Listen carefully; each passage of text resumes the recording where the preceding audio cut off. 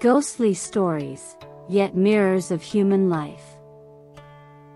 Hello, everyone. Welcome to Encountering Chinese, the ghost story series, strange tales from a Chinese studio. Today, we bring you the fourth episode in our collection of strange tales.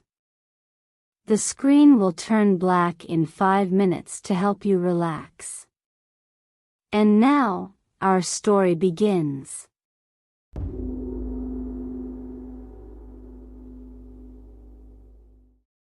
Taoist Shan. There was a young nobleman surnamed Han, hailing from a long line of prestigious families in the county. Intrigued by the renowned magical abilities of a Taoist named Shan in the county, Han invited him as an honored guest to his home. Often, when guests gathered at Han's residence, Shan would mysteriously disappear in the blink of an eye. Impressed by Shan's skills, Han earnestly requested the Taoist to teach him this magical art, but Shan refused. Han persisted in his pleas, and Shan explained, "I'm not unwilling to share my skills, but I fear that if others learn this art, it may tarnish the reputation of our profession. Magic is unlike other crafts. While it may be passed down to a gentleman, if it falls into the hands of someone with questionable morals, they might use invisibility to steal from others. I have concerns. Though you and I may not misuse it, imagine if you encounter a beautiful woman and cannot resist the temptation. If you use invisibility to enter someone else's chamber, wouldn't that contribute to your indulgence in evil deeds? I dare not teach you this art."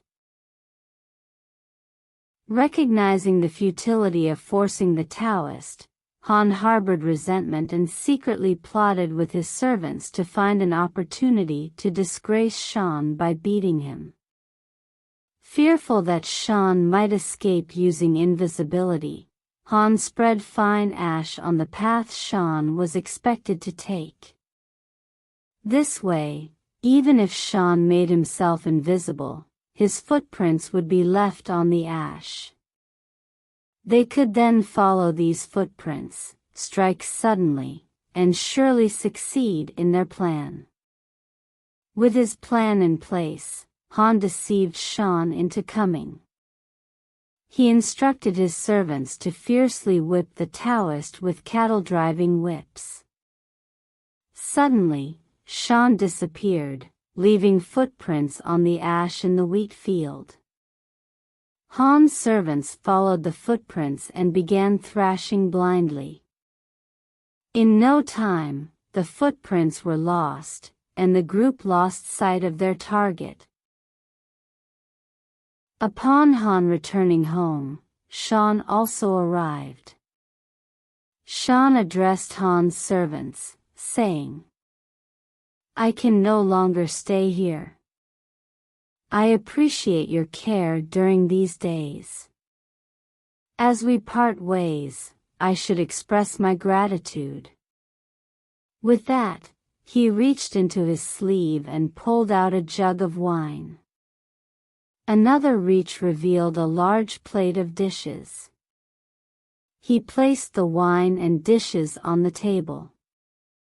Continuing to reach into his sleeve, Shan did this several more times until the table was filled with food and drink. Shan then invited everyone to the table for a hearty feast. After everyone got drunk, Shan put the food and dishes back into his sleeve. Han, hearing of this strange event, invited Shan to perform his magic once again. Shan then drew a city on the wall, and with a push of his hand, the city gates immediately opened. He proceeded to throw all the wrapped clothes and items from his box through the city gates. Shan bowed to Han, saying, "I'm leaving." He leaped into the city, and the gates closed, making Shan disappear instantly. Later, it was heard that Shan appeared in the market of Qingzhou. There, he taught children magic, having them draw black circles on their palms with ink and playfully throwing them at passers-by. Regardless of where the circles were thrown, on faces or clothes, the circles would detach from their palms and imprint wherever they landed.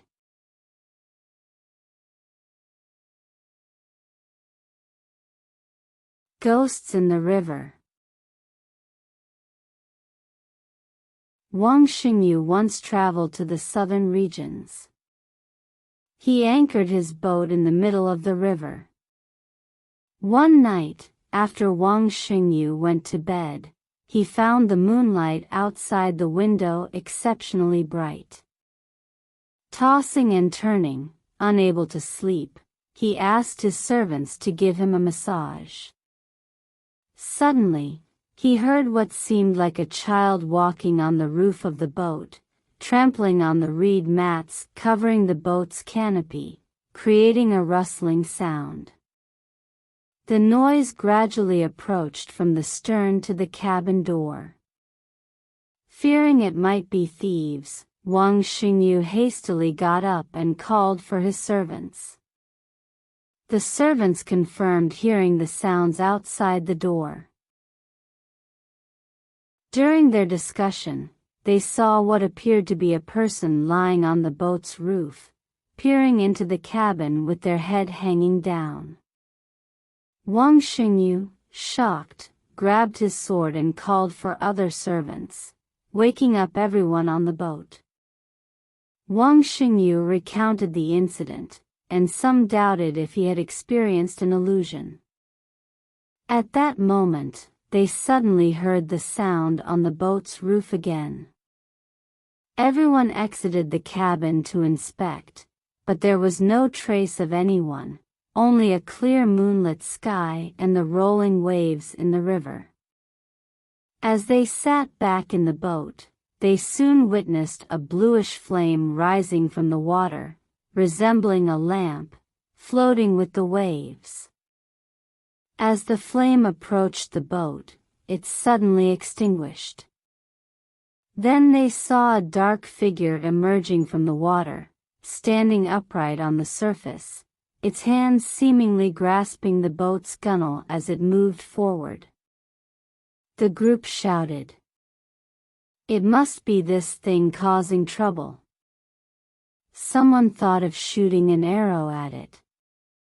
Just as the servants were about to draw their bows, the figure suddenly sank into the water, disappearing. Wang Xingyu asked the boatman what was happening. The boatman replied, "This is an ancient battlefield, and therefore, ghosts and spirits often appear. There's nothing unusual about it."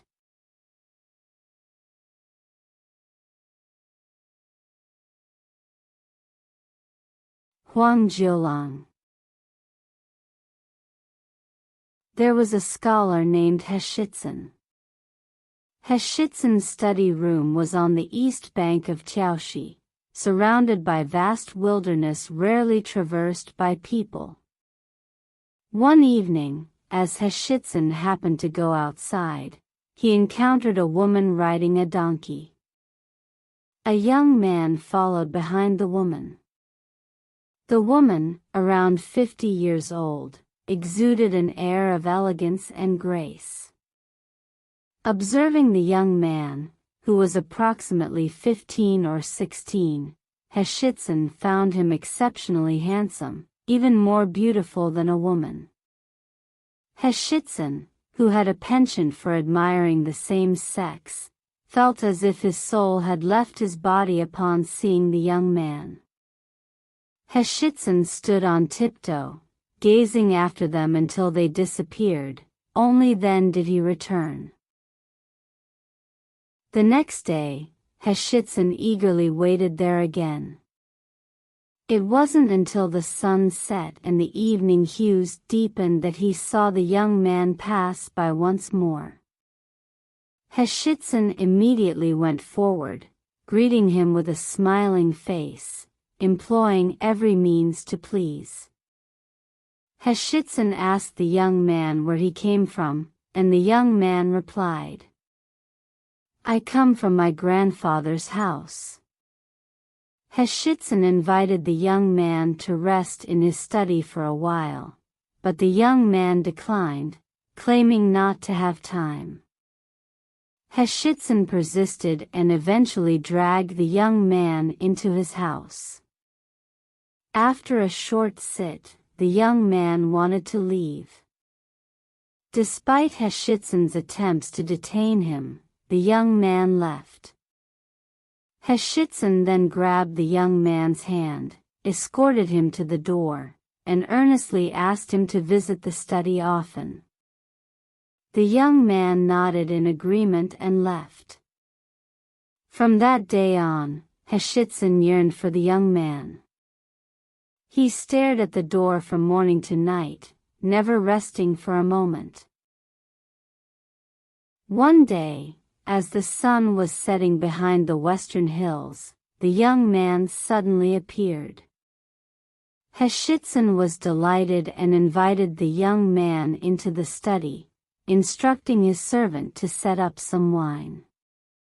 He asked the young man's name, and the youth replied, "My surname is Huang, and I'm the 9th in my family. You can call me Huang Jiulang." Heshitsun asked, "Why do you pass by here so often?" Jiulang explained, "My mother is currently living at my grandfather's house. She often falls ill, so I come to visit her frequently." After drinking a few cups of wine, Jiulang intended to leave. However, Heshitsun grabbed his arm, blocked the way, and pleaded with him to stay. He even locked the door behind them. Jiulang had no choice but to sit back down. Under the lamplight, Heshitsun and Jiulang engaged in conversation. Heshitsun discovered that Jiulang was gentle like a girl.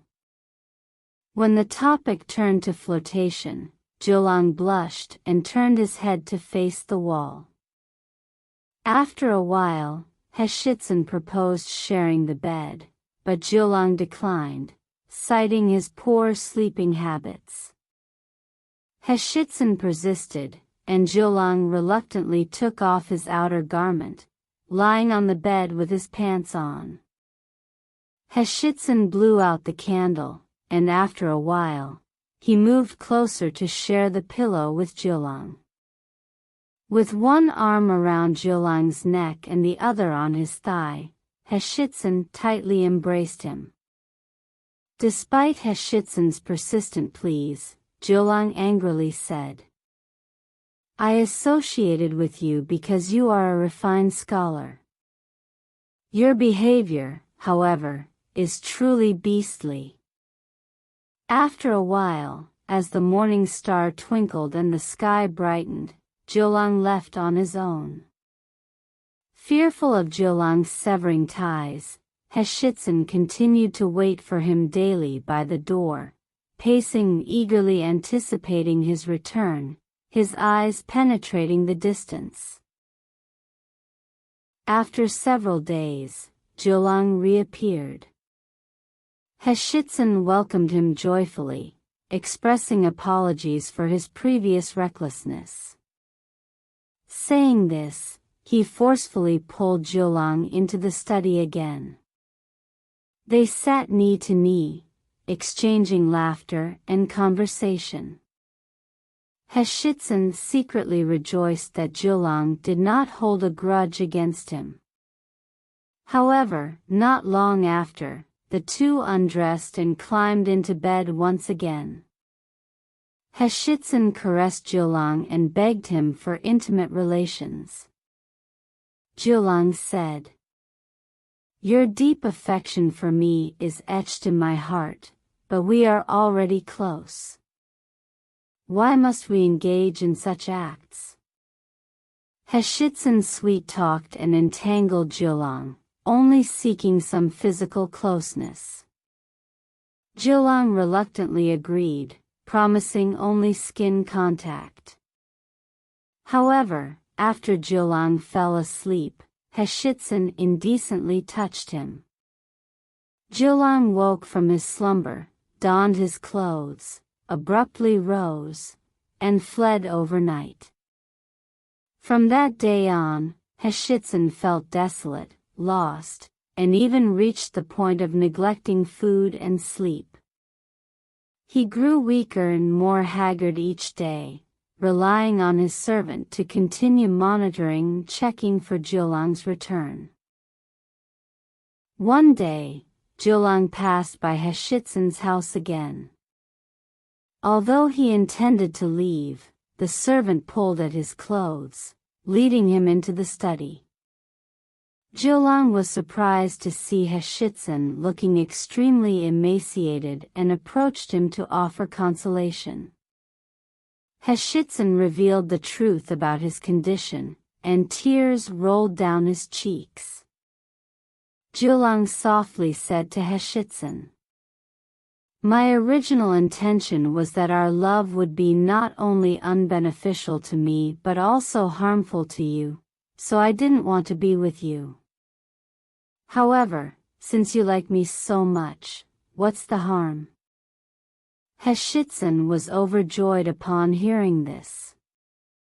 After Jiulang left, Heshitsun's health quickly improved, and after a few days, he had completely recovered from his illness. Jiulang returned, and after enjoying intimate moments with Heshitsun, he said, "Today, I reluctantly accepted your request, but you must not consider this as a common occurrence." He continued, "I have a favor to ask of you. I wonder if you're willing to help me?" Heshitsun asked what it was, and Jiulang replied, "My mother suffers from a heart ailment, and only the primordial pill from the royal physician Qi Yuan can cure her. I heard that you are friends with him, and I believe you can help me obtain the medicine." Heshitsun agreed. When Jiulang left, he reminded Heshitsun again. So, Heshitsun went into the city to seek medicine, and in the evening, he handed it over to Jiulang. Jiulang was very pleased and thanked him. Heshitsun wanted to sleep with him again, but Jiulang said, "Please stop bothering me. I'll find a beautiful woman for you. She's thousands of times better than me." When asked who she was, Jiulang replied, "I have a cousin who is extraordinarily beautiful. If you're interested in her, I'll arrange a match." Heshitsun smiled without answering, and Jiulang left. 3 days later, Jiulang returned to Heshitsun's study to get more medicine. Heshitsun complained that Jiulang came too late, expressing some reproach in his words. Jiulang said, "I didn't want to bring disaster to you, so I thought of keeping my distance. Since you can't understand my good intentions, I hope you won't regret it." From then on, the two met every night without interruption. Every 3 days, Jiulang would inevitably ask Heshitsun for medicine.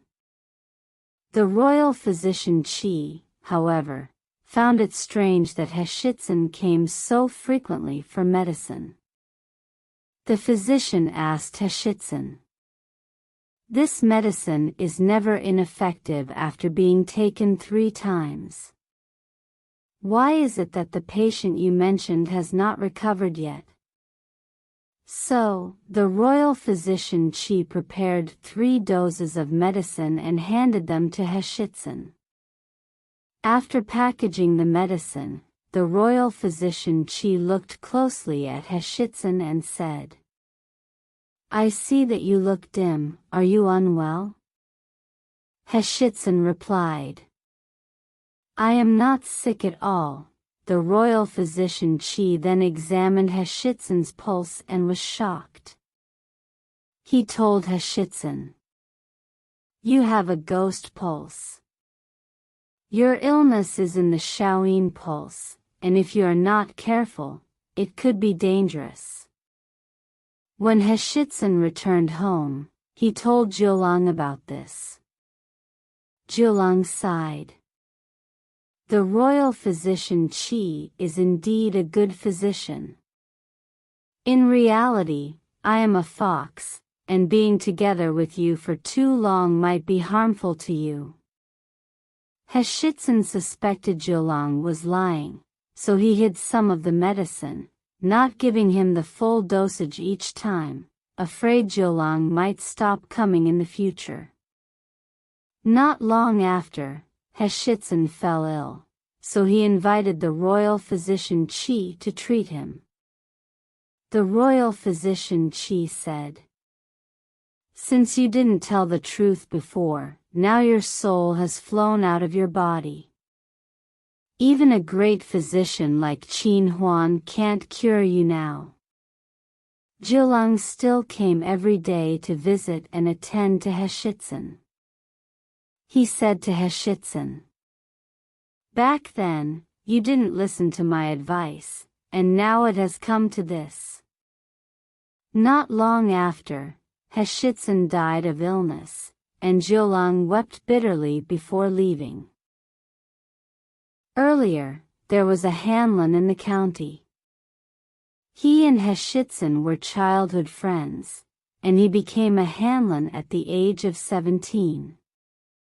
At that time, a local official in Shaanxi was greedy and brutal, and since he bribed high-ranking officials, no one dared to expose his misdeeds. The upright Hanlon reported his crimes, but instead of rectifying the situation, he was accused of exceeding his jurisdiction and dismissed from his post. Later, the corrupt local official was promoted to the position of provincial governor of Shaanxi, and upon taking office, he sought revenge against the Hanlon. The honest Hanlon had once been favored by a rebel prince, so the governor bought old letters exchanged between the Hanlon and the prince to use as leverage against him. Fearing retaliation, the Hanlon committed suicide, and his wife followed suit. Unexpectedly, one day after the Hanlon's death, he suddenly revived. He identified himself as Heshitsun, and spoke only about the affairs of the He family. People then realized that the Hanlon's resurrection was due to Heshitsun's act of borrowing a corpse to return to life. Unable to keep the Hanlon at home, he ran to Heshitsun's house. The governor suspected foul play and was determined to frame the Hanlon. He sent someone to demand 1,000 taels of silver. While the Hanlon outwardly agreed, he was internally distressed and anxious to the point of despair. Suddenly, one day, someone reported that Jiulang had come. The Hanlon was delighted to converse with him, and their emotions were intertwined with joy and sorrow. Then, surprisingly, the Hanlon requested to sleep with Jiulang again. Jiulang said, "You've just come back to life, do you want to die again?" The Hanlon lamented, "I regret living in this world. It's too exhausting to live, and I'd rather be at peace in death. He then told Jiulang about his grievances and hardships.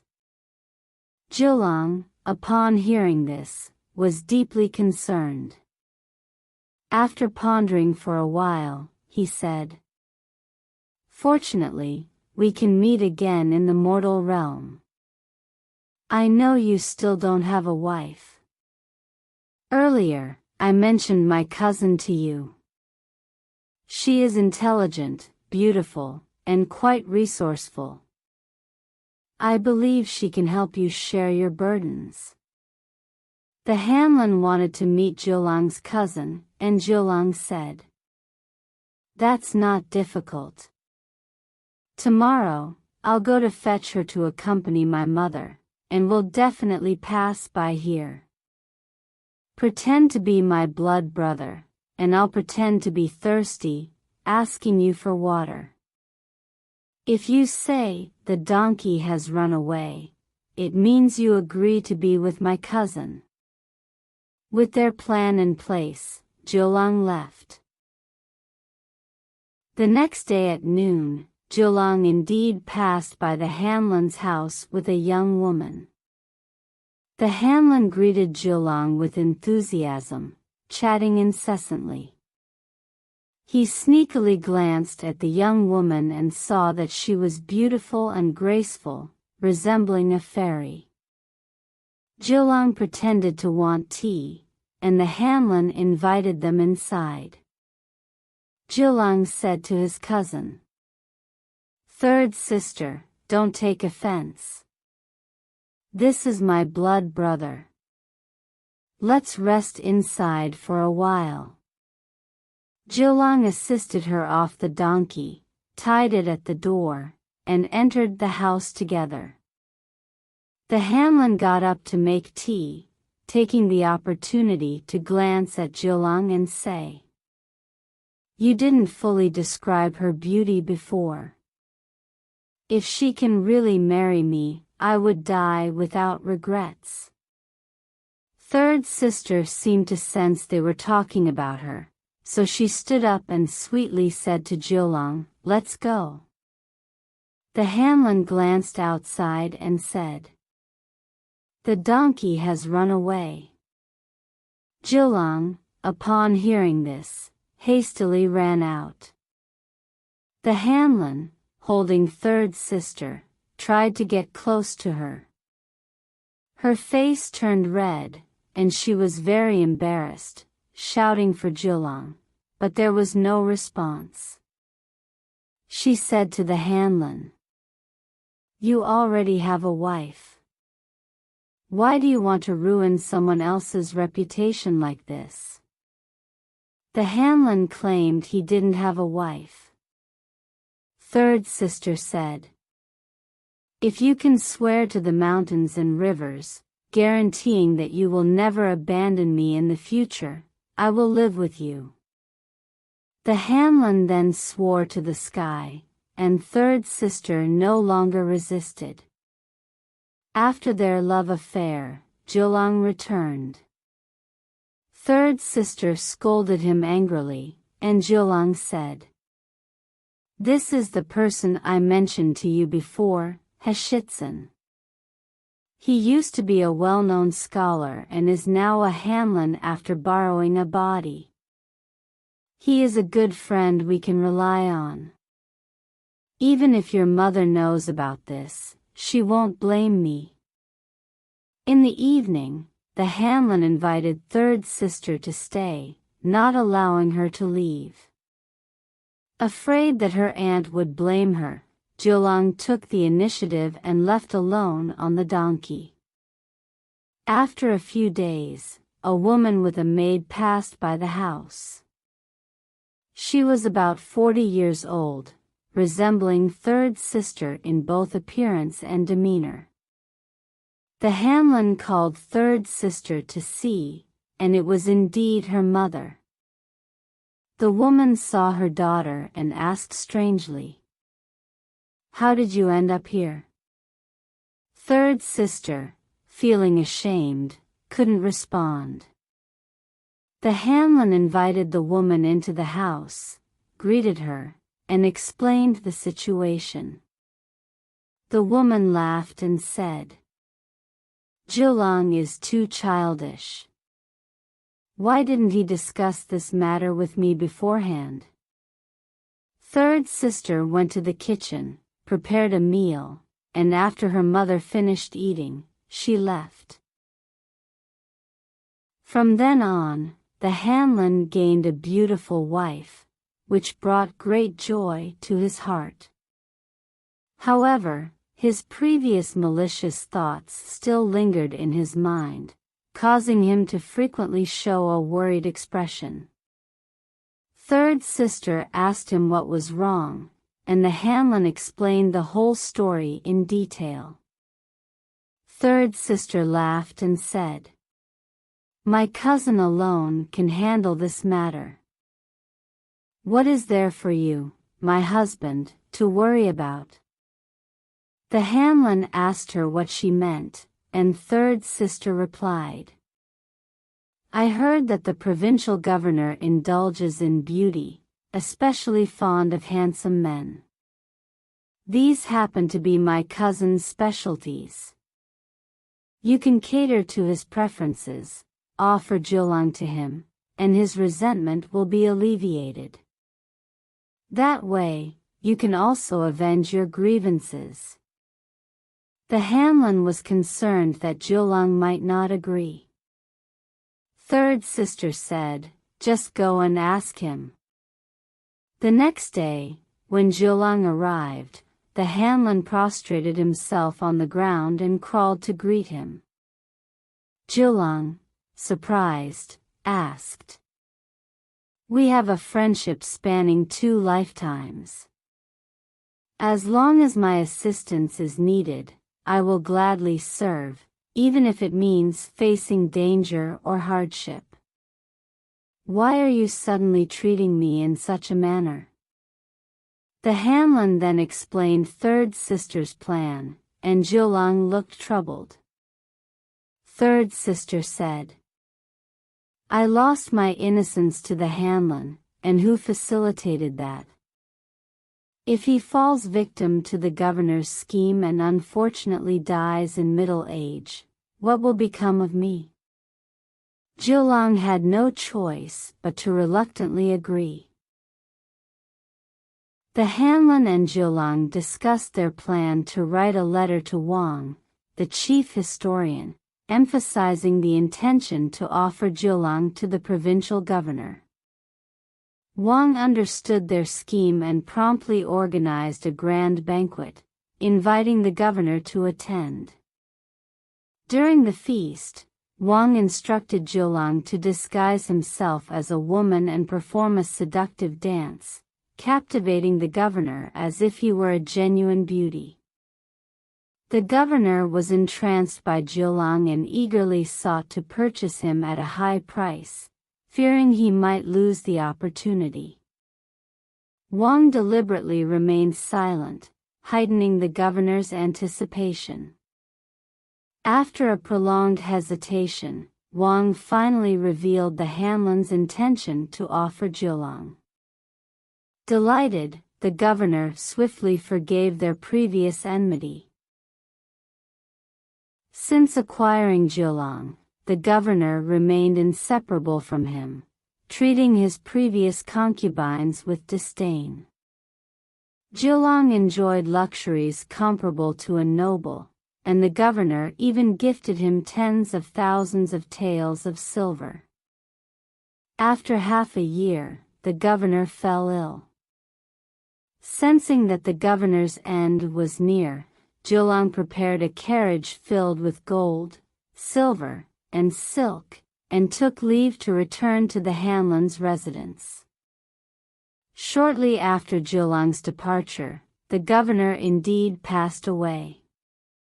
Jiulang then used his funds to construct a house, purchase furniture, and hire servants and maids. He, his mother, and his aunt lived together. When Jiulang traveled, his entourage, including horses and attendants, was lavish, and no one around suspected that he was a fox.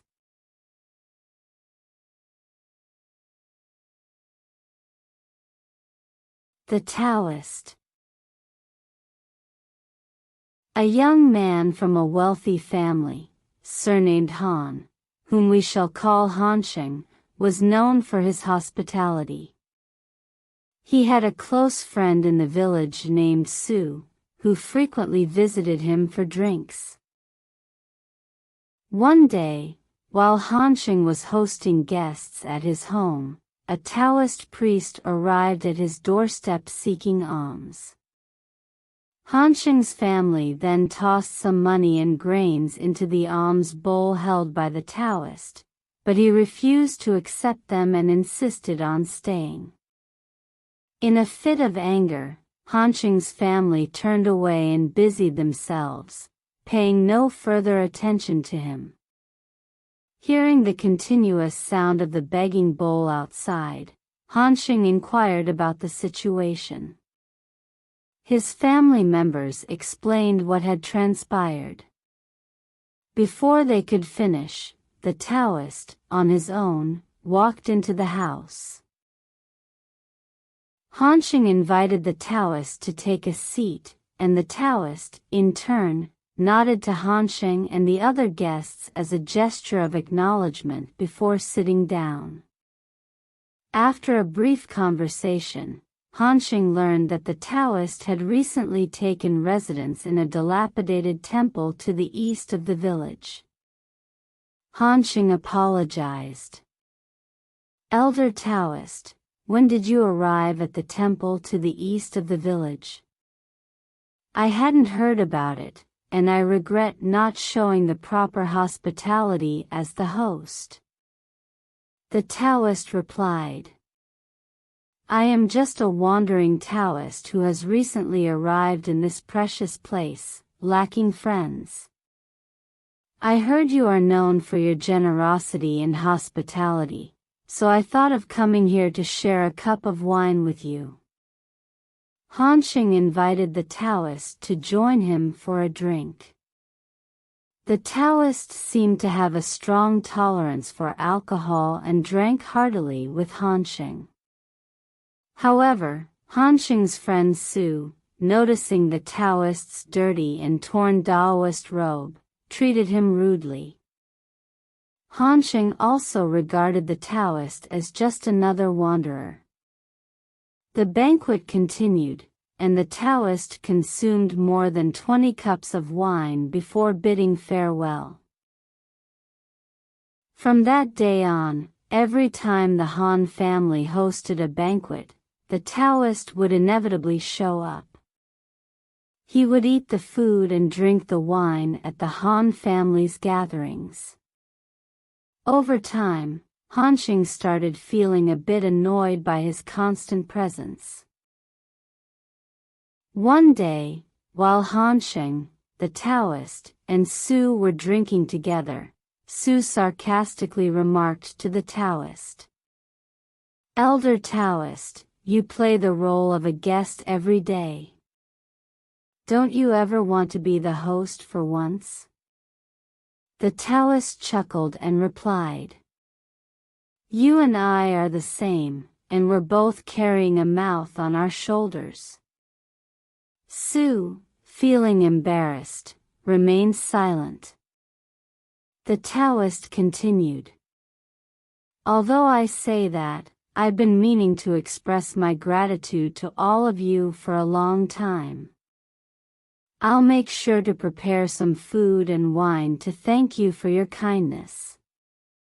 After finishing their drinks, the Taoist instructed Hansheng, "Tomorrow at noon, I hope both of you can grace me with your presence at my humble abode."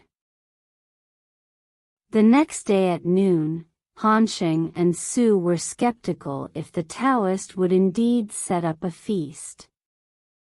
As they walked towards the dilapidated temple, they found the Taoist waiting on the way. The three of them conversed as they walked, unconsciously arriving at the temple gate. Upon entering, they were surprised to find that the once dilapidated temple had been completely renovated, with towering structures extending like clouds. Puzzled, they asked the Taoist, "It seems we haven't been here for a long time. When were these buildings constructed?" The Taoist replied, "They were just completed not long ago." Upon entering the main hall, they discovered that the interior was even more luxurious than that of aristocratic families. They couldn't help but show respect. As soon as they sat down, servants brought in dishes and poured wine for the three of them. These servants, all around 16 years old, were dressed in splendid long robes and crimson satin shoes. The food on the table was fragrant and delicious, exceptionally abundant. After the meal, the servants brought in some desserts and fruits, some of which were exotic, and Han Sheng and Su didn't recognize them. The fruits and desserts were served on crystal and jade plates, which glittered, illuminating the table. The glass cups for pouring wine were also beautiful, about a foot in diameter. The Taoist instructed the servants, "Go and call the Shi family sisters." After a short while, two beautiful young women entered. One was slender and graceful like a delicate willow, while the other was shorter and seemed younger. Both were charming, with incomparable beauty. The Taoist had the sisters sing songs to enhance the mood. The younger sister clapped and sang, while the older sister played a flute as an accompaniment, producing a soft and melodious tune. After the song, the Taoist raised his wine cup to toast and had the two sisters pour wine for the guests. The Taoist then asked the sisters, "It's been a while since you two danced. Can you still dance?" Several servants laid carpets in front of the table, and the two sisters engaged in a dance facing each other. Their long sleeves fluttered, and they emitted a captivating fragrance. After the dance, the two sisters leaned against a screen to rest. Han Sheng and Su, by this time, were completely captivated, unknowingly getting quite drunk. The Taoist no longer attended to the guests, raising his cup and finishing it in one gulp. He stood up and said to the two guests, "Please help yourselves to the wine. I'll take a short break and be right back." With that, he left. In the southern room, there was a wooden bed adorned with seashells against the wall. The two beauties spread a satin mattress for the Taoist and helped him lie down.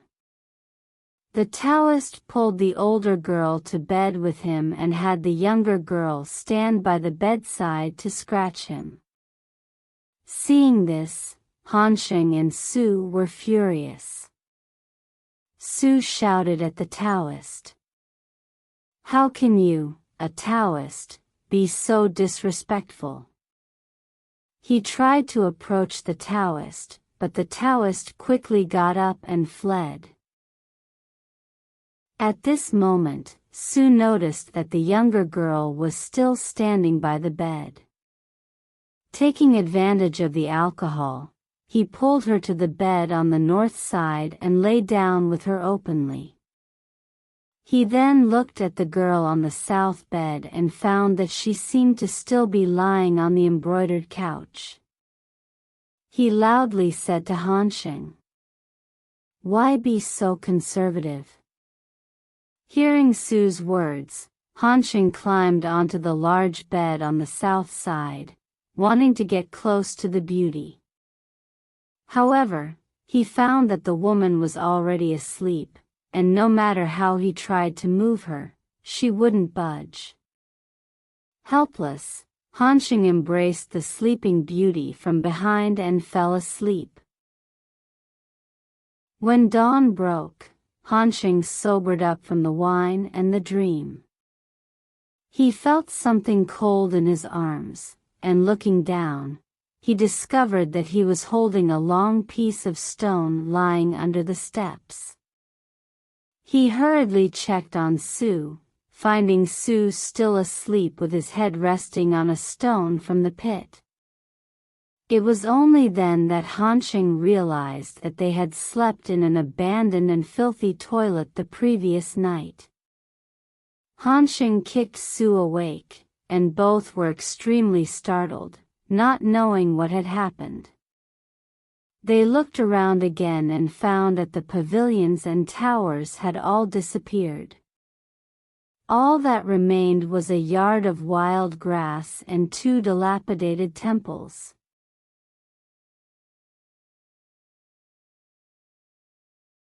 Tang Pin. There was a man named Tang Pin who had once passed the imperial examination. One year, Tang Pin suddenly fell seriously ill, and at the moment of death, he felt a warm sensation rising from the lower part of his body. As the warmth ascended to his thighs, he sensed that his lower legs were dead. When the warmth reached his abdomen, he could feel that his thighs had also perished. Finally, as the warmth ascended to the chest, he discovered that the heart was the most reluctant to die.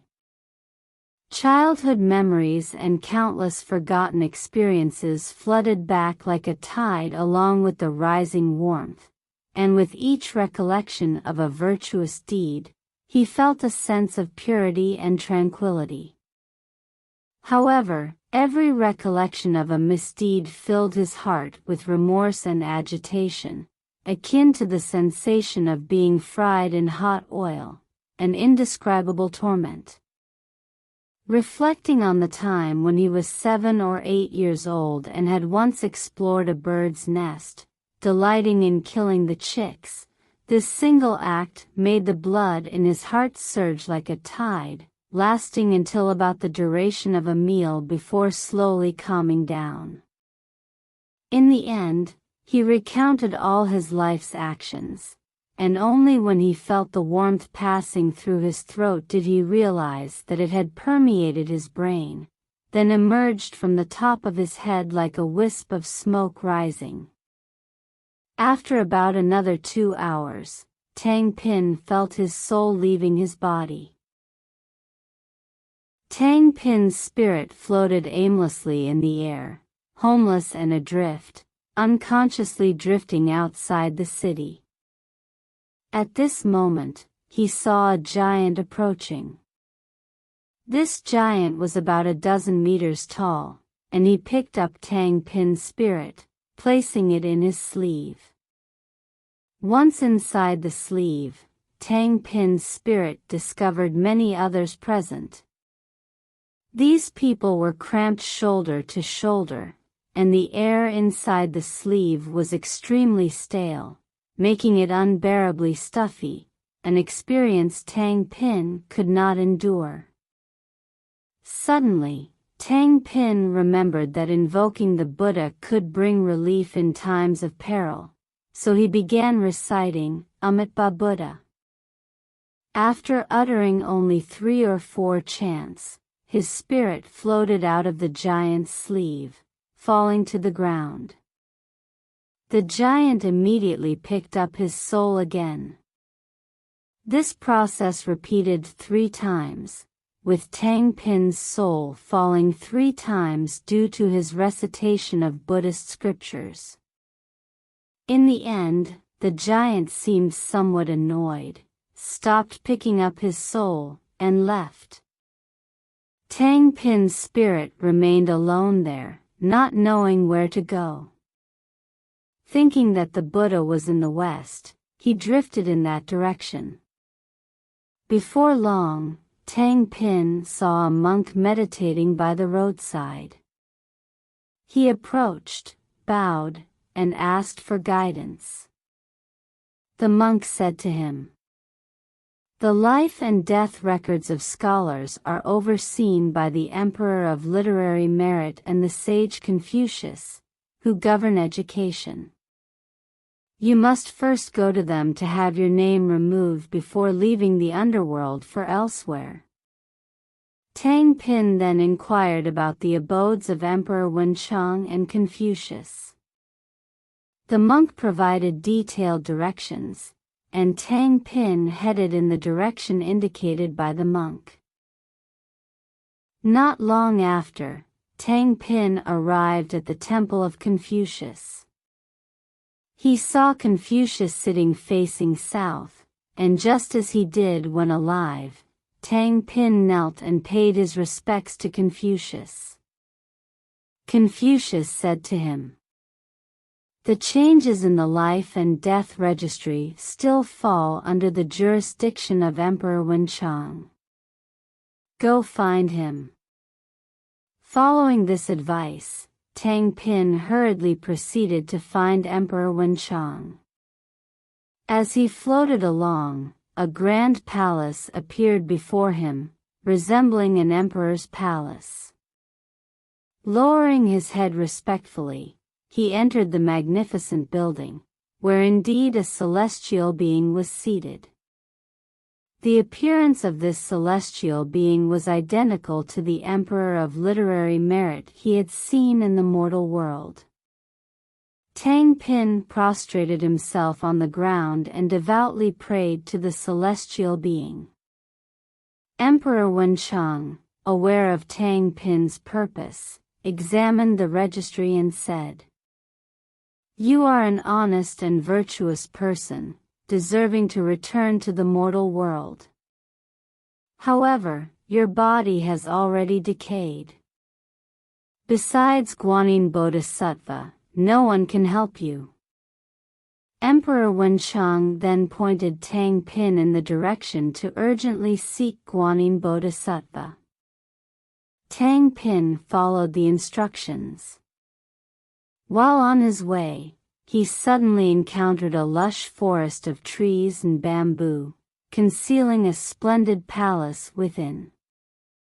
Upon entering, he saw Guanyin Bodhisattva seated inside, with a hairstyle resembling a snail shell, displaying a dignified demeanor. Her golden face radiated beauty like a full moon. In a precious vase before the Bodhisattva, willow branches were inserted, their leaves gracefully hanging, lush and green like smoke. Tang Pin respectfully bowed to Guanyin Bodhisattva, conveying the message from Emperor Wenchang. Guanyin Bodhisattva expressed her difficulty in resolving the matter. Tang Pin pleaded incessantly. A nearby arhat said to the Bodhisattva, "Bodhisattva, you can use your magical powers, gather some mud as flesh, and break willow branches for bones." Guanyin Bodhisattva agreed to the request, personally breaking off willow branches from the vase and pouring out some water from the vase. She mixed the willow branches and water to form mud. Guanyin Bodhisattva then applied the willow branches and mud to Tang Pin's body. An attendant immortal was tasked with returning him to the place where the coffin was stored and pushing his soul back into the body. At this moment, Tang Pin inside the coffin emitted moans and sounds of movement. Tang Pin's family, astonished, gathered around the coffin. Opening the coffin, they found Tang Pin completely healed. Calculating, it had been exactly 49 days since Tang Pin's apparent death.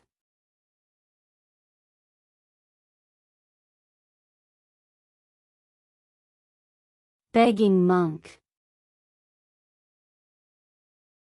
In Jinan Prefecture, there was a monk, and the local people didn't know where he came from.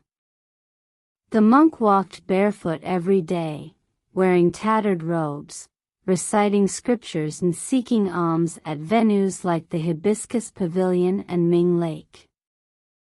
People offered him food, money, and grains, but he refused them all. When asked what he wanted, he remained silent. No one had ever seen him eat. Some advised the monk, "Since you don't eat meat and drink wine, you should go to desolate villages and alleys for alms.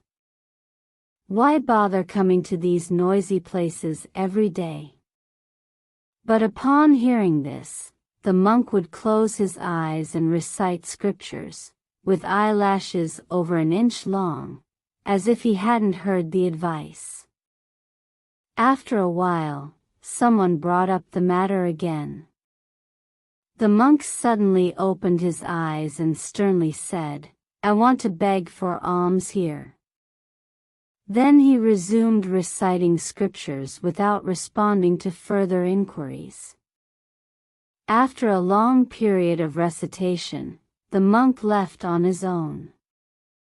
Some people followed him and repeatedly asked why he chose to beg in this manner, but the monk kept walking forward, silent and unresponsive.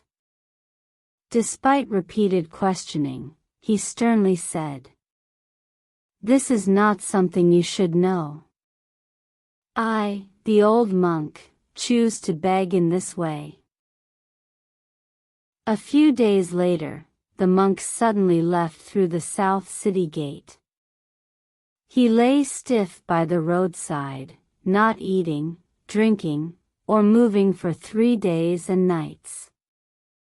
Concerned that he might starve to death and affect the nearby residents, people gathered around to persuade him to leave. They offered him food and money if he agreed to depart. However, the monk remained with his eyes tightly closed and made no movement. The residents shook his body, urging him to leave. Enraged, the monk pulled out a short knife from his robe, cut open his own belly, and inserted his hand inside, arranging his intestines on the road until he eventually passed away. Terrified, the onlookers reported the incident to the authorities, who hastily buried the monk. After a few days, wild dogs dug a hole in the monk's grave, revealing the burial cloth covering the body. People cautiously stepped on it and found the cloth seemed empty. Upon opening it, they discovered that the wrapped corpse was intact, but the body was gone, resembling an empty cocoon.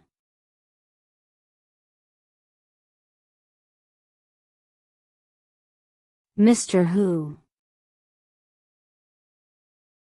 In the direct administration region, there was a wealthy family looking to hire a teacher. One day, a scholar unexpectedly presented himself for the position. The host welcomed him into the house and found the scholar to be articulate and pleasant to talk to. They enjoyed each other's company, and the scholar introduced himself as Mr. Who. The host decided to hire Mr. Who as the family's teacher. Mr. Who was diligent in his teaching, possessing extensive knowledge and not fitting the stereotype of an ordinary scholar. However, he often went on excursions, sometimes returning well into the night. Even though the host's house was securely locked, there was no sound of him knocking on the door.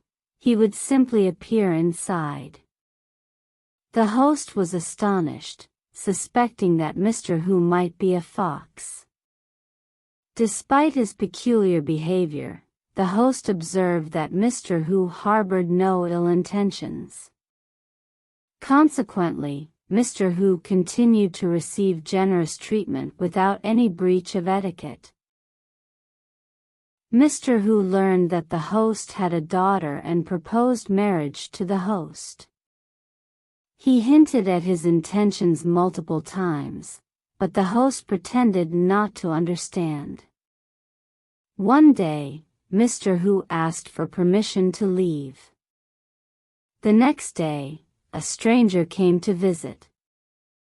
The visitor tethered a black donkey at the door, and the host invited him inside. The guest, a man in his 50s, was neatly dressed and displayed a calm and refined demeanor. After seating himself, the guest explained his purpose, revealing that he was a matchmaker for Mr. Hu.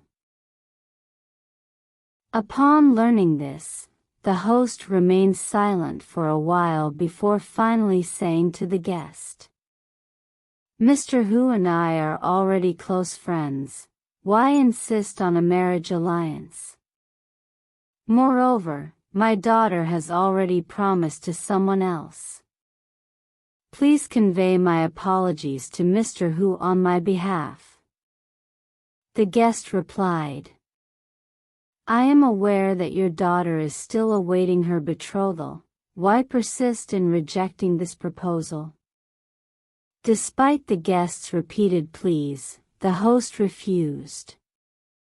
Annoyed, the guest said, "Mr. Hu also comes from a reputable family.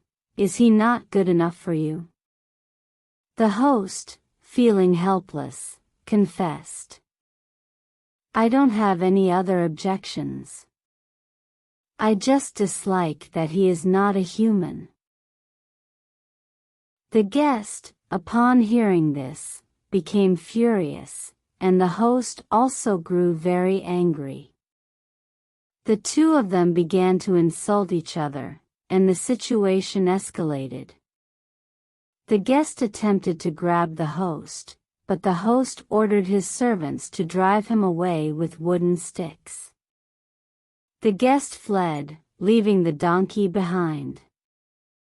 Upon closer inspection, the host realized the donkey was covered in black fur, had pointed ears and a long tail, a colossal creature.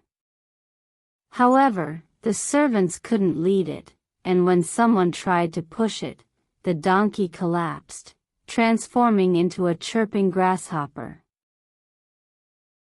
Upon hearing the angry words from the guest, the host realized they might return for revenge, so he instructed his servants to strengthen their defenses. Sure enough, the next day, a large group of fox soldiers stormed into his home. These fox soldiers included cavalry and infantry, some wielding spears and others drawing bows, creating a tumultuous scene with shouts and neighs. Terrified, the host dared not leave his house. The fox soldiers outside threatened to burn down the house, intensifying the host's fear. A brave servant, leading others, courageously rushed out, hurling stones and shooting arrows. A fierce battle ensued, with casualties on both sides. Before long, the fox soldiers began to retreat, leaving their war knives on the ground, shining like frost and snow. The servants approached and discovered that the war knives had transformed into sorghum leaves. People laughed and said, "The capabilities of these fox soldiers are limited." Nevertheless, they remained vigilant in case the fox soldiers returned. The next day, as the host and his servants were discussing the situation, a giant suddenly descended from the sky. The giant was over 10 feet tall and several feet wide, brandishing a massive knife like a door, chasing after people to strike them. The servants fought back with stones and arrows, and the giant fell to the ground, revealing itself to be a straw man used for funeral rituals. People felt it was easy to defeat the fox soldiers. Subsequently, the fox soldiers did not return for 3 days, and the vigilance of the people relaxed slightly. One day, while the host was using the restroom, he unexpectedly saw the fox soldiers armed with bows and arrows. They fired arrows in all directions, hitting the host's buttocks. Panicked, the host urgently called for the servants to counterattack, prompting the fox soldiers to retreat. When the host pulled out the arrows from his buttocks, he discovered they were just stems of mugwort. In this way, the two sides remained in a standoff for more than a month. Although the fox soldiers came and went unpredictably and caused no significant harm, the constant vigilance left the host feeling distressed. One day, Mr. Hu led the fox soldiers to the host's residence. The host personally went out to confront them, and upon seeing him, Mr. Hu concealed himself among the fox soldiers. The host called for him to come out, and reluctantly, Mr. Hu emerged. The host said to Mr. Hu, "I have always believed that there is nothing to blame you for, sir. But why must we resort to armed conflict?" The fox soldiers prepared to shoot at the host, but Mr. Hu stopped them. The host approached, shook hands with Mr. Hu, and invited him to the original study, arranging food and wine to entertain him. The host calmly said, "Sir, you are a reasonable person, and I am sure you can understand me. With our deep friendship, how could I not be willing to become your relative? However, sir, your carriages, horses, and residence are quite different from those of humans. It would be inappropriate for my daughter to marry into your family. Moreover, there is a saying, a melon forcefully picked is not sweet. Why must you insist on this?" Mr. Hu felt ashamed, and the host continued, "Please don't be troubled, our previous relationship remains unchanged. If you don't mind us, the ordinary people of the mortal world, I have a younger son who is 15 this year and is willing to become a son-in-law in your household. Do you have a young lady at home who is a suitable match for him?" Delighted, Mr. Hu said, "I have a younger sister, 1 year younger than your son, and she is quite lovely. She can marry your son, what do you think?" After hearing this, the host stood up to express his gratitude, and Mr. Hu also bowed to thank the host. The two of them then drank and chatted, reconciling their differences. The host had his servants set up another feast to reward Mr. Hu's subordinates, and both families were joyous and content. The host intended to inquire about Mr. Hu's address in detail, planning to go there the next day to finalize the marriage arrangements. However, Mr. Hu did not reveal his address to the host. As the night grew late, they lit the lamps and continued drinking until they were heavily intoxicated. Only then did Mr. Hu leave. From that day forward, the two families lived peacefully with no further issues. After more than a year, Mr. Hu did not return. Some suspected that the promised engagement with Mr. Hu was false, but the host insisted on waiting for him. Another half-year passed, and suddenly, Mr. Hu returned. After exchanging pleasantries with the host, Mr. Hu said, "My younger sister has grown into an adult. Please choose an auspicious day and send her over to serve her parents-in-law." Delighted, the host and Mr. Hu set a wedding date and made the necessary arrangements. On the appointed night, a bridal sedan arrived, and Mr. Hu's family brought a generous dowry, nearly filling the new house. The bride paid respects to her parents-in-law, and the hosts were pleased to find her beautiful and gentle. Mr. Hu and his brother came to accompany the bride. The two brothers were eloquent and adept at drinking, staying until dawn before leaving. Unexpectedly, the new bride could predict the annual harvest, and the family began to follow her advice in managing their livelihood. In the future, the brothers and their mother often visited the bride, and everyone in the host's family got to know them.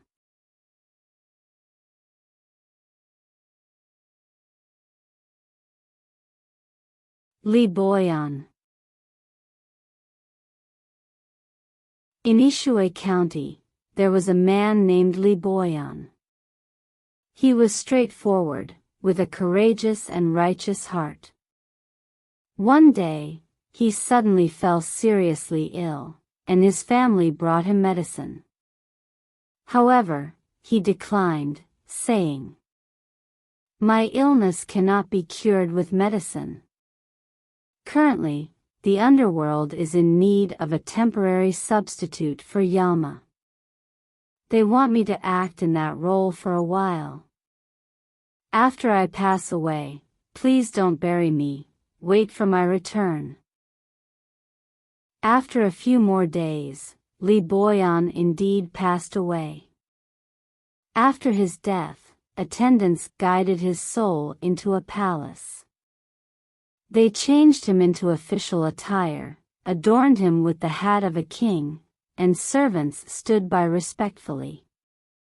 The desk was cluttered with numerous scrolls and documents.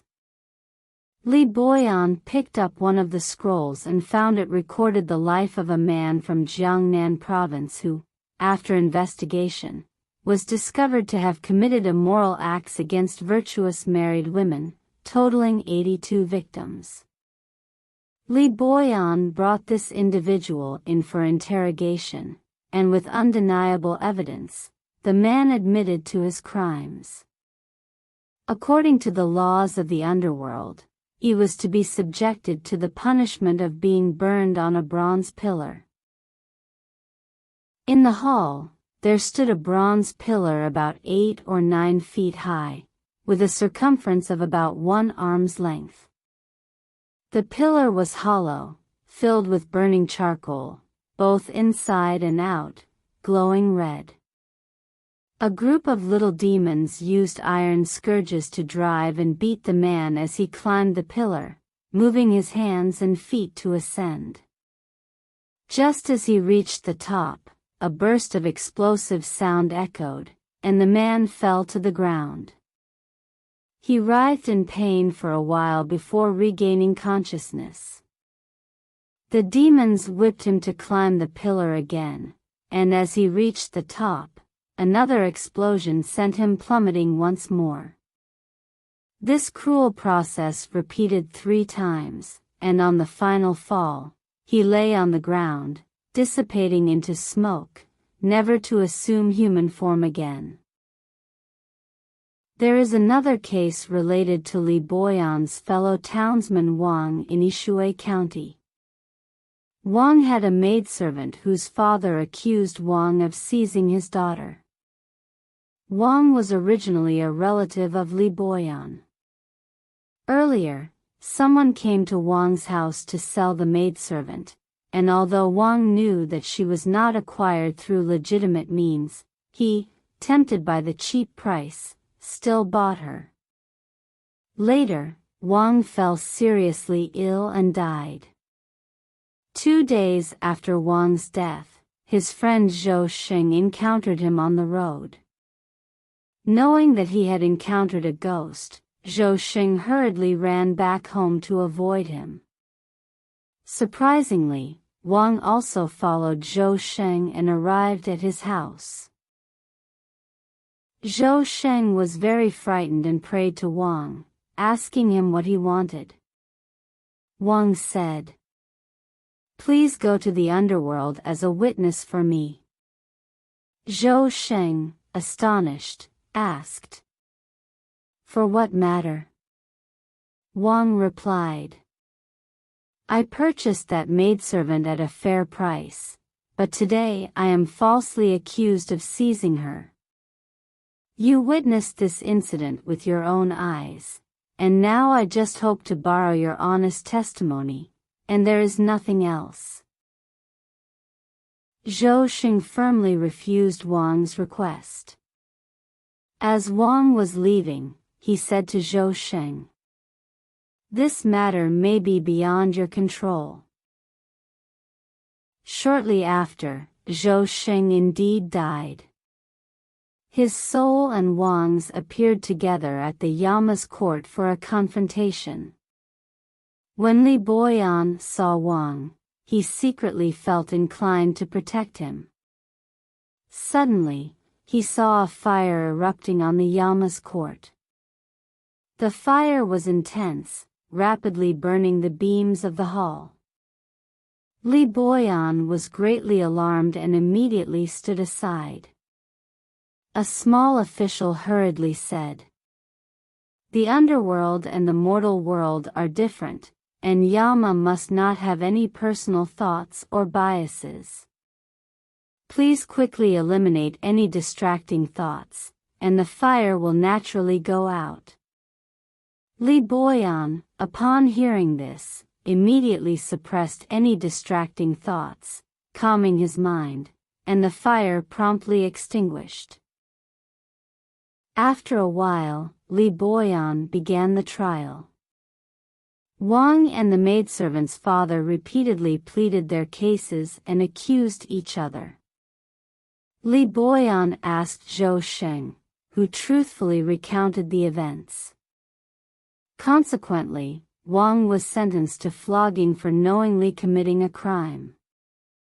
After the punishment, Li Boyan sent Zhou Sheng and the others back to the mortal world, and Zhou Sheng and Wang both came back to life 3 days after their deaths. After finishing his official duties, Li Boyan rode a horse-drawn carriage back to the mortal world. On the way, he encountered hundreds of ghosts with missing heads and severed limbs, all wailing on the ground. Li Boyan stopped the carriage to inquire about their situation. It turned out that these ghosts were souls who had died in a foreign land. They wanted to return to their hometowns but were worried about facing obstacles at the border checkpoints. Therefore, they pleaded with Li Boyan to issue them travel documents.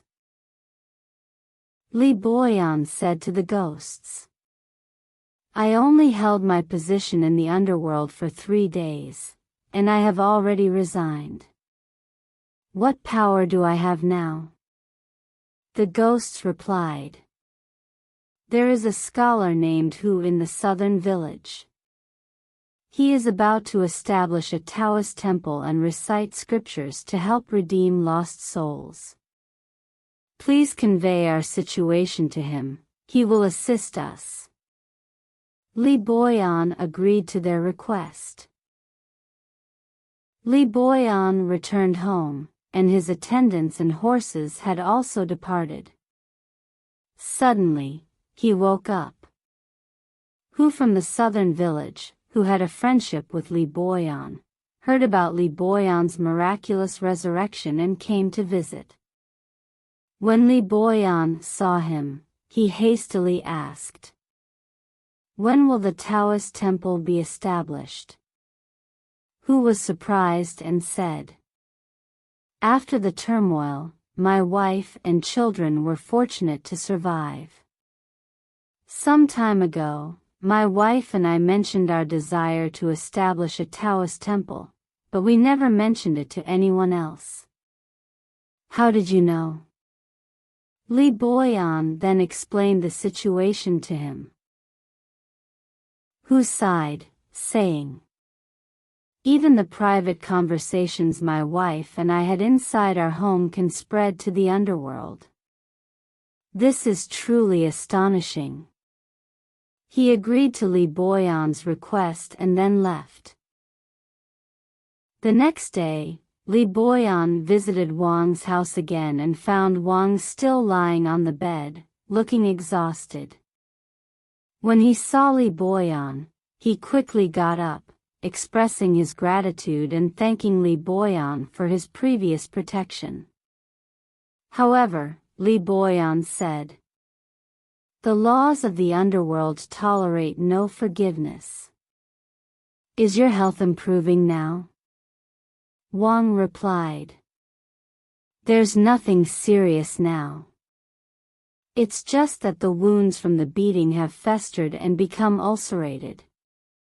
After more than 20 days, Wang's injuries finally healed, but the rotten flesh on his buttocks gradually fell off, leaving behind scars as if he had been beaten in the mortal world. At the end of the story, the author provides the following commentary. He said, "The punishments in the underworld are indeed more cruel than those in the mortal world, and the penalties are more rigorous. However, appeals and protection are futile in the underworld, and those who endure severe torture surprisingly bear no complaints. Who says the underworld is shrouded in eternal darkness? Regretfully, the mortal world lacks the kind of fire that could burn down those unjust courts."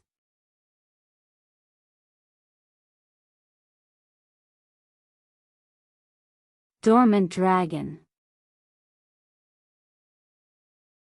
In the Yuling region, there was a censorate official named Shu during the Ming Dynasty. One day, while he was reading upstairs, a small creature emitting a faint glow crawled slowly towards him. Wherever the small creature passed, it left behind scorched marks resembling the trails of a millipede. Subsequently, the creature crawled onto the pages of a book, leaving scorched imprints on the pages. Chu believed it must be a dragon, so he picked up the book and escorted the small creature outside. Standing outside the door for a long time, Chu noticed that the small creature remained motionless. Addressing it, Chu said, "Do you think I have been disrespectful to you?" He then brought the book back inside, placing it on the desk. After preparing himself again, Chu bowed deeply to the small creature, sending it out once more. As Chu reached the eaves, he saw the small creature suddenly raise its head, elongate its body, and swiftly fly off, emitting a chirping sound. A flash of white light accompanied its departure. Looking back at Chu one more time, the creature's head had become larger than a vat, and its body had expanded significantly. It flipped over once more, producing a thunderous roar. With a tremendous boom, it ascended into the clouds and disappeared. When Chu turned back to inspect the traces of the dragon on the desk, he realized that the winding marks indicated it had crawled out of a book box.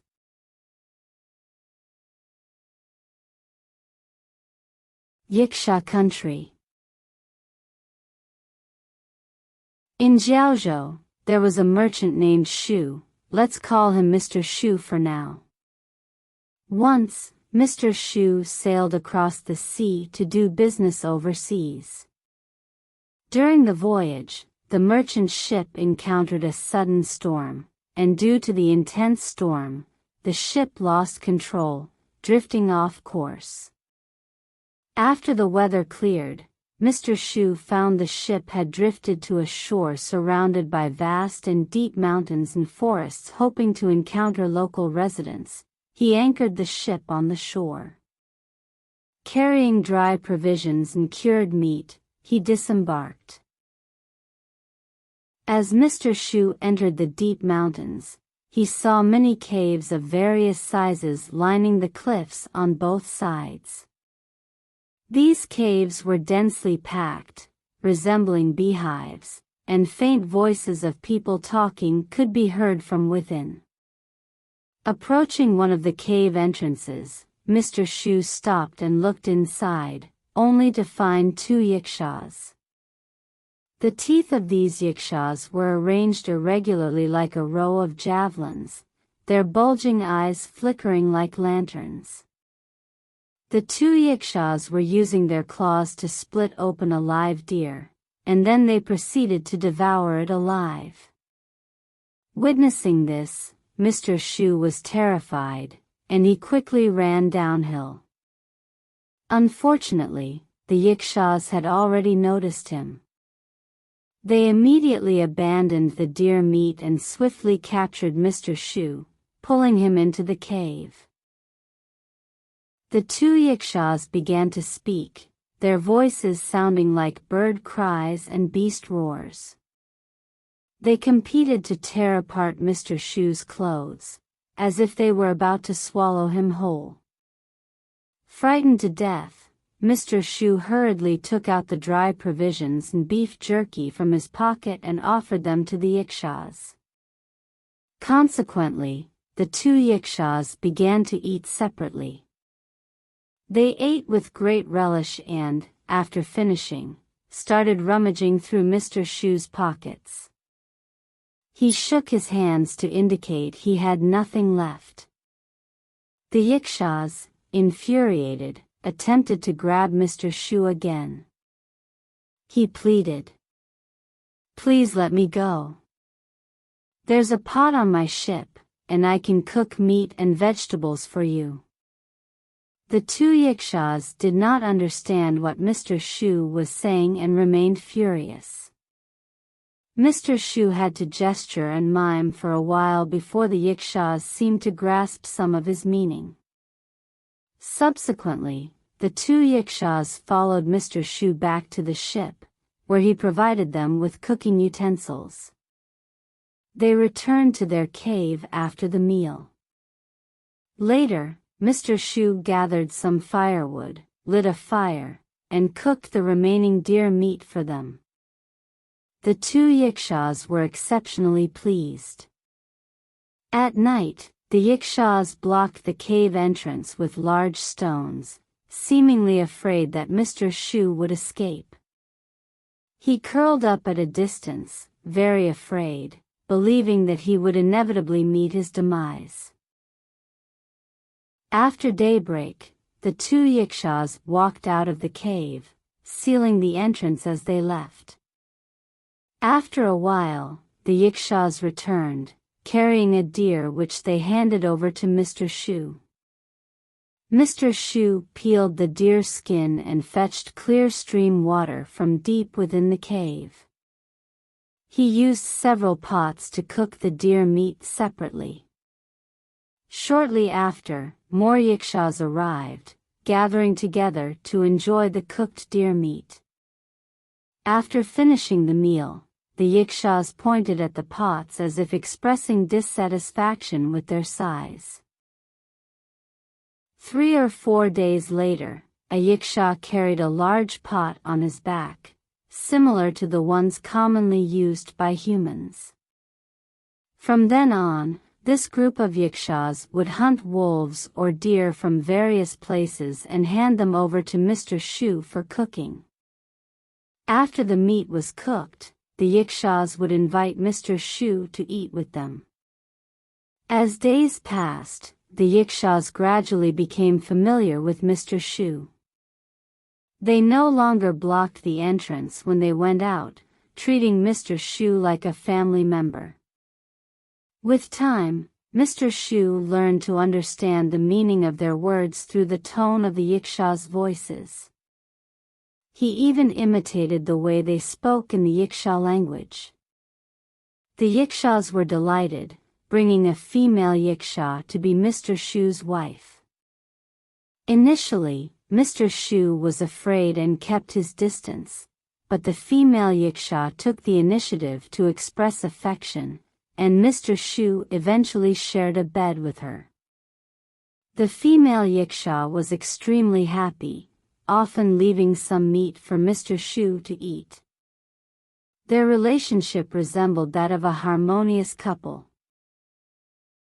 One day, the Yikshas woke up exceptionally early, each with a string of pearls hanging around their necks. They went out one after another, as if welcoming an important guest. The Yikshas asked Mr. Shu to cook more meat. Curious, Mr. Shu asked the female Yiksha what was happening. She explained. Today is the king of Yiksha country's birthday, known as the Festival of Longevity. The female Yiksha told the other Yikshas. Mr. Shu still doesn't have a bone bead. So, the Yikshas each took 5 pearls from their own strings and gave them to the female Yiksha. She also removed 10 pearls from her own string, making a total of 50.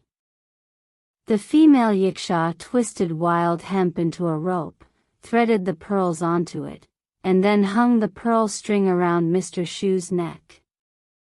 Each pearl looked very precious, and if sold, each one could be worth nearly 100 taels of silver.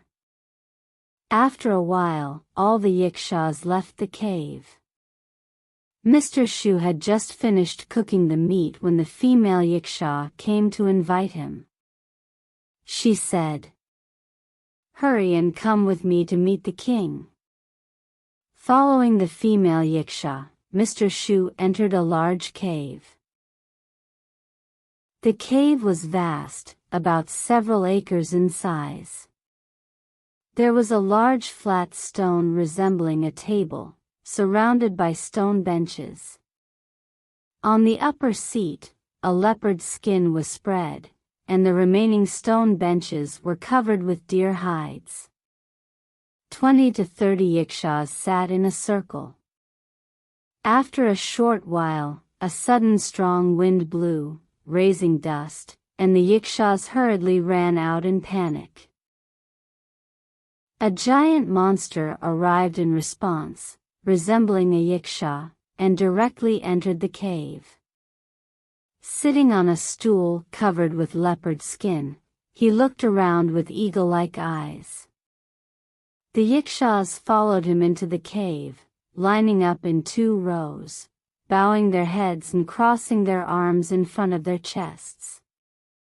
The great Yiksha began to call out names, asking if all the people from Mount Wume were present.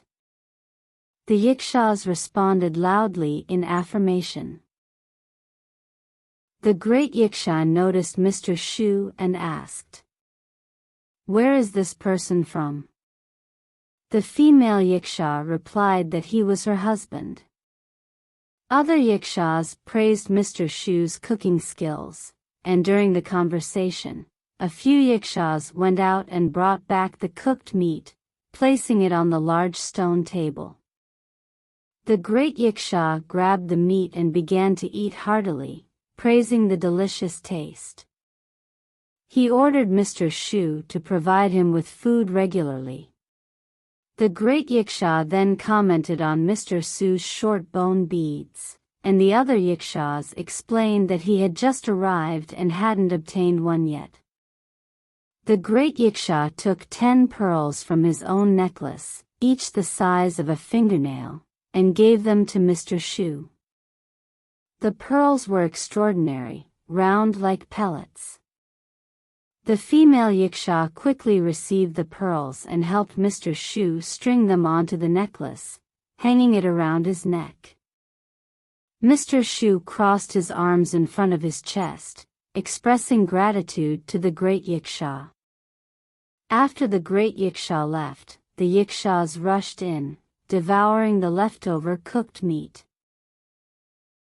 Mr. Shu had lived in the Yiksha country for more than 4 years when the female Yiksha suddenly gave birth. She gave birth to 2 boys and a girl in one go, resembling their father more than their mother.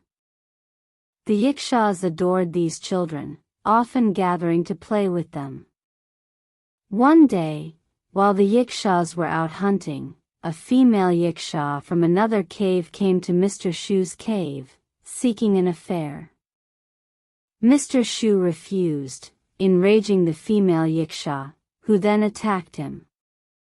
Mr. Shu's female Yiksha returned and, witnessing the situation, fought with the intruding Yiksha, even biting off one of her ears. After some time, the intruding Yiksha's husband arrived. After clearing up the misunderstanding, Mr. Shu's female Yiksha let them go. Since then, she guarded Mr. Shu every day and never left his side. 3 years later, Mr. Shu's and the female Yiksha's children learned to walk. Mr. Shu taught them to speak Chinese, and gradually, they learned some. Their tender words revealed a human touch. Although still toddlers, the children traversed mountains like walking on flat ground. They became closer to Mr. Shu, displaying a strong father-son bond. One day, the female Yiksha went out with her son and daughter and didn't return for half a day. The strong north wind blew outside the cave, making Mr. Shu melancholic as he yearned for his distant homeland. With his son, he went to the coast and saw the ship he had drifted in on years ago still stranded there. Thus, he decided to return to his hometown with his son. Although the son wanted to inform his mother, Mr. Shu forbade him. Father and son boarded the ship and, after a day and night, returned to Jiaozhou. Upon returning home, Mr. Shu discovered that his original wife had already remarried. Mr. Shu took out 2 pearls, sold them for a substantial sum of money, and suddenly became quite wealthy. He named his son Shu Biao. By the age of 14 or 15, Shu Biao could lift heavy weights of 1,000 caddies and was naturally robust and belligerent. The military commander of Jiaozhou recognized Shu Biao's talents and appointed him as a commander. At that time, border conflicts erupted, and every time Shu Biao participated in battle, he achieved notable feats. At the age of 18, Shu Biao became the deputy general managing military affairs in the region.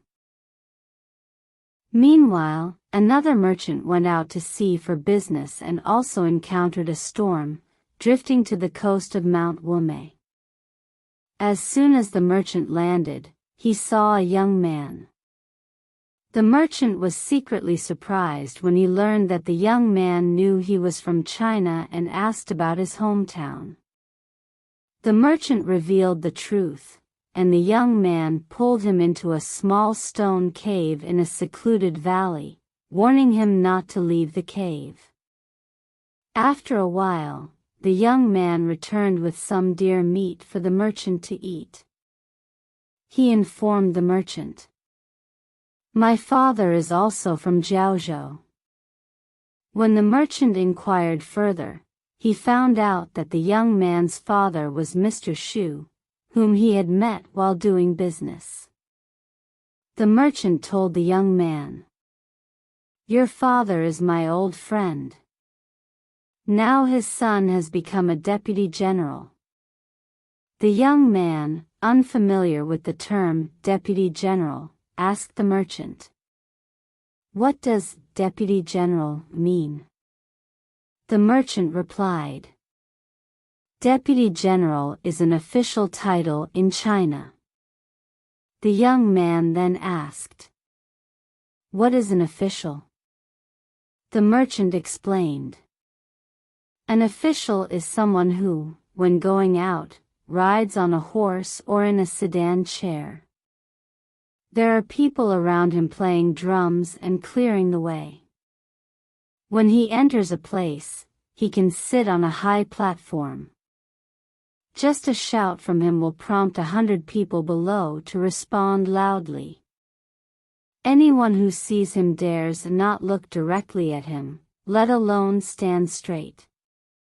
Such a person is called an official. The young man admired it greatly. The merchant said, Since your father is in Jiaozhou, why have you stayed here for so long? The young man detailed the situation to the merchant, who advised him to return to his homeland in Jiaozhou. The young man replied, I often think about it. But my mother is not Chinese, and her language and appearance are different from Chinese people. Besides, once our intention to leave is discovered by our kind, we will definitely face harm. So, considering it carefully, my mother and I can't make up our minds. Before leaving, the young man told the merchant, When the north wind blows, I will come to see you off. Please deliver my message to my father and brother. The merchant stayed in the cave for nearly half a year. Sometimes, he would cautiously peer outside through the thorns at the cave entrance, seeing many rickshaws walking around in the mountains. He felt a great fear and dared not make any rash movements. One day, when the north wind howled, the young man suddenly appeared in the cave. He urgently took the merchant to the seashore. Before setting sail, the young man once again instructed the merchant. Don't forget the matter I entrusted to you. The merchant promised. The young man placed some meat on the table in the ship, and the merchant sailed away from the coast. After the merchant's ship arrived directly in Jiaozhou, he went to the residence of Deputy General Xu Biao and shared everything he had seen and heard. Upon hearing this, Xu Biao was filled with sorrow and insisted on searching for his relatives. However, his father was worried about the strong winds and waves at sea, as well as the many demons and dangers in the mountains. He strongly advised against taking such a great risk, but Xu Biao remained deeply saddened. He pounded his chest, crying inconsolably, and Mr. Xu could do nothing to dissuade him. So, Xu Biao reported this matter to the commanding general of Jiaozhou. Subsequently, Xu Biao, accompanied by 2 personal guards, embarked on a sea journey. Unexpectedly, contrary winds obstructed the ship's normal course, and the vessel, losing its direction, drifted at sea for over half a month. Anxiously scanning the surroundings from the ship, Xu Biao found himself surrounded by boundless waters, a disorienting and perplexing sight with no discernible points of reference in any direction. Suddenly, a monstrous wave arose, capsizing their ship in an instant, and Xu Biao fell into the sea. Tossed by the rolling waves, he floated up and down, unaware of how much time had passed. It seemed as if something had seized him, dragging him to a place where he found several buildings. To his surprise, the creature rescuing him resembled a rickshaw. Speaking in the language of the rickshaws, Xu Biao engaged in conversation with the creature. Astonished, the Yiksha asked where he intended to go, and Shu Biao informed him that he wanted to go to Mount Wumei. The Yiksha joyfully exclaimed, "Mount Wumei is my hometown. I've offended you just now, please forgive me. But you've already deviated 8,000 miles from the old path to Mount Wumei. Continuing on this route leads to the Poison Dragon country, not the way to Mount Wumei." To make amends, the Yiksha found a boat and sent Shu Biao on his way. In the water, the Yiksha propelled the boat as if it were an arrow, swiftly covering 1,000 miles in the blink of an eye. After a night, the boat reached the north shore of Mount Wumei. From a distance, Shu Biao and the Yiksha saw a young man gazing at the sea. Shu Biao, aware that there were no humans on Mount Wumei, suspected that the young man might be his brother. As he approached, indeed, it was his brother. The two brothers held hands and wept bitterly. After a while, Shu Biao inquired about the well-being of their mother and sister. His brother informed him that they were both healthy and safe. Shu Biao expressed his desire to visit their mother and sister together, but his brother dissuaded him and hastily departed. Only then did Shu Biao turn around to express gratitude to the Yiksha who had helped him, but the Yiksha had vanished without a trace. Not long after, Shu Biao's mother and sister arrived. When they saw Shu Biao, they, too, burst into tears. Shu Biao shared his plans with his mother, who expressed concern, saying, "I'm afraid we'll be bullied in China." Shu Biao reassured her, saying, "As a government official in China, I hold a distinguished and honorable position. No one would dare to mistreat us." The family's decision to return to China was thus finalized. However, they were immediately faced with the challenge of sailing against the wind, making the sea crossing impossible. In their dilemma, the mother and her 3 children suddenly saw the ship's sails fluttering southward, rustling in the wind. Delighted, Shu Biao exclaimed, "Truly, heaven is helping us."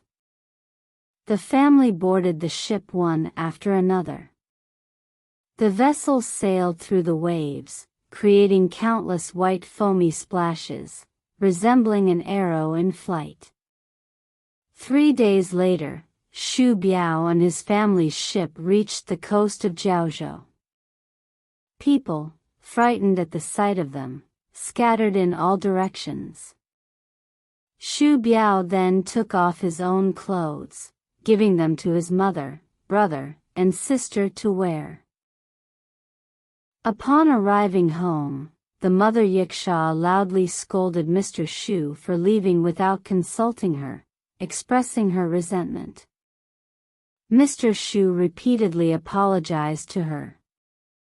The servants of the Shu family also approached and greeted their mistress, trembling with fear.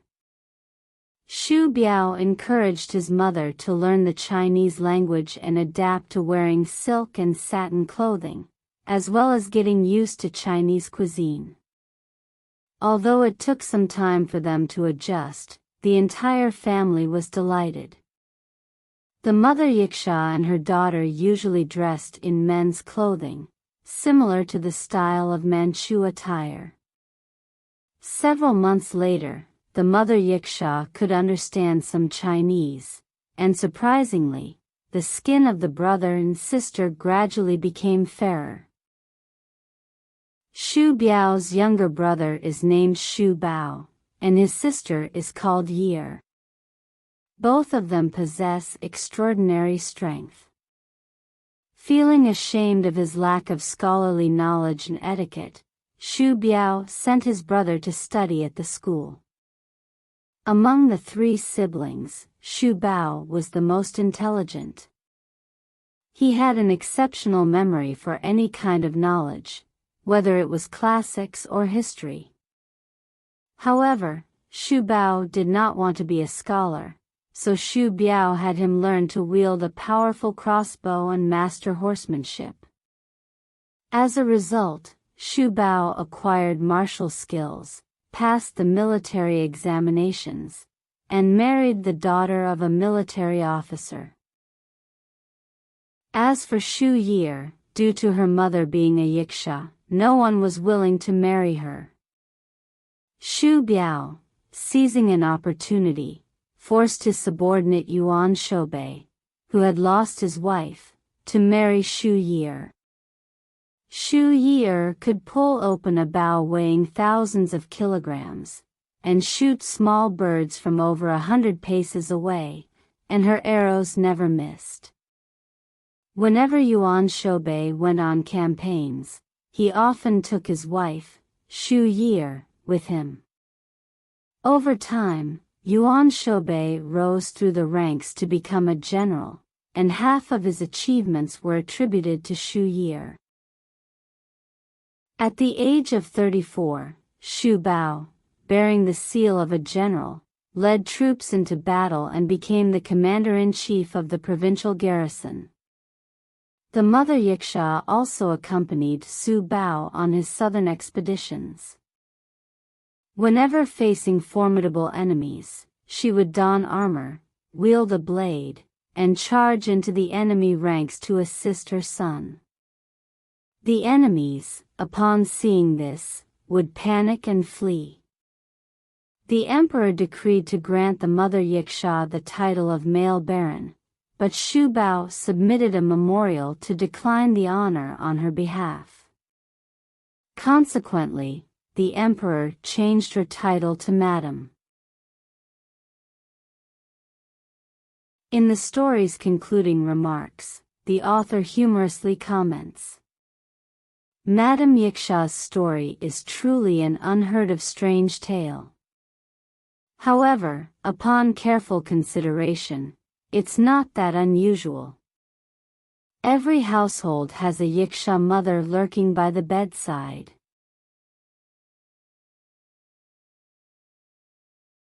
Lady Su. During Gao Mingtu's tenure as the magistrate in Qinzhou, he heard about a woman named Su in the area under his jurisdiction. One day, Su was washing clothes by the river. There happened to be a large stone in the river, and Su squatted on it. She saw a strand of water grass, lush and soft, very lovely, floating and swirling on the water's surface, circling the stone 3 times. For some unknown reason, Su was inexplicably moved by what she saw. Not long after returning home, Su's abdomen gradually swelled, and she found herself pregnant. When Su's mother quietly asked her what happened, Su truthfully explained, leaving her mother puzzled. Several months later, Su gave birth to a son. Although she initially thought of abandoning the child in a narrow alley, her compassion prevailed, and she decided to raise the boy, keeping him in a cabinet. From then on, she vowed never to marry, expressing her determination to raise her son to adulthood. However, in that era, an unmarried woman with a child was still considered a shameful matter.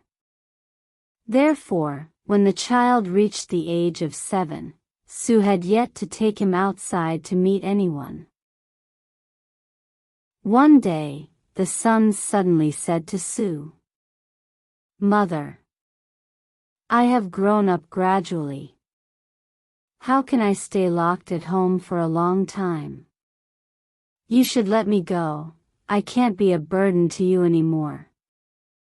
Su asked her son where he intended to go, and he replied, I was never truly human. Now, I must raise my head over valleys and soar into the clouds."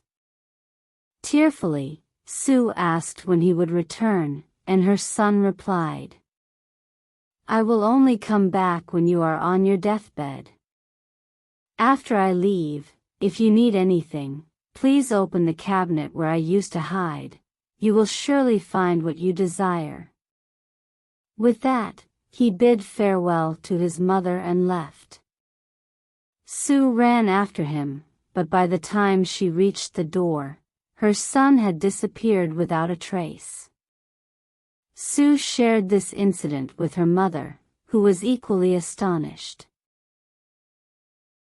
From then on, Sue continued to adhere to her original aspirations, relying on her mother for support. However, the family's financial situation deteriorated over time. One day, while preparing breakfast, she discovered there was no rice left in the house. Without money, she could only look up at the sky, feeling helpless. Suddenly, Sue remembered her son's parting words, so she opened the cabinet and found a cupboard full of white rice. She used this rice to make breakfast.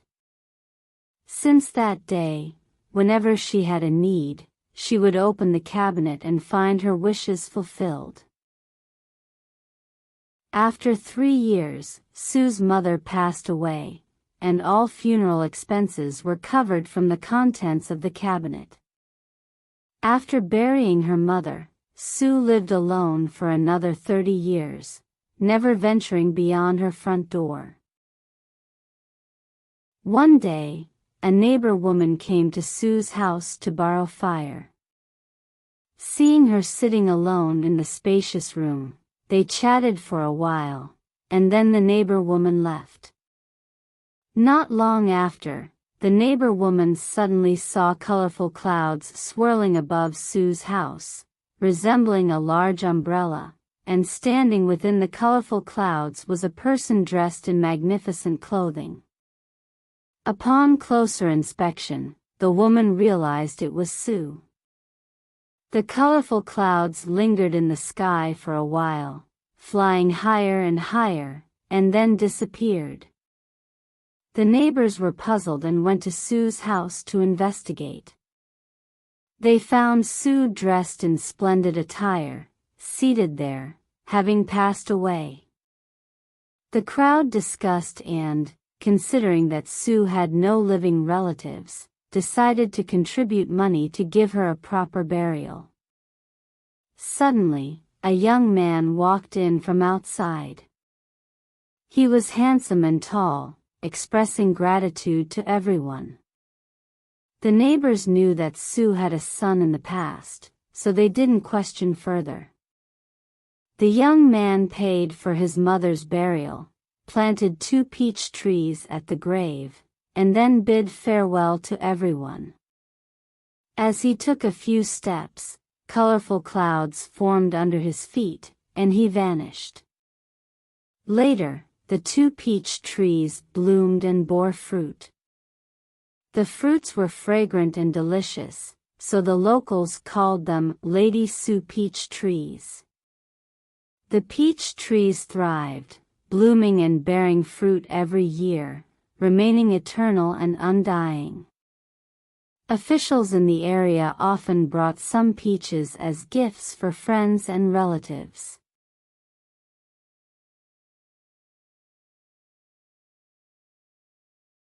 Fox Tamer. A Taisher was enchanted and weakened by a fox spirit.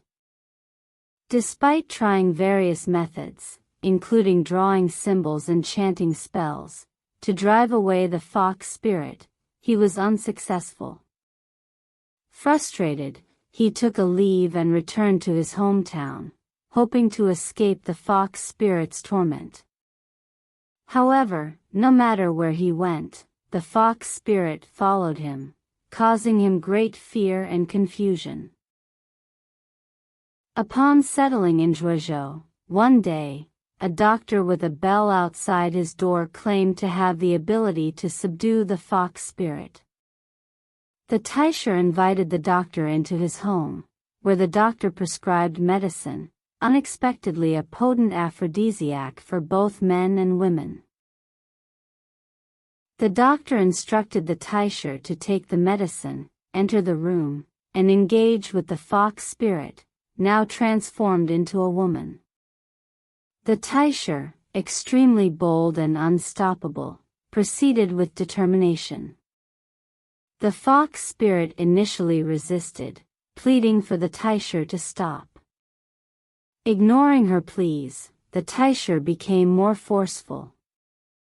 The fox spirit struggled in vain, unable to escape. After some time, the fox spirit became silent, and upon closer inspection, the Taisher realized the fox had reverted to its true form and died. Once in our village, there was a scholar who was a libertine. He claimed that he had never had the opportunity to fully display his talents in his entire life. One night, he lived alone in an empty courtyard with no neighbors around. Suddenly, a woman appeared at the door, which was closed, yet she entered anyway. The scholar knew it was a fox that had come, but he still joyfully engaged with her. Just as the woman started to undress, the scholar proceeded boldly. The fox woman experienced intense pain, let out a squeaky cry, and like a falcon escaping from a snare, she jumped through the window and fled. The scholar continued to gaze outside, using affectionate tones, pleading and calling, hoping the fox would return, but the surroundings fell into a silent stillness. The scholar could indeed be considered a fierce warrior who could conquer even foxes. Perhaps he should hang a sign saying, "Fox Tamer," in front of his door, and he could make a profession out of it.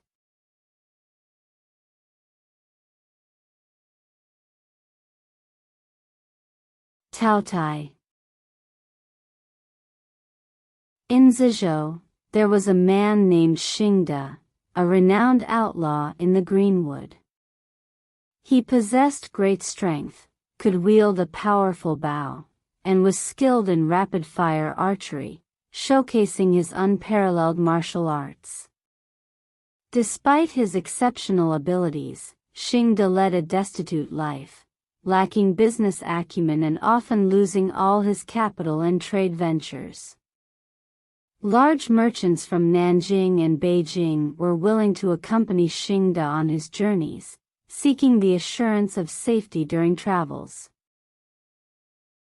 Once, during the early winter, 2 or 3 merchants offered to lend Xingde some capital, inviting him to do business together.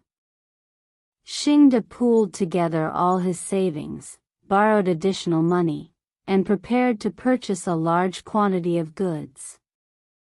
Xingde had a friend skilled in divination, and before setting out, he consulted him to predict the fortune. After casting the divination, the friend told him, "This hexagram is called regret, indicating that you will encounter difficulties. Not only will you fail to make money in this business, but you will also lose the capital." Upon hearing this, Xingde felt gloomy and contemplated abandoning the business. However, his merchant friends persistently urged and even forced him to join them in the trade. When they arrived in the capital city, the friends' divination proved accurate, and Xingde lost his capital. One day in mid-December, Xingde mounted his horse and left through the city gate.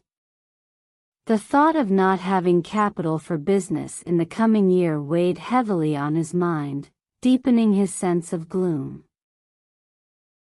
At that time, with the morning mist lingering, Xingde decided to take a break and have some wine at a small roadside inn. In the inn, there was an elderly man with graying hair and two young men, seated by the northern window, enjoying their drinks. A servant with disheveled blonde hair stood by, serving them. Xingde took a seat on the southern side, directly facing the old man. At this moment, the servant accidentally spilled the wine, staining the old man's clothes. One of the young men, furious, immediately grabbed the servant's ear and instructed him to use a handkerchief to clean the stain from the old man's clothes. Xingde also noticed that the servant, responsible for the mishap, had iron arrowheads on his fingers, each about half an inch thick and weighing about 2 taels. After the meal, the old man ordered the young men to take out silver coins, stacking them on the dining table. While the young men weighed the silver, they counted using their fingers. It took a few minutes for them to wrap and seal all the silver again. Then, one of the young men led out a limping black mule from the stable, assisted the old man in mounting, and the servant mounted a thin horse. The 2 young men, with arrows at their waists, led the horses and rode out of the inn. Witnessing their considerable wealth, Xingde stared with intense greed, putting down his wine glass and quickly following them. Upon seeing the old man and his servant slowly advancing ahead, Xingde left the main road and took a shortcut, rushing diagonally towards the old man. He drew his bowstring taut, glaring angrily at the old man. The old man bent down, removed the boot from his left foot, and smiled at Xingde, saying, "Don't you recognize me, Taotai?" Ignoring the Taotai, Xingde forcefully pulled the bowstring, releasing the arrow towards him. The Taotai reclined on the saddle, extended his left foot, and spread 2 toes, gripping the incoming arrow like a pair of pliers. With a smile, the Taotai remarked, "Is this all the skill you have? Is it even necessary for me, your old man, to personally intervene?" Infuriated, Xingde unleashed his signature skill, a rapid succession of arrows. The first arrow was just released when the second one followed suit. The Taotai reached out and caught the first arrow as if he hadn't anticipated that Xingde would shoot a second arrow. Meanwhile, the second arrow directly pierced into the Taotia's mouth.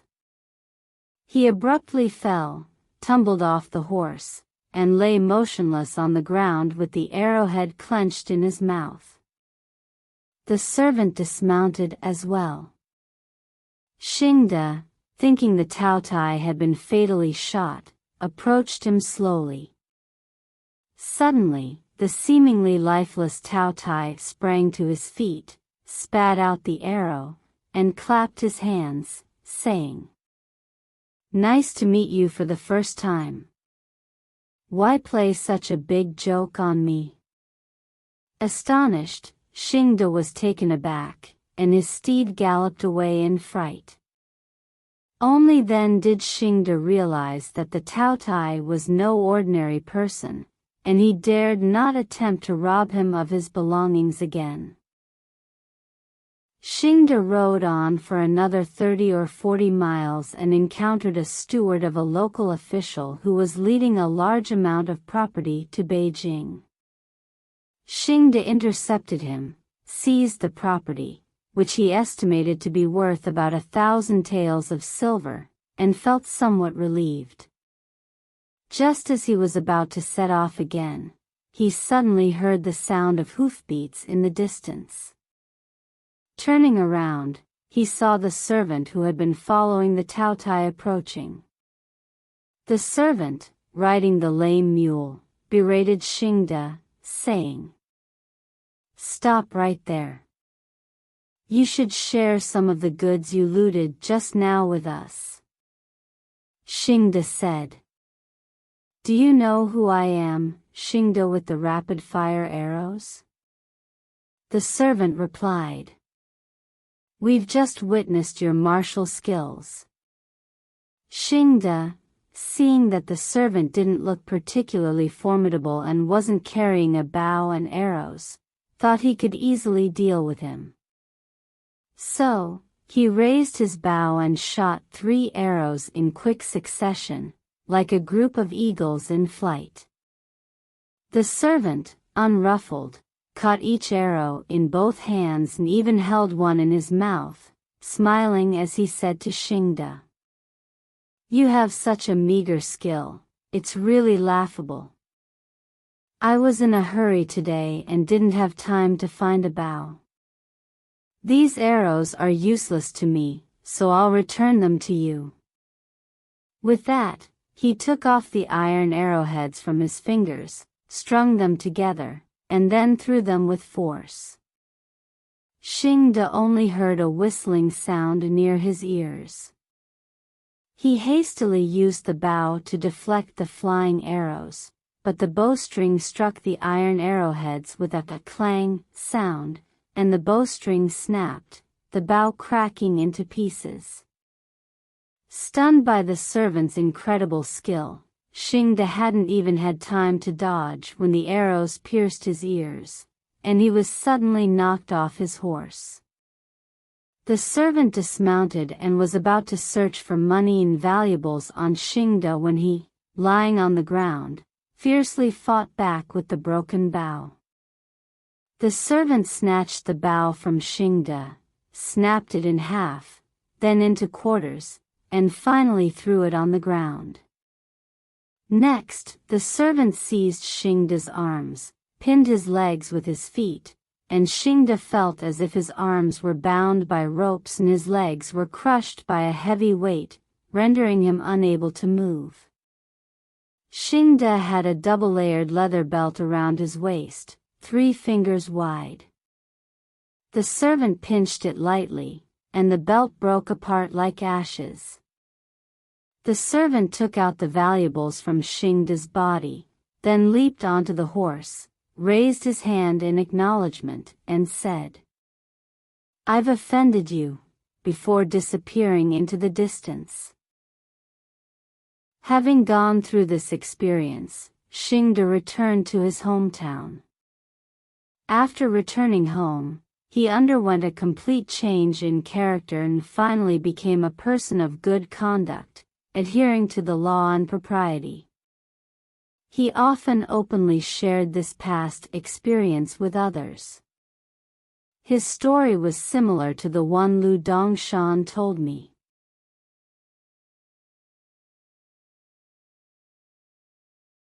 Lian Suo. A person named Yang Yue moved from another place to the banks of the Sea River. His study faced an open wilderness, and outside the courtyard wall, there were many ancient tombs.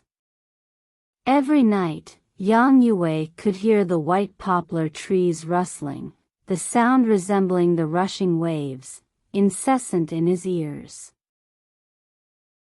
One night, as Yang Yue was sitting alone by candlelight, he suddenly heard the sound of trees and wind outside the window, making him feel infinitely melancholic. Suddenly, he heard someone reciting poetry outside the courtyard wall. In the profound night, a chilly wind blows in reverse. Fireflies flutter, touching the grass, and gently clinging to the curtain. These mournful and desolate verses repeat over and over again. As he listens more carefully, the sound is delicate and melodious, resembling that of a woman. This only deepens Yang Yue's suspicion. The next morning, at dawn, he went to the outside of the wall, carefully searching but found no trace of anyone. Only a purple ribbon was left tangled in the thorns, so he picked it up and placed it on his own windowsill. At midnight, the mournful verses resumed from outside, just like the night before. Yang Yue stepped onto a stool to look over the wall, and the recitation immediately ceased. Suddenly, he understood that the woman reciting poems must be a ghost. Nevertheless, despite this realization, Yang Yue had already developed a deep admiration for her. The following night, Yang Yue crouched on the wall, waiting quietly. As the first watch of the night approached, he saw a woman slowly emerging from the bushes. She supported herself with a small tree, head bowed, still reciting the sorrowful verses. Yang Yue coughed lightly, and the woman immediately disappeared into the tall grass. Undeterred, Yang Yue continued to hide beneath the wall, waiting until the woman finished reciting, then, from the other side of the wall, continued with the last two lines of the poem. The melancholy sentiments and bitter emotions, who can perceive them? Under the cold moon, the emerald sleeves rise in solitude. After chanting for a long time, the surroundings remained silent. Yang Yue helplessly returned to the house. As he sat down, he suddenly saw a beautiful woman walking in from outside. She adjusted her clothes and approached Yang Yue, bowing as she said, "You are truly a cultured scholar, but I've been avoiding you due to my timidity." Yang Yue was pleased and invited her to sit. The woman appeared slender and frail, carrying a cold aura, as if her body couldn't bear the weight of her clothes. Yang Yue asked her, "Where is your hometown? Have you been staying here for a long time?" The woman replied, "I am from Longxi, and in my early years, I roamed with my father. I died of a sudden illness at the age of 17, and it has been more than 20 years now. In the netherworld, it is desolate and lonely, like a solitary duck in the wilderness." The two verses I recited were written by me to express my grievances and sorrows. I pondered for a long time but couldn't complete them. Today, thanks to you for continuing my writing, I feel joyous and comforted in the netherworld. Yang Yue wanted to sleep with her, but the woman frowned and said, "I am already a pile of bones in the tomb. It's not like being with the living. If you sleep with me, it will reduce your lifespan. I really can't bear to let you suffer calamity because of this." Yang Yue listened and refrained. Later, Yang Yue reached out to touch the woman's chest. He felt that her breasts were still like those of a virgin. He wanted to see the woman's feet under her skirt, and the woman lowered her head and said with a smile, "You are too persistent." Yang Yue laughed and stroked the woman's feet, noticing she wore moon-white silk stockings. One foot had a colored thread, and the other had a purple garter. Yang Yue asked, "Why didn't you put garters on both feet?" The woman said, "Last night, when I was avoiding you out of fear, I don't know where the garter went." Yang Yue said, "Let me put it on for you." He took the garter from the window sill and handed it to the woman. The woman asked in surprise where he got it, and Yang Yue truthfully recounted the events of the previous night. The woman took off the colored thread and put on the garter. Later, the woman casually flipped through the books on the table. When she saw the poem, Lian Chang Gongzi, by Tang Dynasty poet Yuan Zhen, she sighed. This was my favorite poem when I was alive. I didn't expect to see it again today. It's like a dream. Yang Yue and she continued to talk about poetry, realizing she was very intelligent and lovely. They sat by the window under the lamp, chatting intimately, as if they had both gained a good friend. From then on, every night, as soon as Yang Yue heard the woman reciting poems, she would appear without delay. The woman repeatedly reminded Yang Yue, saying, "Please be sure to strictly keep our secret. Don't tell outsiders. I have been timid since childhood, and I'm afraid that malicious visitors will bully me." Yang Yue promised to keep the secret. Their relationship was harmonious, intimate, and though they didn't share a bed, they were as close as a married couple. The woman often copied books for Yang Yue under the lamp, with a neat and gentle handwriting. She selected 100 palace poems and transcribed them, reciting them for Yang Yue. She also had Yang Yue set up a Go board and purchased a pipa for the study. Every night, she would teach Yang Yue to play Go, and if they didn't play, she would play the pipa for him. The woman could play tunes like Jiao Chuang Ling Yu, with a mournful melody that touched the heart, making Yang Yue unable to endure the sadness. At times, she would switch to playing tunes like Xiao Yuaning Sheng, and Yang Yue would feel a sense of relief. The two of them would play and enjoy themselves under the lamp, often getting so engrossed that they forgot the dawn had already broken. Whenever the woman saw a ray of dawn through the window, she would hurriedly leave. One day, a friend named Shuesheng came to visit Yang Yue, only to find him sleeping with his head covered during the day. Shuesheng saw a pipa and a chessboard in his room, even though he knew Yang Yue was not skilled in these things.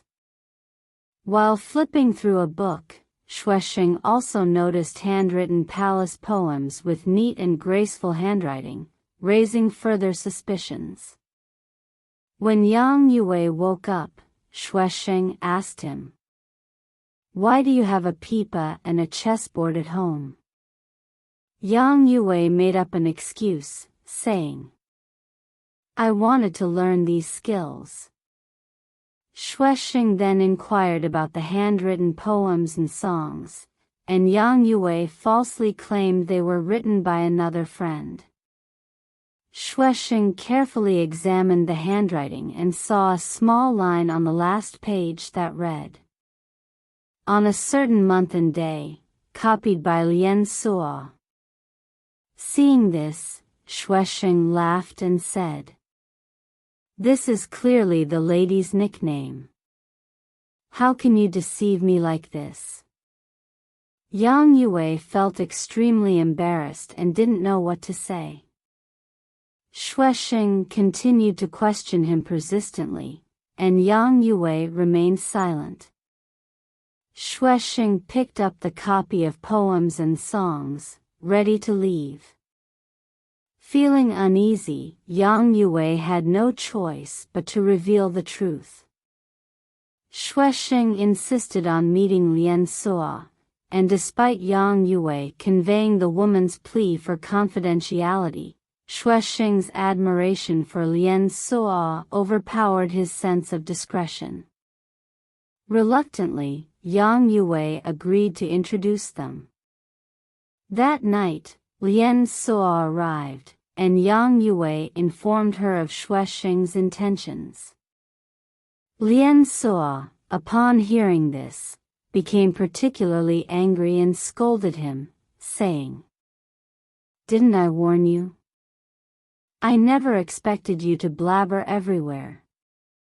Yang Yue then informed Lian Suo about Shuisheng's insistence, repeatedly trying to justify himself. Despite Yang Yue's efforts to explain and console her, Lian Suo couldn't shake off her displeasure. She stood up and bid farewell, saying, "It seems our fate has come to an end." Despite Yang Yue's earnest persuasion and explanations, Lian Suo remained discontented, deciding to temporarily avoid Shuisheng. The next day, Shuisheng came again, and Yang Yue informed him that Lian Suo had no intention of meeting him. Shuisheng suspected that Yang Yue was deliberately avoiding and deceiving him. That evening, Shuisheng, along with 2 other classmates, visited Yang Yue's home.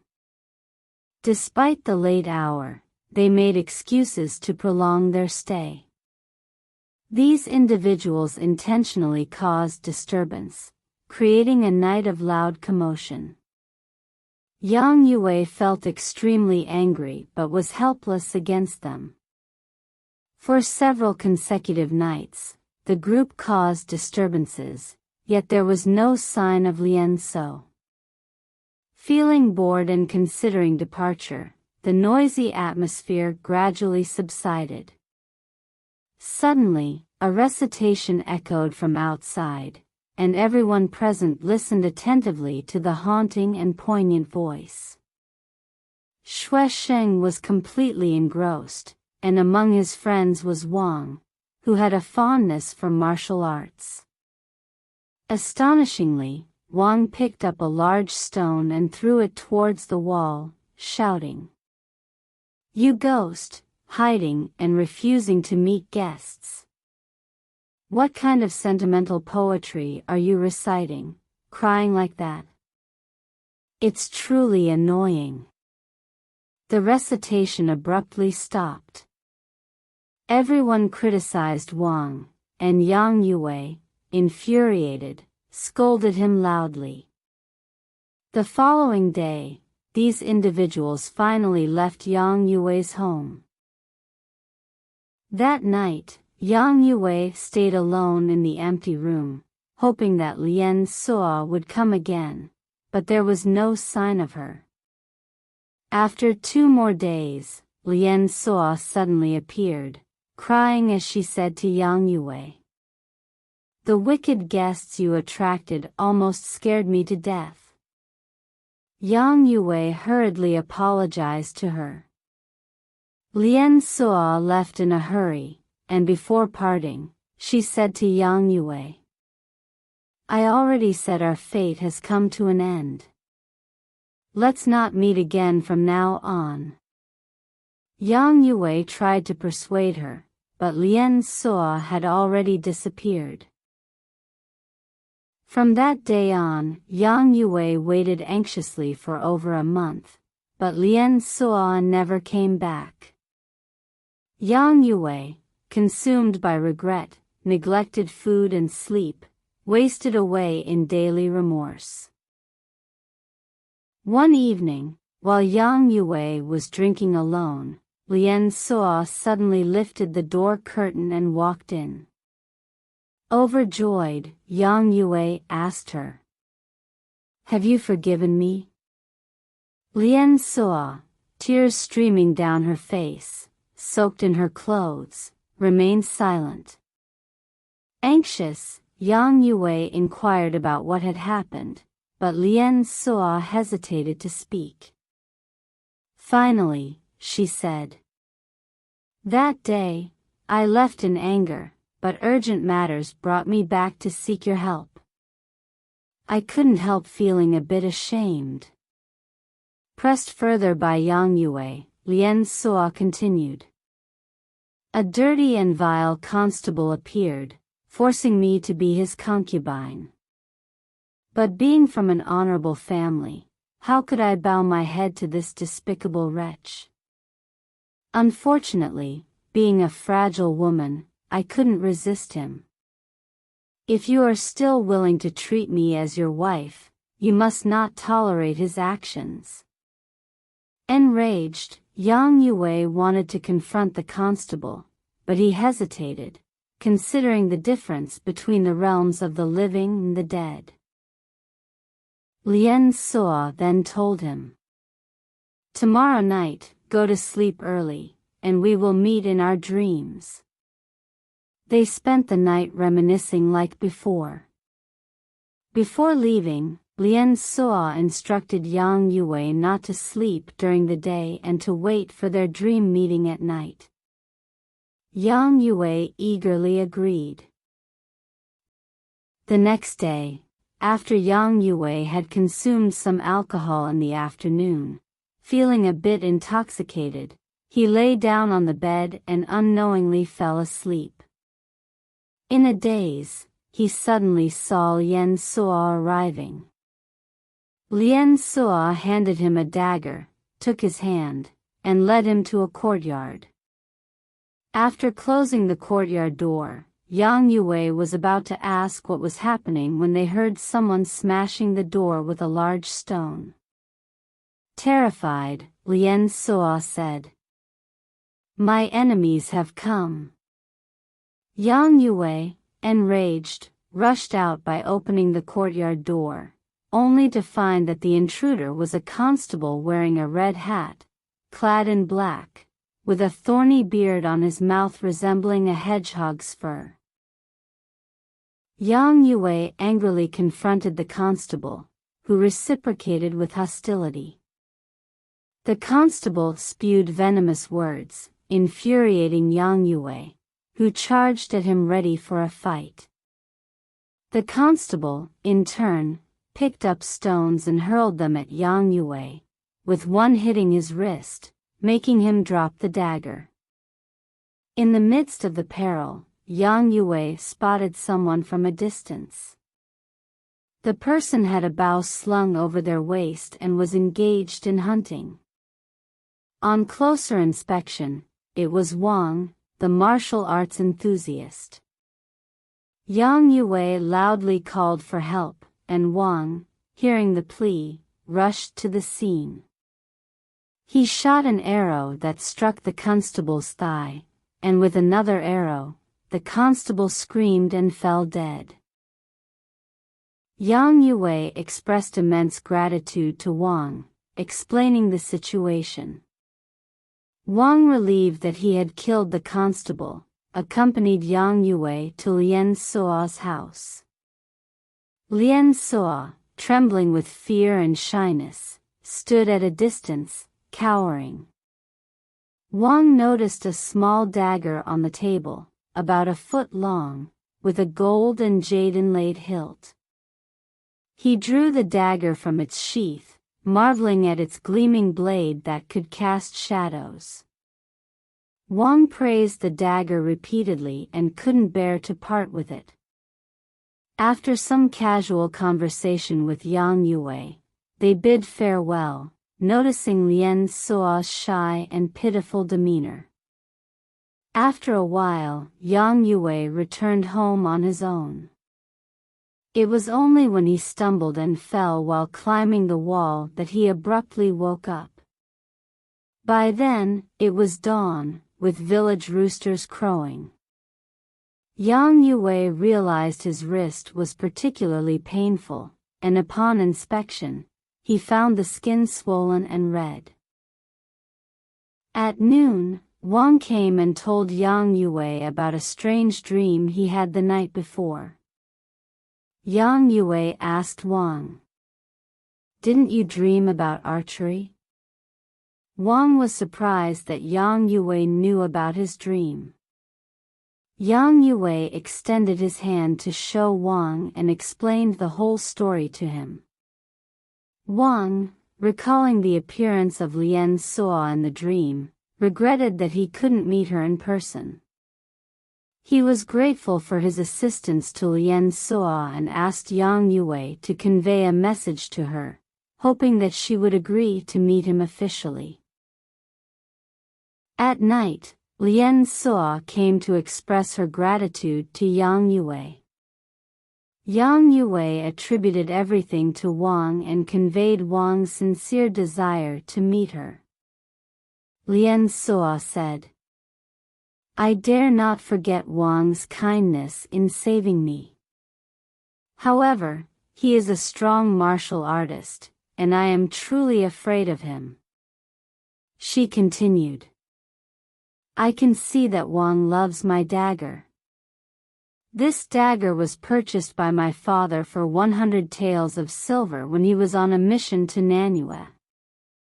I cherished this dagger so much that I wrapped it in gold thread and adorned it with pearls. At that time, my father pitied me for dying at such a young age, so he buried this dagger with me. Today, I am willing to part with it and give it to Wang. When he sees this dagger, it will be like seeing me." The next day, Yang Yue conveyed Lian Suo's sentiments to Wang, who was very pleased.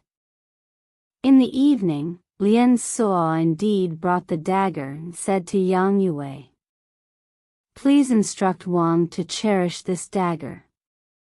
It is not something produced in China."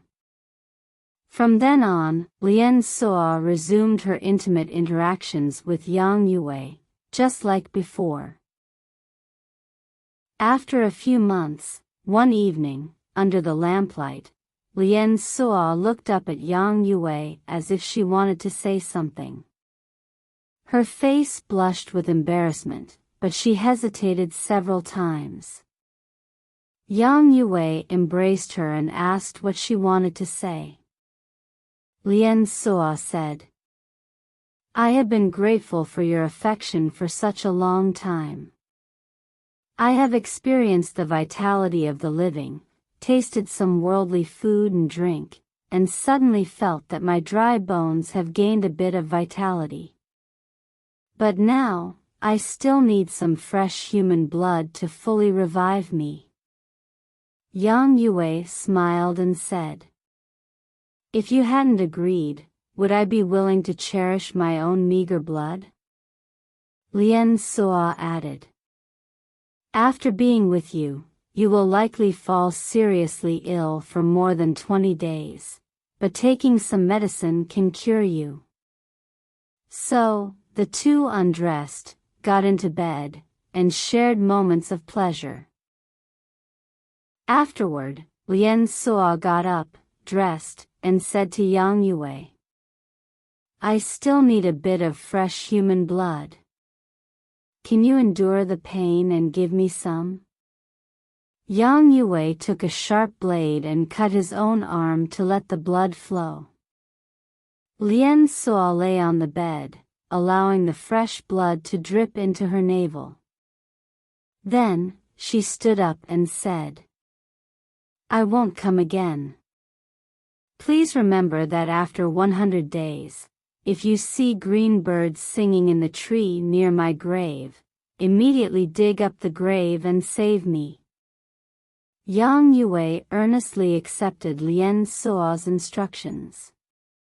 As Lian Suo was about to leave, she reminded him again, "Please, remember it well and don't forget.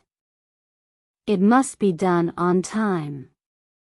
After saying this, she left.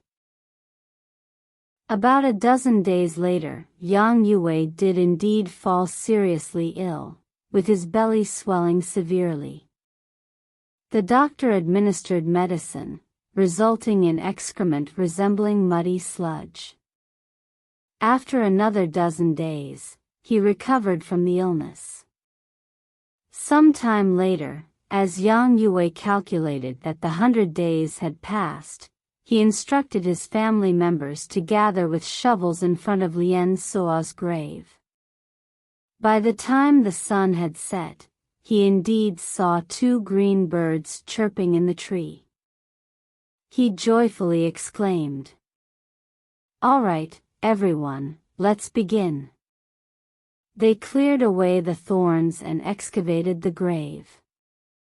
They found that the coffin had long decayed, yet Lien Suo's face resembled that of a living person. Yang Yue reached out to touch her body and felt a faint warmth. They covered Lien Suo with clothes and carried her back home. Upon arrival, Yang Yue had his family place Lien Suo in a warm spot. Surprisingly, Lien Suo gradually regained breath, though her breathing was as weak as fine threads. Family members slowly fed her a bit of congee, and it wasn't until midnight that she fully awakened. Even later, Lien Suo would often say to Yang Yue, "Over 20 years felt like a dream."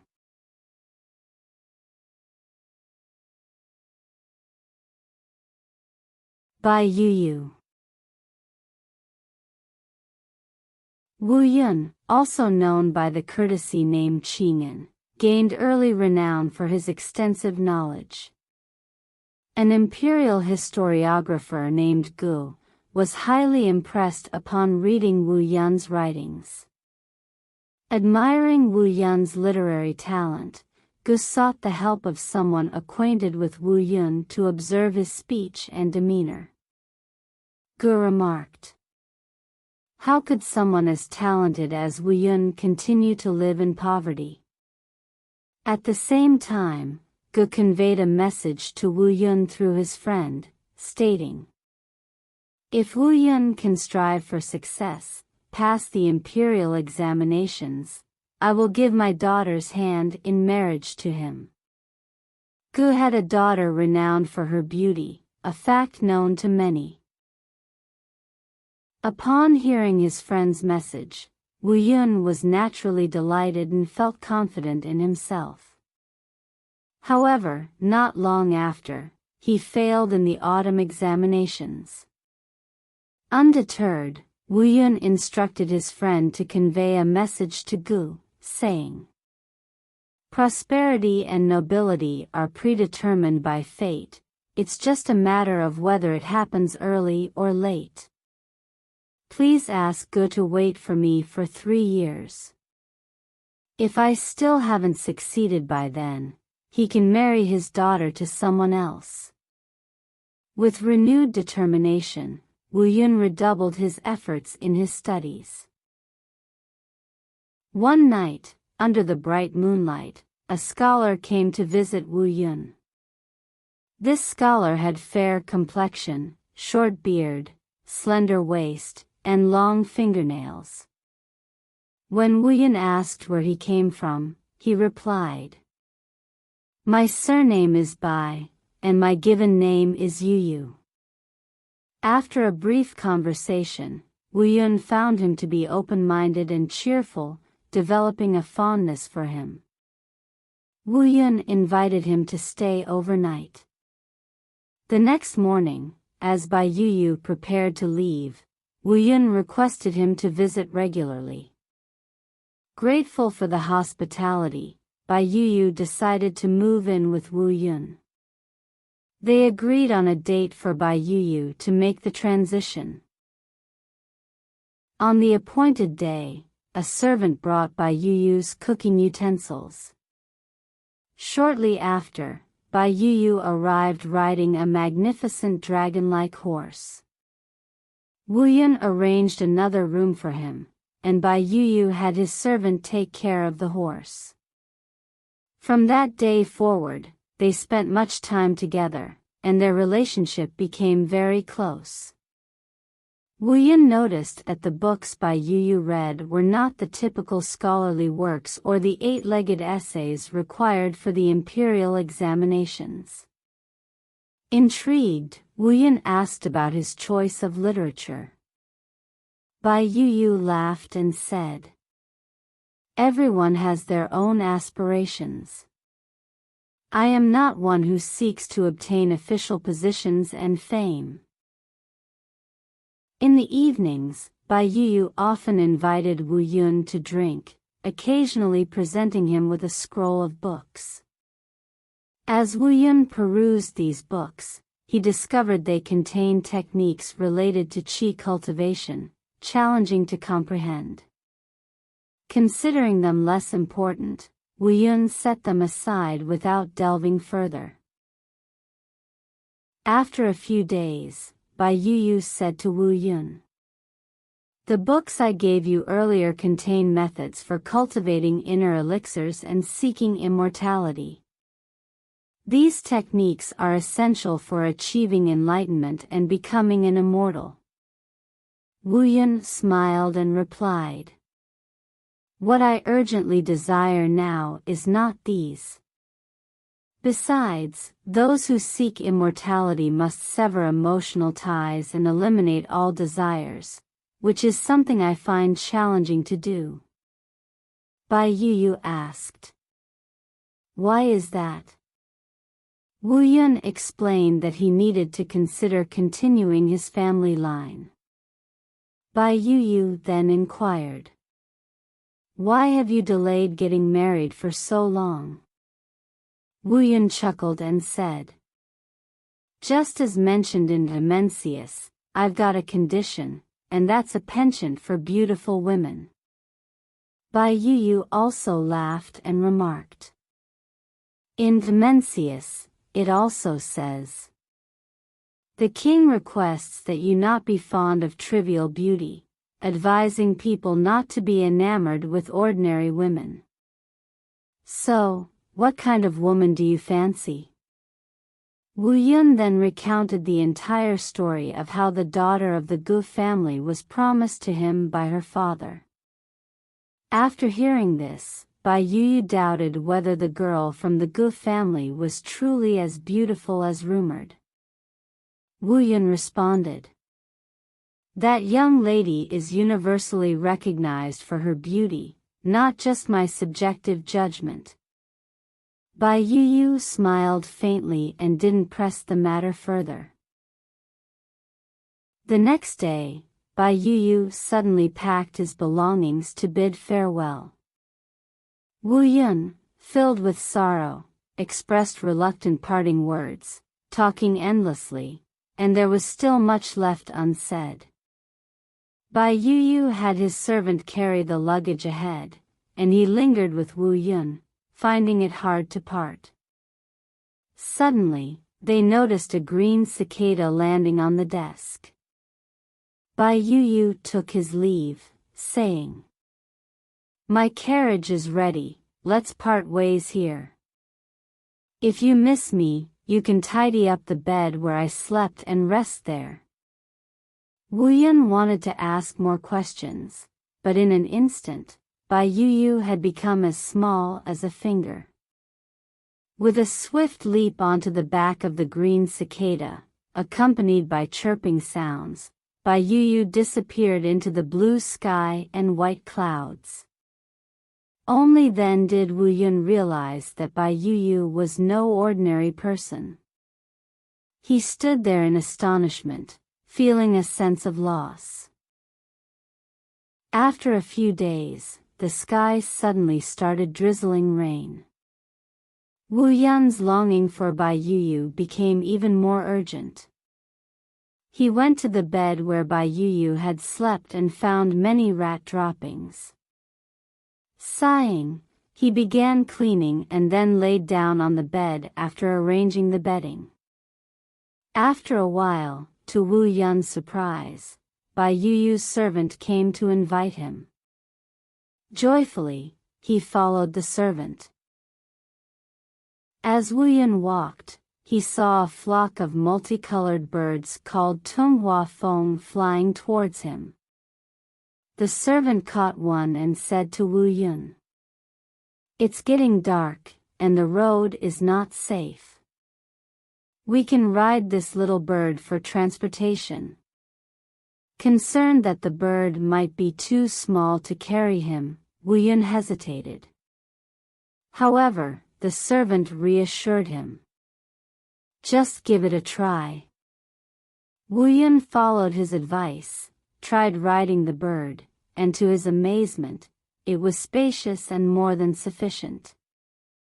The servant also hopped on the bird's tail.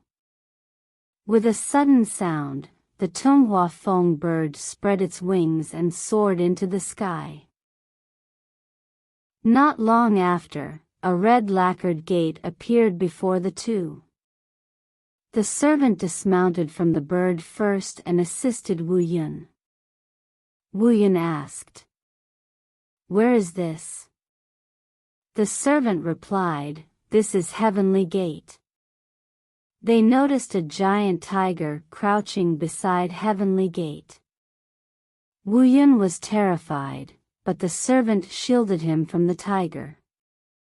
Wu Yun observed that every aspect of this place was entirely different from the mortal realm. The servant led Wu Yun to a palace named Guanhan Palace. The palace's steps were carved from crystal, and walking on them felt like walking on a mirror. Beside the palace, there were two towering cassia trees with crowns reaching the clouds and trunks so thick that many people would need to join hands to embrace them. The fragrance of flowers wafted through the air continuously. The doors and windows of the pavilions and towers in the palace were all vermilion. Occasionally, beautiful women came and went, each one exceptionally charming and ethereal, unparalleled in the world. The servant said, "The beauties in the Queen Mother's palace are even more beautiful than those here." The servant, fearing that his master had waited too long, dared not linger and promptly guided Wu Yun to leave in a hurry. Before long, Wu Yun saw Bai Yu waiting at the door, and the two walked hand in hand through the grand entrance. Wu Yun noticed that under the eaves, there was clear flowing water, fine white sand, and a small stream meandering, with jade stone steps, carved railings, making him suspect that this was the Moon Palace. They had just taken their seats when young maidens approached gracefully, offering fragrant tea. Soon after, Bai Yu had dishes and wine brought to the table. Four beautiful women came forward to pay their respects, adorned with tinkling ornaments, serving and attending to the two guests. Wu Yun had just felt a bit itchy on his back when one of the beautiful women, with long fingernails, reached into his clothes to scratch him. Wu Yun couldn't help but feel overwhelmed, losing control. He soon began to feel intoxicated, struggling to maintain composure. Wu Yun laughed and stared at the beautiful women, cracking jokes with them, but they always smiled and evaded him. Bai Yu ordered the maidens to sing and entertain. A beautiful woman in crimson thin gauze, holding a wine glass, encouraged the guests and displayed her melodious singing voice. The other beautiful women played the sheng and guan, accompanying her with beautiful music. It was truly delightful. After the song ended, a beauty dressed in emerald green offered drinks to the guests while singing a charming melody.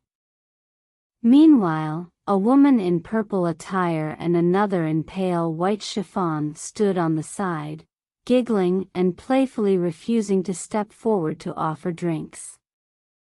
Bai Yu had them both offer wine and sing songs. The woman in purple poured wine for the guests. When Wu Yun reached for the cup, he secretly scratched her jade wrist. The woman smiled, accidentally dropping the cup on the ground. Bai Yu scolded her publicly, and the woman in purple, blushing, picked up the cup. She then whispered to Wu Yun, "Your hands are as cold as a ghost's, but you insist on grabbing my arm." Bai Yu laughed and ordered her to sing and dance. After the dance, the woman in light white chiffon quickly filled a large cup of wine for Wu Yun. Although he repeatedly declined, when he saw the shy expression of the woman in white, he reluctantly drank it all. Wu Yun, in a drunken haze, closely observed the four beautiful women. They were all elegant and charming, each one extraordinarily rare in the mortal world. Suddenly, he said to Bai Yu, "Finding one beautiful woman in the mortal world is extremely difficult, yet here, there is a gathering of beauties. Can I truly experience the intoxicating feeling?" Bai Yu laughed and said, "You already have a beloved in your heart. Can you still find these people appealing?" Wu Yun said, "Only today did I realize the limited extent of my knowledge." Bai Yu then brought all the beautiful women to Wu Yun and let him choose. Wu Yun looked left and right, his eyes dazzled.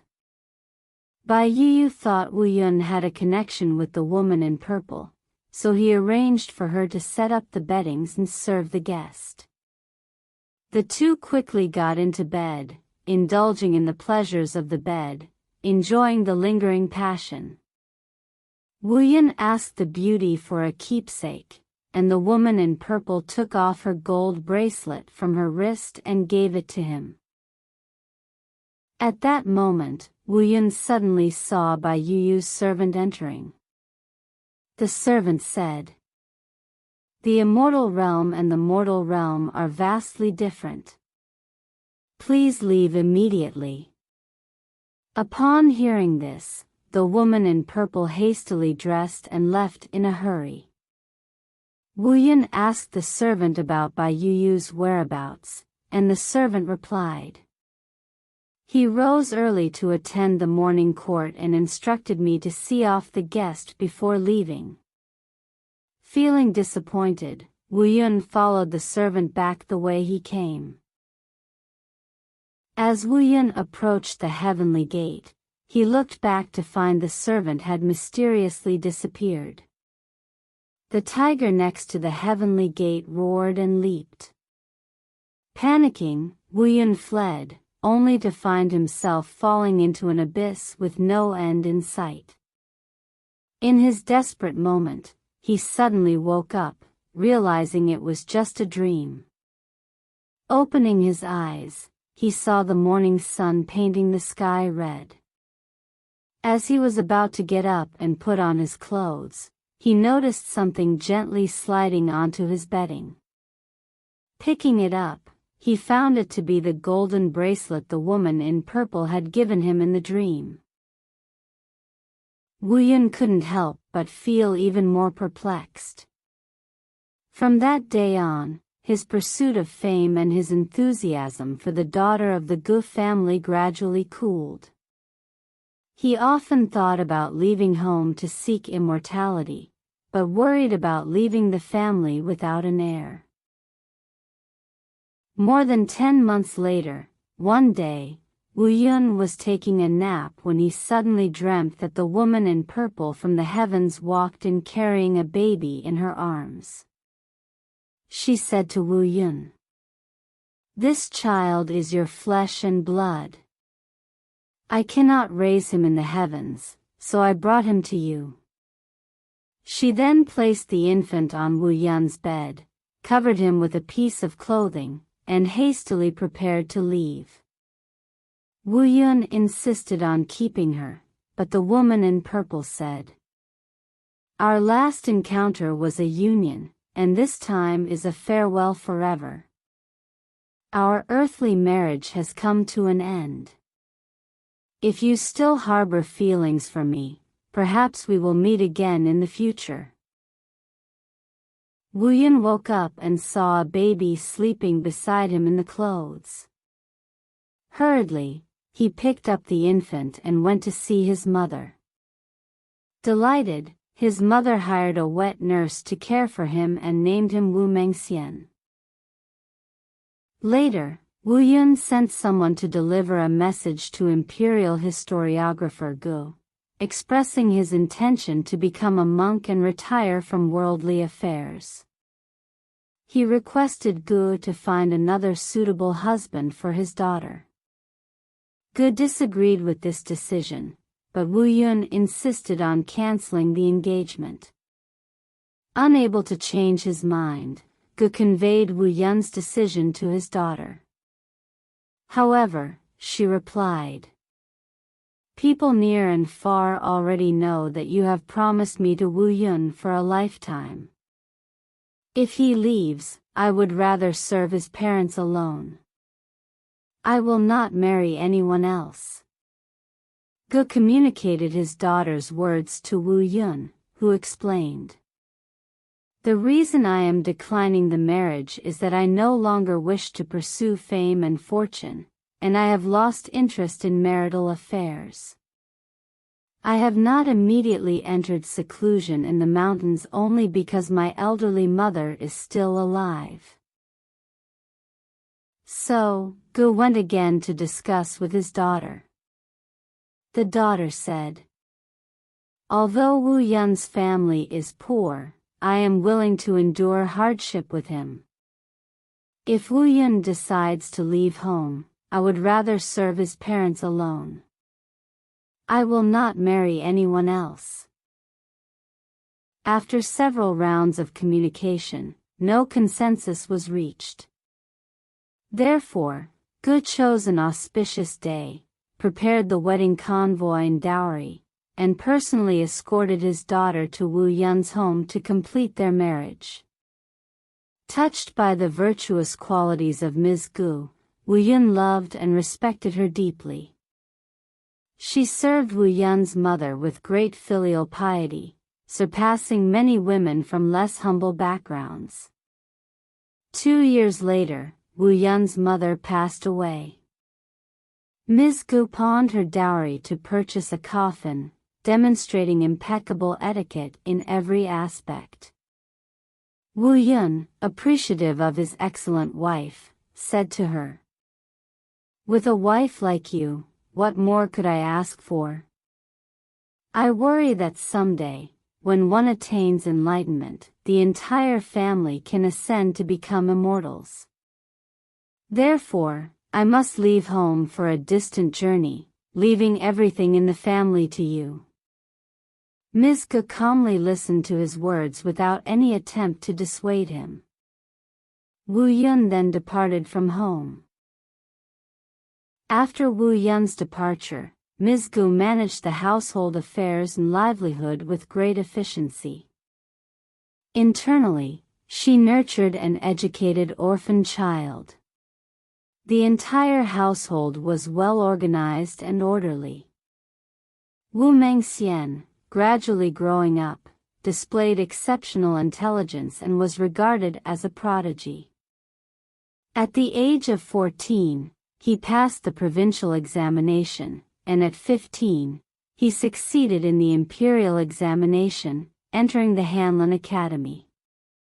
Whenever the imperial court granted titles to his mother, he, unaware of his biological mother's name, inadvertently resulted in the emperor bestowing honors solely upon Ms. Gu. One day, on the occasion of the ancestral worship day, Wu Mengxian deeply missed his father and inquired about his whereabouts. His mother, Ms. Gu, candidly explained his father's actual situation, mentioning that he had become a monk and embarked on spiritual practice for more than 10 years. She expressed doubts about the feasibility of finding him. Later, Wu Mengxian, acting on the emperor's decree, traveled to Mount Heng in Hunan for a sacrificial ceremony. On the way, he encountered bandits, facing imminent danger. Suddenly, a Taoist appeared wielding a sword, swiftly defeating the bandits and rescuing Wu Mengxian.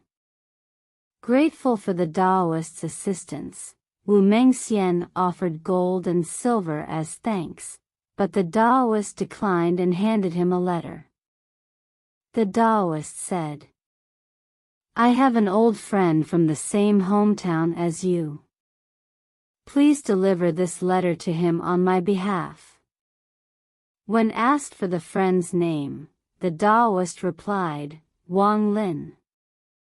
Although Wu Mengxian couldn't recall anyone in the village with that name, the Taoist mentioned that Wang Lin was an inconspicuous individual in the countryside, unlikely to be known by someone like Wu Mengxian, being a high-ranking official. Before departing, the Taoist also presented a finely crafted gold bracelet, explaining it was a woman's accessory found in the wild, and offered it to Wu Mengxian. Wu Mengxian took a closer look at the exquisitely carved golden bracelet and tucked it into his bosom, intending to gift it to his wife. When his wife saw the bracelet, she was particularly fond of it and asked a skilled jeweler to craft another one, but the craftsmanship ultimately couldn't match the intricacy of the original. Returning to the village and inquiring around, Wu Mengxian couldn't find anyone named Wang Lin. In desperation, he secretly opened the letter and found it written. 3 years of marital bliss, now separated by fate.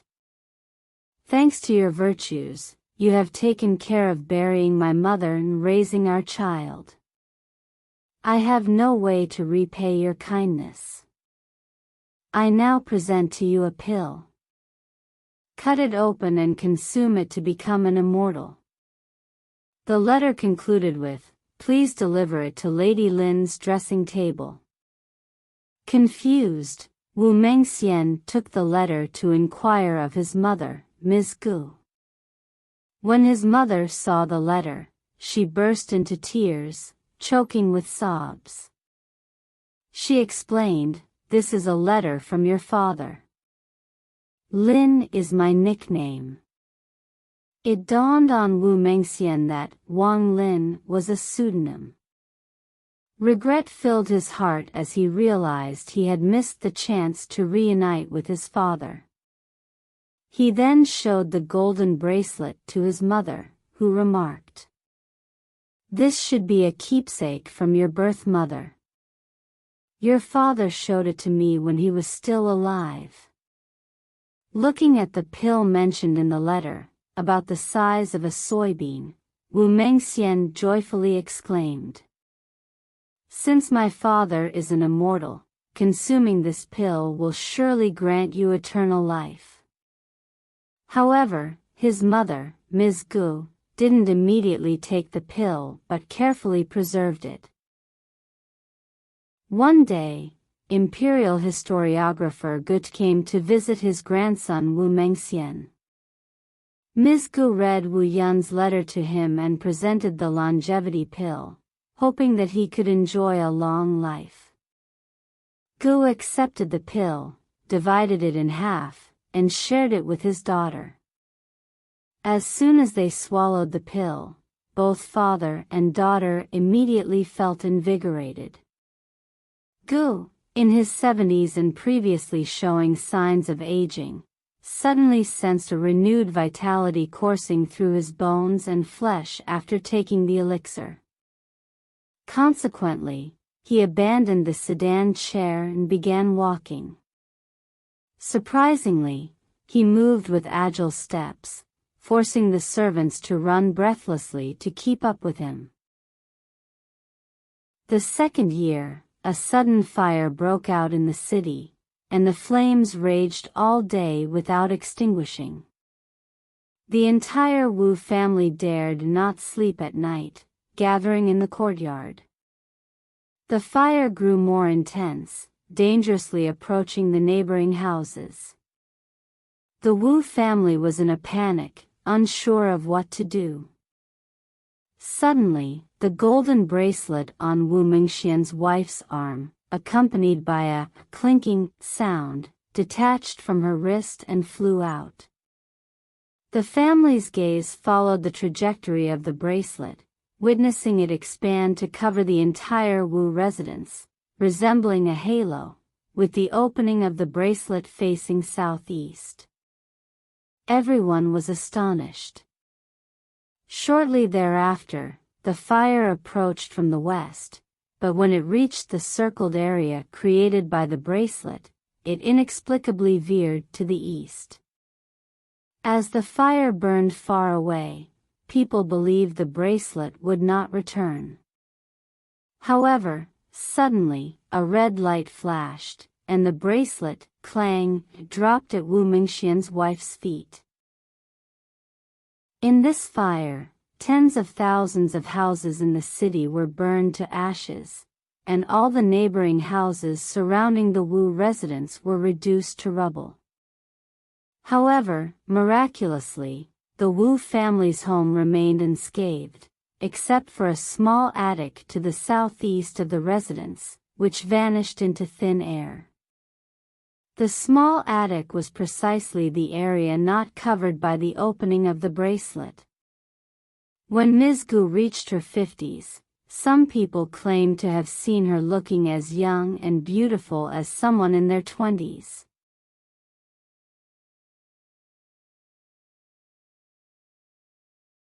Liansheng.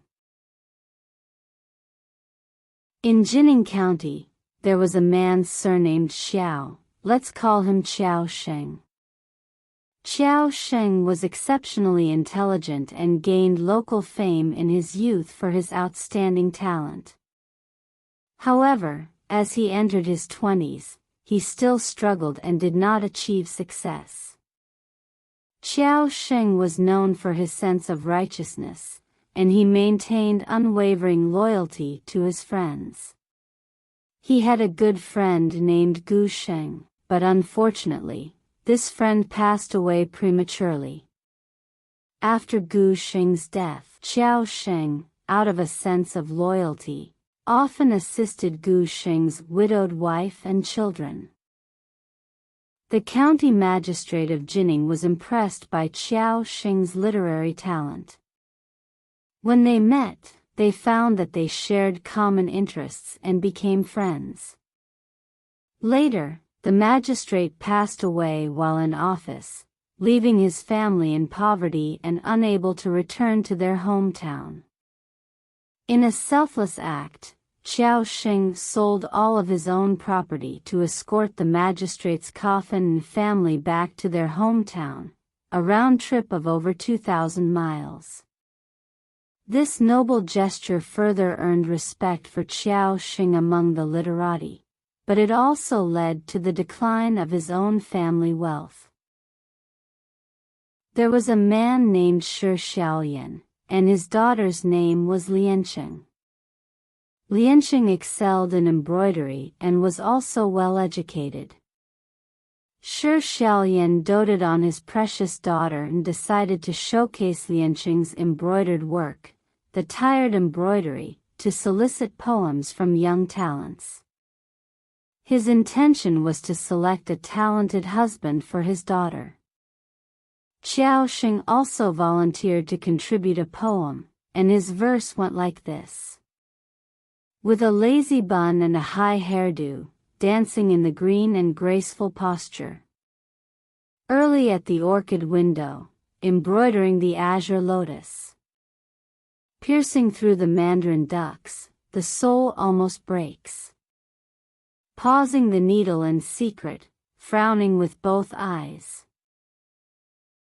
Qiao Sheng also wrote poems praising Liansheng's superb embroidery skills. Here is how he expressed it. The embroidered threads are picked as if depicting life. Flowers and birds in the composition naturally born. In the past, weaving intricate brocades was not a lasting skill. Fortunately, it conveys sentiments and appreciation to the wise and enlightened. Upon receiving the poem, Liansheng was extremely delighted and couldn't stop praising the poet's talent in front of her father. Although Shi Xiaoyan looked down on Qiao Sheng's impoverished family, Liansheng continued to commend Qiao Sheng's talent whenever she met people. She even pretended to act on her father's behalf, instructing servants to deliver silver to Qiao Sheng to support his studies. Qiao Sheng exclaimed, Liansheng is truly my confidant."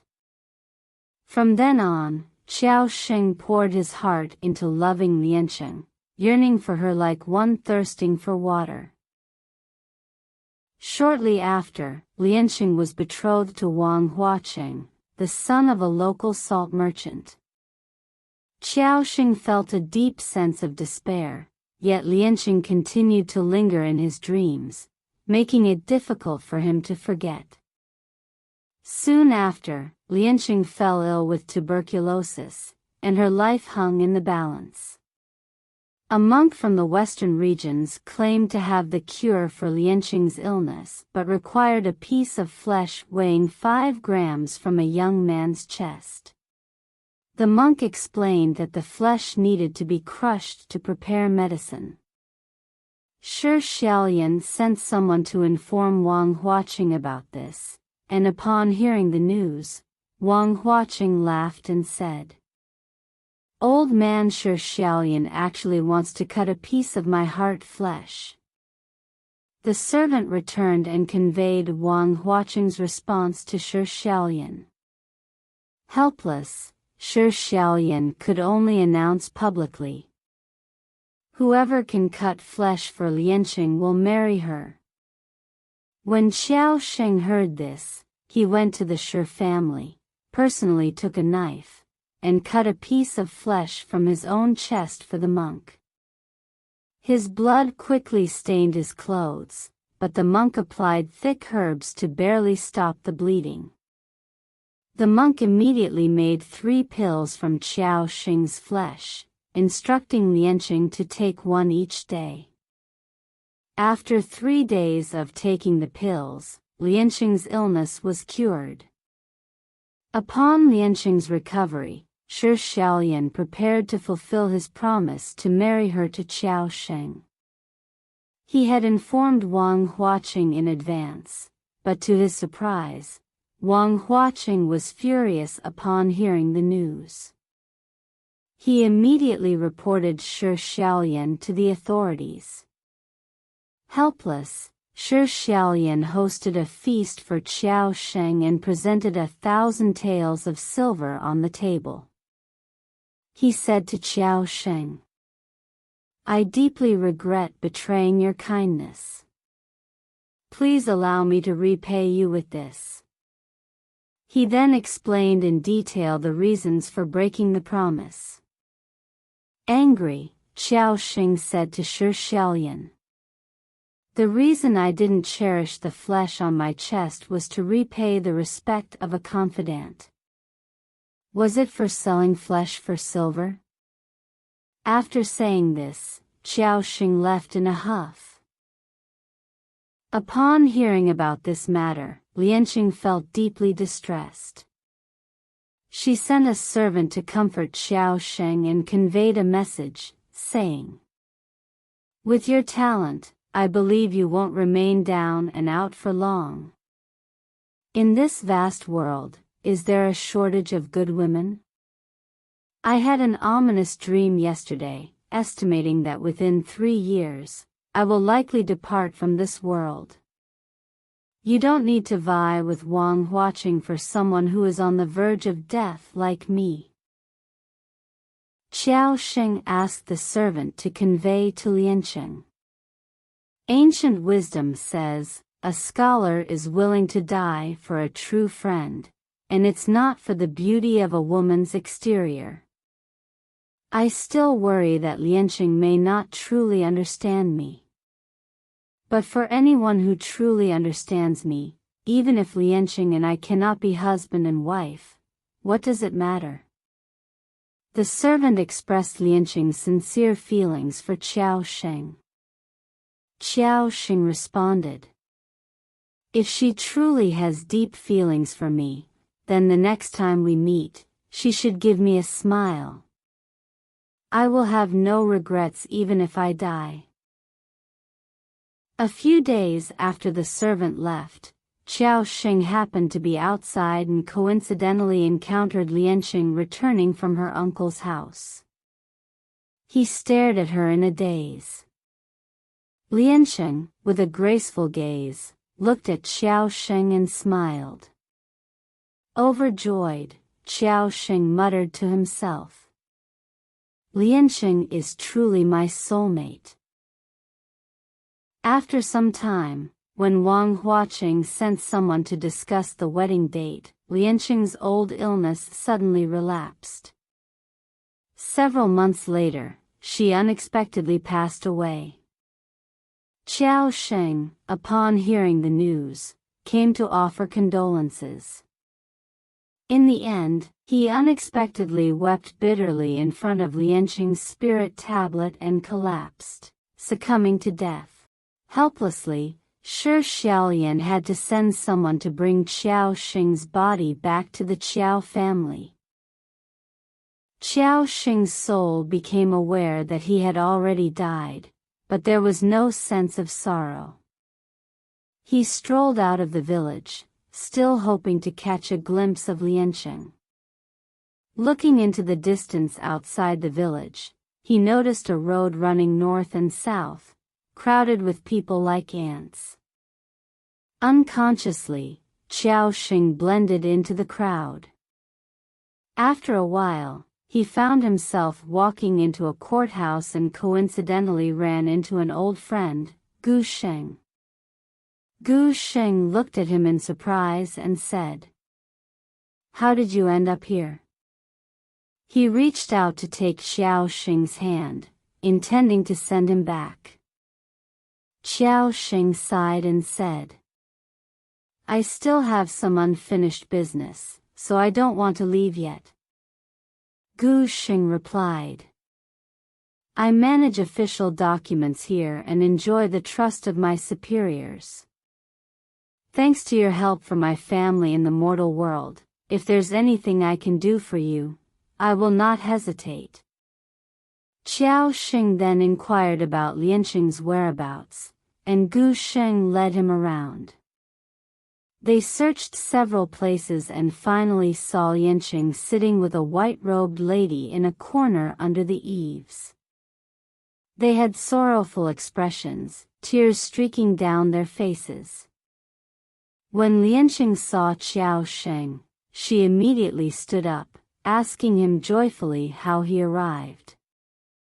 Xiao Sheng said, "How can I continue to live in the mortal world when you've left like this?" Lianqing cried again, telling Xiao Sheng, "As someone as ungrateful as me, you should have given up early. What's the point of sacrificing yourself for me? Regrettably, in this life, we cannot be husband and wife. I hope in the next life, we can continue our connection." Xiao Sheng turned to Gu Sheng and said, "You have many matters to attend to, please go ahead. I would rather die like this than be reborn. But could you please help me find out where Lianqing will be reborn? I want to go with her." After agreeing to Xiao Sheng's request, Gu Sheng left. The white-robed lady asked Lianqing who Xiao Sheng was, and Lianqing detailed her experiences in the mortal world to the white-robed lady. Upon hearing the story, the lady couldn't help but feel deeply saddened. Lianqing then introduced the white-robed lady to Xiao Sheng, saying, "This is my sister with the same surname. Her nickname is Binyang, the daughter of the governor of Changsha Prefecture. We've traveled together, so we take care of each other."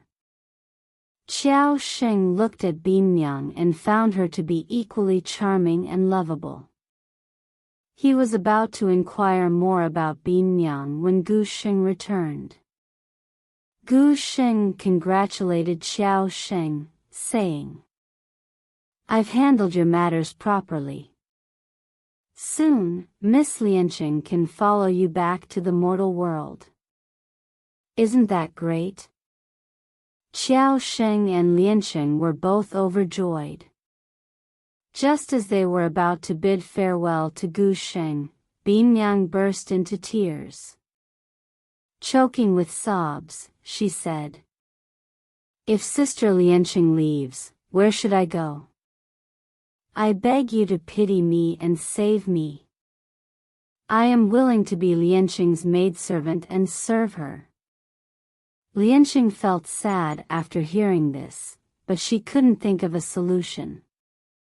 She asked Xiao Sheng for help, and Xiao Sheng turned to Gu Sheng, pleading with him.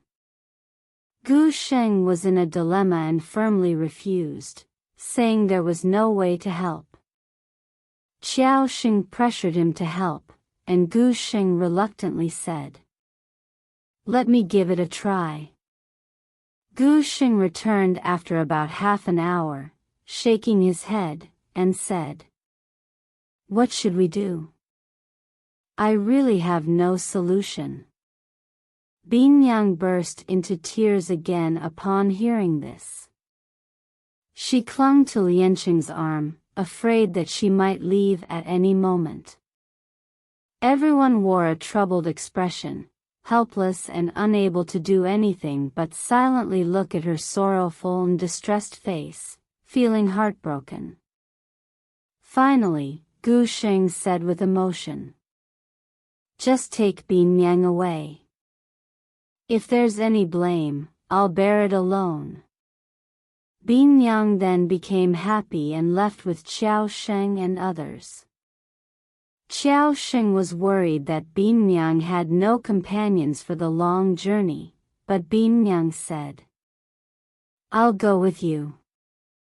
I don't want to go back home either." Xiao Sheng replied, "You're truly foolish. If you don't go back home, how can you be resurrected? When I arrive in Hunan in the future, if I happen to meet you and you don't avoid me, I'll consider it a great honor." At that moment, 2 ghost maids were going to Changsha to deliver official documents. Xiao Sheng asked Binyang to travel with them. Tearfully, Binyang bid farewell to Xiao Sheng and Lianqing. On the way back home, Lianqing walked very slowly, stopping to rest after every mile, and they rested over 10 times before seeing the city gate. Lianqing said to Xiao Sheng, "After my resurrection, I fear that there might be troubles at home again. Please retrieve my bones so that I can be revived at your home. This way, they won't be able to change their minds." Xiao Sheng also thought it was a good idea. So, they returned to Xiao Sheng's home together. As they entered, Lianqing became anxious and frightened, as if she couldn't move forward. Xiao Sheng stood aside waiting for her. Lianqing said, "As soon as I arrive here, I feel weak, and my spirits are scattered. I am worried that our wish cannot be fulfilled. Therefore, we need to plan carefully now. Otherwise, even after resurrection, we won't be able to determine our future." So, the 2 of them held hands and entered the side room. They looked at each other in silence for a while. After a moment, Lianqing smiled and said, "Do you dislike me?" Xiao Sheng was greatly surprised and quickly asked why she said that. Lianqing shyly replied, "I'm worried that even after resurrection, we may not fulfill our wishes. That would be another disappointment for your deep affection. Please let me repay you first in my ghostly form." Xiao Sheng was delighted to hear this, and the 2 of them shared a bed, indulging in joy and happiness. Xiao Sheng, tempted by worldly pleasures, delayed his immediate resurrection, and the 2 secretly lived together in the side room for 3 days. Lianqing urged Xiao Sheng to quickly enter the spirit hall, stating, "As the saying goes, an ugly daughter-in-law will eventually meet her parents-in-law. We can't keep hiding here all the time. It's not a long-term solution. She pressured Xiao Xing to move forward. As Xiao Xing approached his own deathbed, his body immediately revived. Xiao Xing's family, astonished to see him alive, didn't know how to react and quickly fed him some soup. Xiao Xing promptly sent for Shi Xiaolian and requested him to bring Lianqing's remains, claiming he could resurrect her. Shi Xiaolian, overjoyed at the news, followed Xiao Xing's instructions and brought Lianqing's body. As soon as Lianqing's body was carried through Xiao Xing's door, she woke up. Lianqing said to her father, Shi Xiaolian, "When I was a ghost, I had already pledged myself to Xiao Xing, and there is no reason for me to return home. If you still intend to marry me off to someone else, I will die again." Shi Xiaolian agreed, returned home, and sent several maids to attend to Xiao Xing's household. Upon hearing the news that Lianqing had been resurrected and married to Xiao Xing, Wang Huaqing, filled with anger and shame, wrote a complaint and filed it with the local authorities. The officials, swayed by Wang Huaqing's bribery, once again ruled in favor of Wang Huaqing, assigning Lianqing to him. Xiao Xing, furious but helpless, had no choice. Lianqing was forced to marry into the Wang family, refusing to eat or drink, only wishing for a quick death. In desperation, she even attempted suicide by hanging when there was no one in the room. After a day, Lianqing's condition worsened, and she was on the brink of death.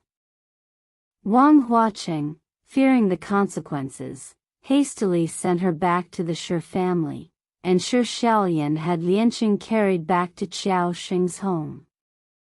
Wang Huaqing, having no other options, had to accept the situation.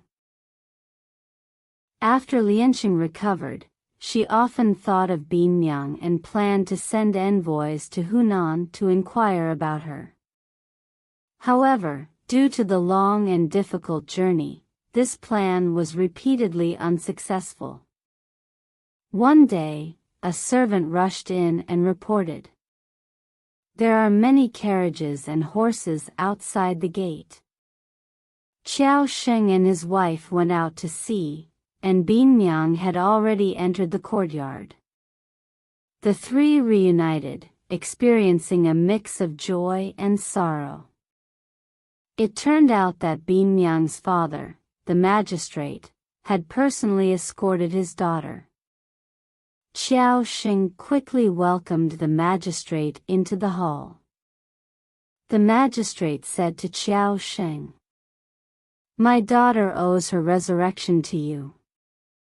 She has long sworn never to marry anyone else. Today, I will fulfill her wish." Xiao Xing then respectfully performed the rites of bowing to his father-in-law. At this moment, Shi Xiaolian also arrived, and they reminisced about their common ancestral roots. At the end of the story, the author provides a commentary, stating, Xiao Xing and Lianqing, recognizing each other with just a smile, were willing to sacrifice their lives for one another. Some may consider such actions foolish. Are we to say that the 500 valiant warriors who died for their bosom friends at the end of the Qin dynasty were all fools? This demonstrates how rare and precious true confidants are. Virtuous and heroic individuals are moved by the genuine feelings of their kindred spirits and find themselves unable to resist. Surveying the vast expanse of the world, true confidants are hard to come by. Even scholars with outstanding talents merely yearn for the enchanting smile of a woman. How lamentable!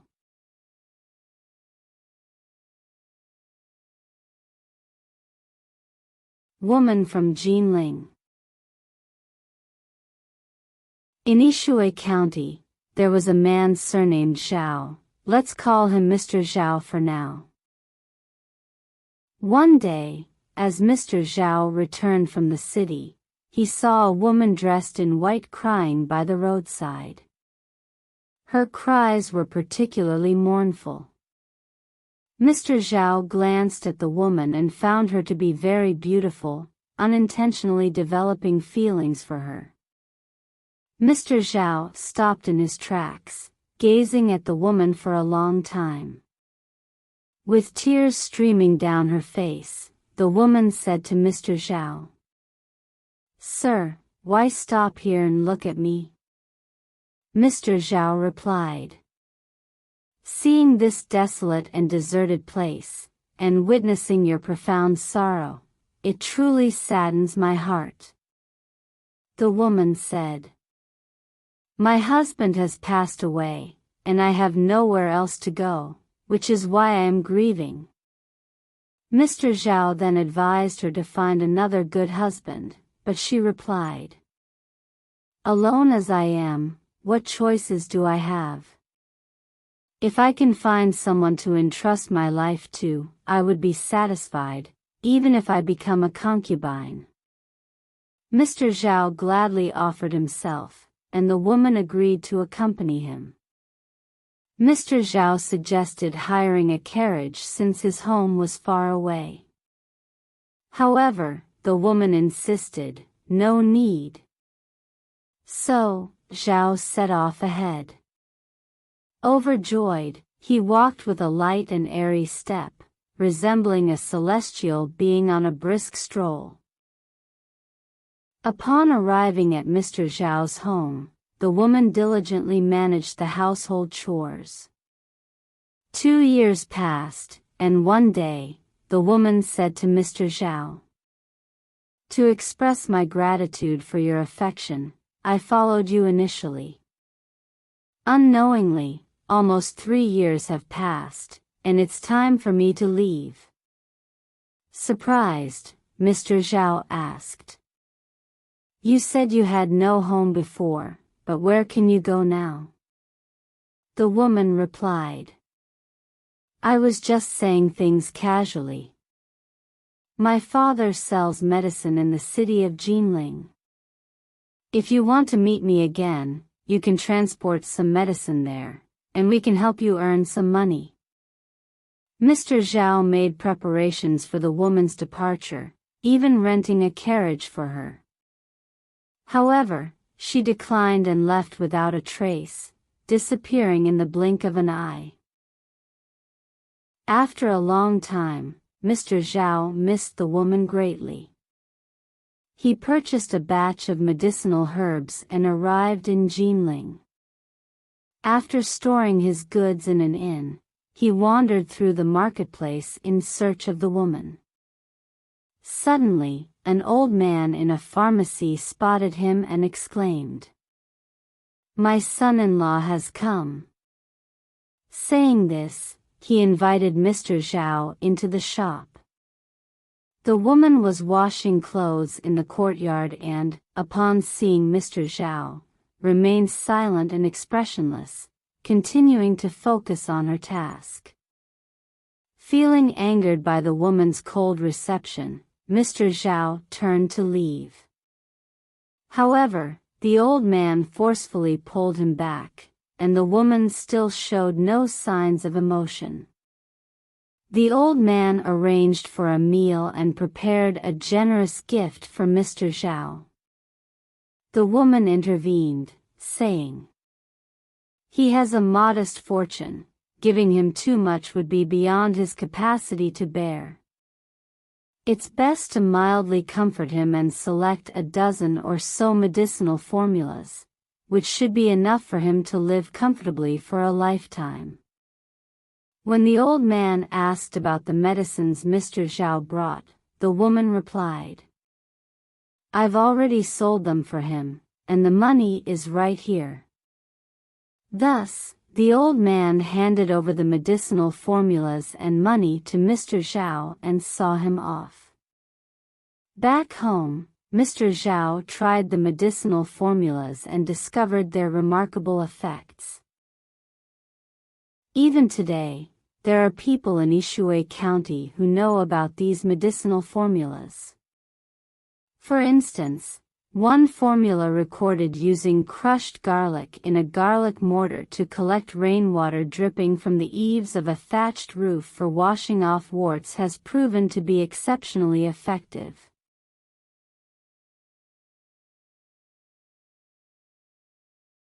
Magic tricks. There was a man who performed magic tricks using a bucket that could only hold a liter of rice. The bucket had no bottom, and he showed it to others, appearing empty inside. People thought this magic was no different from the ordinary ones. At that moment, the man laid 2 mats on the street, put a liter of rice into the bucket, and immediately took it out. Suddenly, the bucket was filled with a whole liter of white rice. The man poured the rice onto the mats, repeated the process, and in no time, both mats were stacked with several liters of rice. Then, he poured the rice back into the empty bucket, liter by liter. After filling it completely, he raised the bucket to show everyone, and it was still empty inside. The magic was astonishing, especially considering the large quantity of rice that seemed to appear from nowhere. In Lijin County, there was a man named Li Jiantian. One day, while wandering around Yen Town, he came across a pottery kiln. Li Jiantian wanted to buy a large jar, so he negotiated with the owner of the kiln. Unable to agree on a price, Li Jiantian left in a huff. During the night, over 60 unfinished jars in the kiln disappeared mysteriously. The kiln owner, shocked and suspecting Li Jiantian, went to his residence to plead for help. Li Jiantian denied any involvement at first but eventually admitted to helping move the jars. He said, "I delivered those jars for you, and not a single one got damaged. Go check under the Kuaishing Tower, you should find them there." The kiln owner followed his instructions, and indeed, all the jars were under the Kuaishing Tower. Kuaishing Tower is located south of Yanjin, more than 3 miles away from the pottery kiln. The owner of the kiln had to hire people to transport the jars, and it took 3 days to complete the task. In this tale, there's a mention of the architectural marvel known as Kuaishing Tower, also called Kuaishing Boudoir. Similar structures with the same name can be found in many places across China. Inside, these buildings house an honored deity, Zhong Kuei, who is revered for safeguarding a smooth examination process. However, Zhong Kuei's appearance starkly contrasts with the typical image of ancient scholars. He has a fierce countenance, a golden body, a green face, red hair, large eyes, 2 horns on his head, and stands atop a turtle. Zhong Kuei is often depicted holding a large brush, and people believe that if you are marked by his brush, your exams will go exceptionally well. Beyond his role in ensuring exam success, Zhong Kuei also serves as a judge in the underworld, responsible for punishing malevolent spirits. If you wish to explore more stories about judges in the afterlife, you can listen to the previously shared tale of Judge Lu in the Strange Stories from a Chinese Studio. Interestingly, In Tang Dynasty history, there indeed was a figure named Zhong Kuei.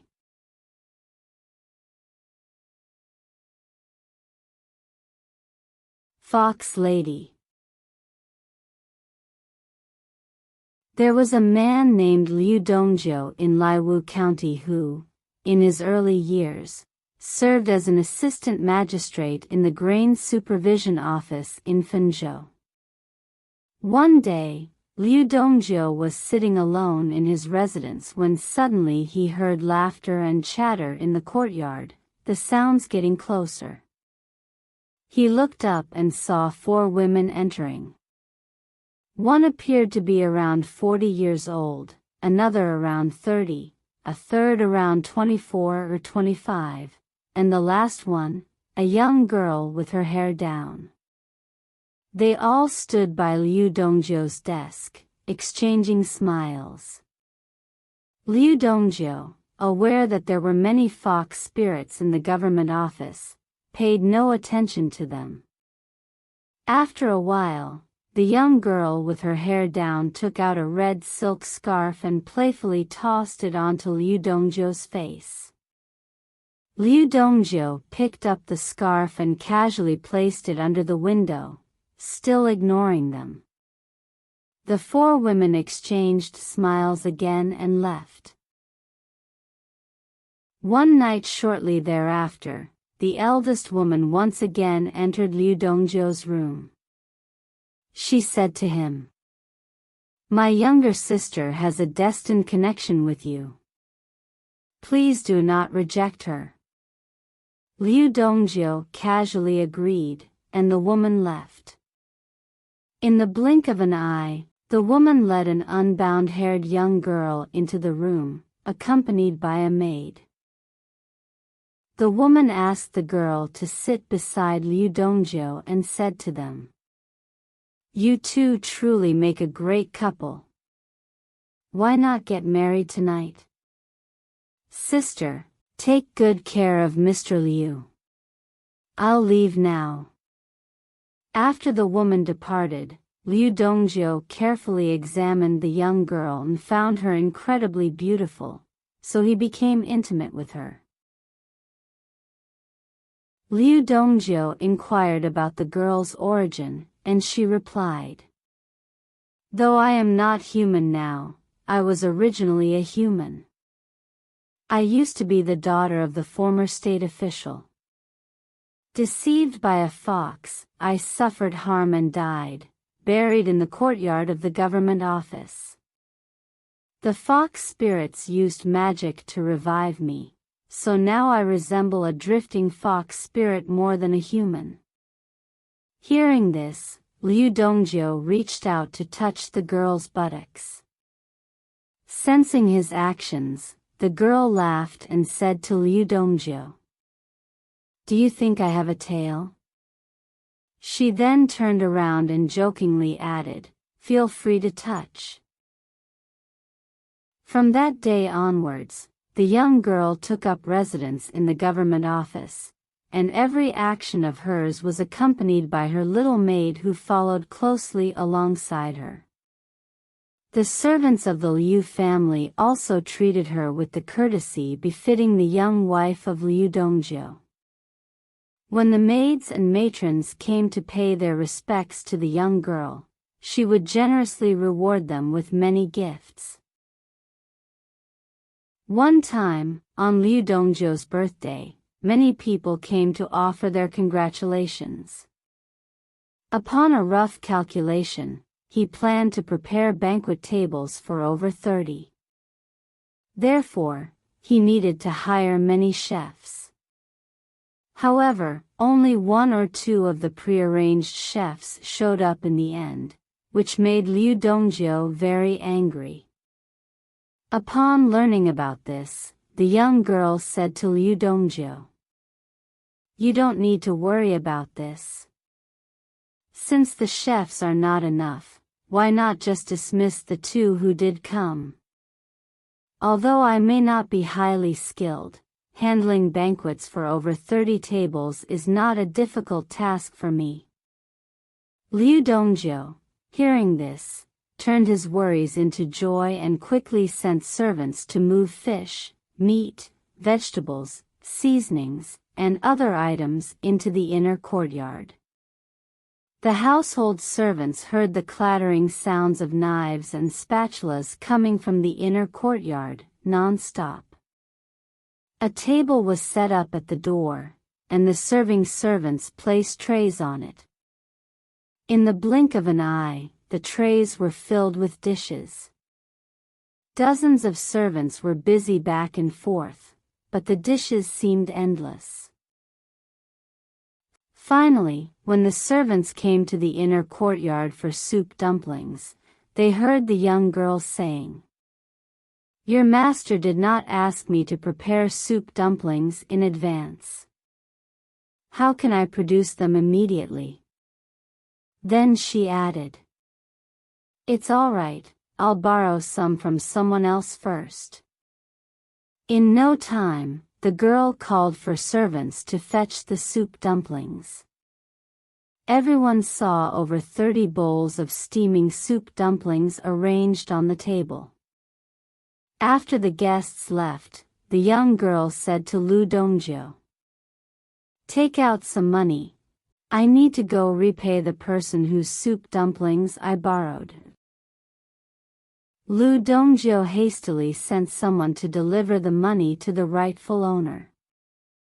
The family, puzzled by the loss of the soup dumplings, received an explanation from the messenger, resolving the confusion. One evening, while Liu Dongjio was drinking, he suddenly thought of the bitter brew wine from his hometown. He mentioned to the young girl his yearning for the local wine, and she offered to fetch it for him. Shortly after, she left the house. In a short while, the girl returned and told Liu Dongjio, "There's a barrel of bitter brew wine outside, enough for you to enjoy for several days." Upon hearing this, Liu Dongjio quickly went outside to check and indeed found a barrel of the wine, none other than his hometown's renowned Wengtou Chun wine. After a few days, Liu Dongjio's wife sent 2 servants to Fenzhou. On the way, one servant said to the other, "I heard that the Fox Lady rewards servants with a lot of money. If we manage to get a reward this time, I'm going to buy a leather jacket."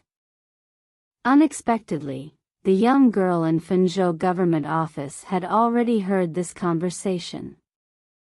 She told Liu Dongjio, "The household members sent by your family are about to arrive. That impolite servant is quite irritating. I must discipline him." Early the next morning, the 2 servants arrived in the city. As soon as they entered, the disrespectful servant suddenly felt a headache. Near the government office, the servant's headache intensified, forcing him to clutch his head and groan. When people saw the servant in pain and offered him medicine, Liu Dongjio smiled and said, "He doesn't need treatment. He will naturally get better in time." Everyone suspected that the servant must have offended the young lady. The servant thought to himself, "I just arrived and haven't even unpacked. How could I offend the young lady?" However, with no place to voice his grievances, he could only kneel and beg for mercy. From behind the curtain, a voice spoke. "You can just call me lady, why add the word fox in front?" The servant suddenly realized his mistake and repeatedly apologized to the girl. The girl behind the curtain continued, "Since you want a leather jacket, how can you be so disrespectful to me?" She then added, "Your headache is now gone." As soon as the girl finished speaking, the servant's headache immediately disappeared. He quickly expressed his gratitude and prepared to leave. Suddenly, a package was thrown out from behind the curtain, and the girl said, "This is a lamb's leather jacket, take it." When the servant opened the package, he found 5 taels of silver inside. Liu Dongjio also inquired about the situation at home, and the servant replied that everything was fine, except that one day they suddenly lost a barrel of Wengtou Chun wine. Liu Dongjio calculated the date of the loss and realized it was the same evening the girl went to get the wine. The servants began to fear the supernatural powers of the young lady, secretly referring to her as the Holy Immortal. Liu Dongjio even painted a portrait of the girl. At that time, there was a man named Zhang Daoi serving as the educational administrator in Fenzhou. Upon hearing about the strange occurrences in the Liu household, he visited Liu Dongjio in the guise of a fellow townsman, expressing a desire to meet the young lady. However, the girl refused to see him. With no other option, Liu Dongjio reluctantly showed Zhang Daoi her portrait, but unexpectedly, Zhang Daoi took the painting without permission and left. Upon returning to his home, Zhang Daoi hung the portrait and prayed to it daily, saying, "With your appearance and temperament, you could be with anyone. Why do you choose to be with Liu Dongjio, that old man with white hair? What makes me inferior to Liu Dongjio? Why won't you see me even once?" The girl, in the government office, suddenly said to Liu Dongjio, "Zhang Daoi was extremely disrespectful to me. I must give him a little punishment." One day, as Zhang Daoi was praying before the portrait, he suddenly felt as if someone had struck his forehead with a ruler. Instantly, his head began to ache as if it were about to split open. Terrified, Zhang Daoi quickly sent the portrait back to Liu Dongjio. When Liu Dongjio deliberately inquired about the reason, the messenger concealed the truth and did not speak the whole truth. Liu Dongjio chuckled and said, "Did your master's forehead not hurt?" Unable to hide the truth any longer, the messenger finally revealed what had happened. After some time, Liu Dongjio's son-in-law, Qi Sheng, came and wanted to meet the young lady. However, she declined to see him. Despite repeated requests from Qi Sheng to meet her, Liu Dongjio said to the girl, "He's not an outsider, why won't you see him?" She replied, "If my son-in-law comes to see me, I must give him a gift. But his aspirations are too high, and I estimate that my abilities cannot satisfy his demands. That's why I am reluctant to meet him." Later, when Qi Sheng insisted on meeting the girl, she reluctantly agreed to meet him 10 days later. On the appointed day, Qi Sheng entered the room, bowed to the girl through the curtain, exchanged a few pleasantries, and glimpsed the girl's appearance behind the curtain. Unable to scrutinize her closely, Qi Sheng excused himself and left. After walking a few steps, he couldn't resist turning back to look. The girl said, "Son-in-law turned back." After saying this, she burst into laughter, the sound resembling the call of an owl. Startled, Qi Sheng's legs went weak, and he stumbled as if he had lost his soul. After leaving, he sat for a long time before finally regaining his composure. Speaking to himself, he said, "The laughter just now was as thunderous as a thunderclap. I even felt like my body wasn't my own.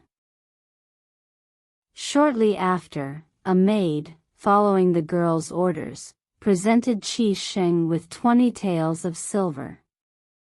Upon receiving it, Qi Sheng said to the maid, "The young lady and my father-in-law live together. Doesn't she know that I've always been extravagant and not used to spending such small sums?" Hearing the maid's response, the girl told Liu Dongjie, "I've known he's like this.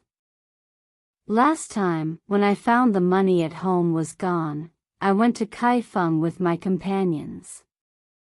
However, we discovered that Kaifeng was submerged in water, and the silver we had hidden in the Kaifeng warehouse was also submerged.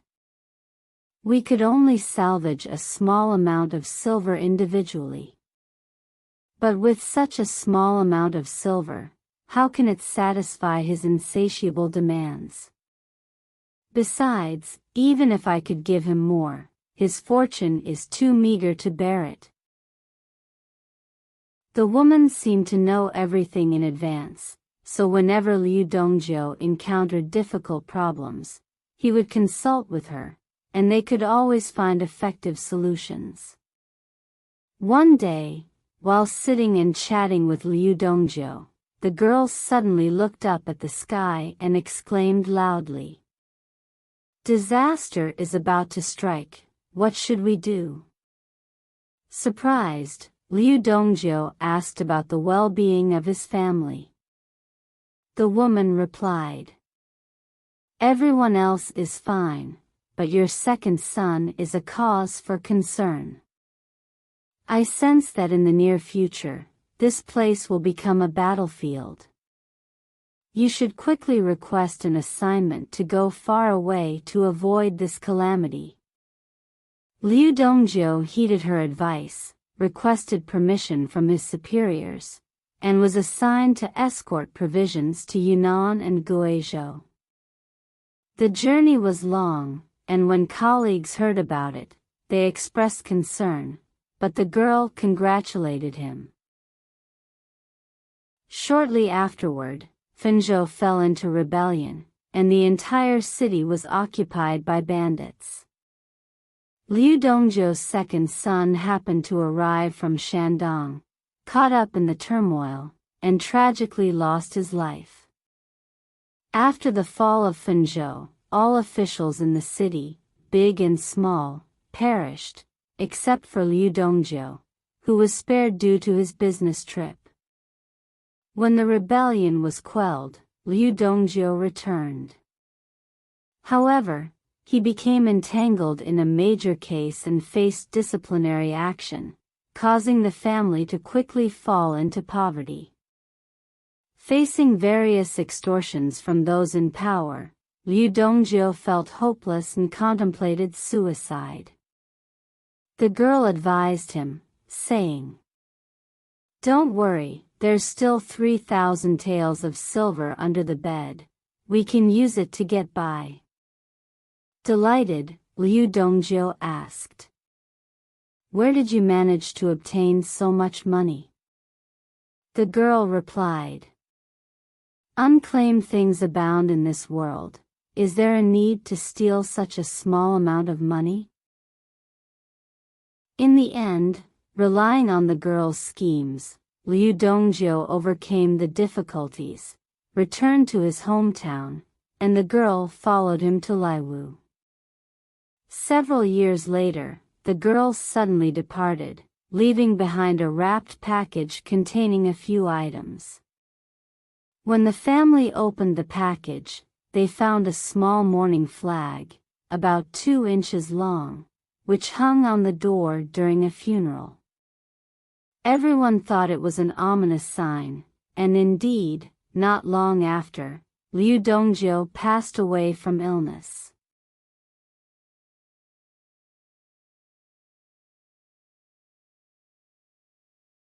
Gambling talisman. In the county's Chi Tian Temple resides a Taoist priest named Han, and for the purposes of this story, Let's refer to him as Taoist Han.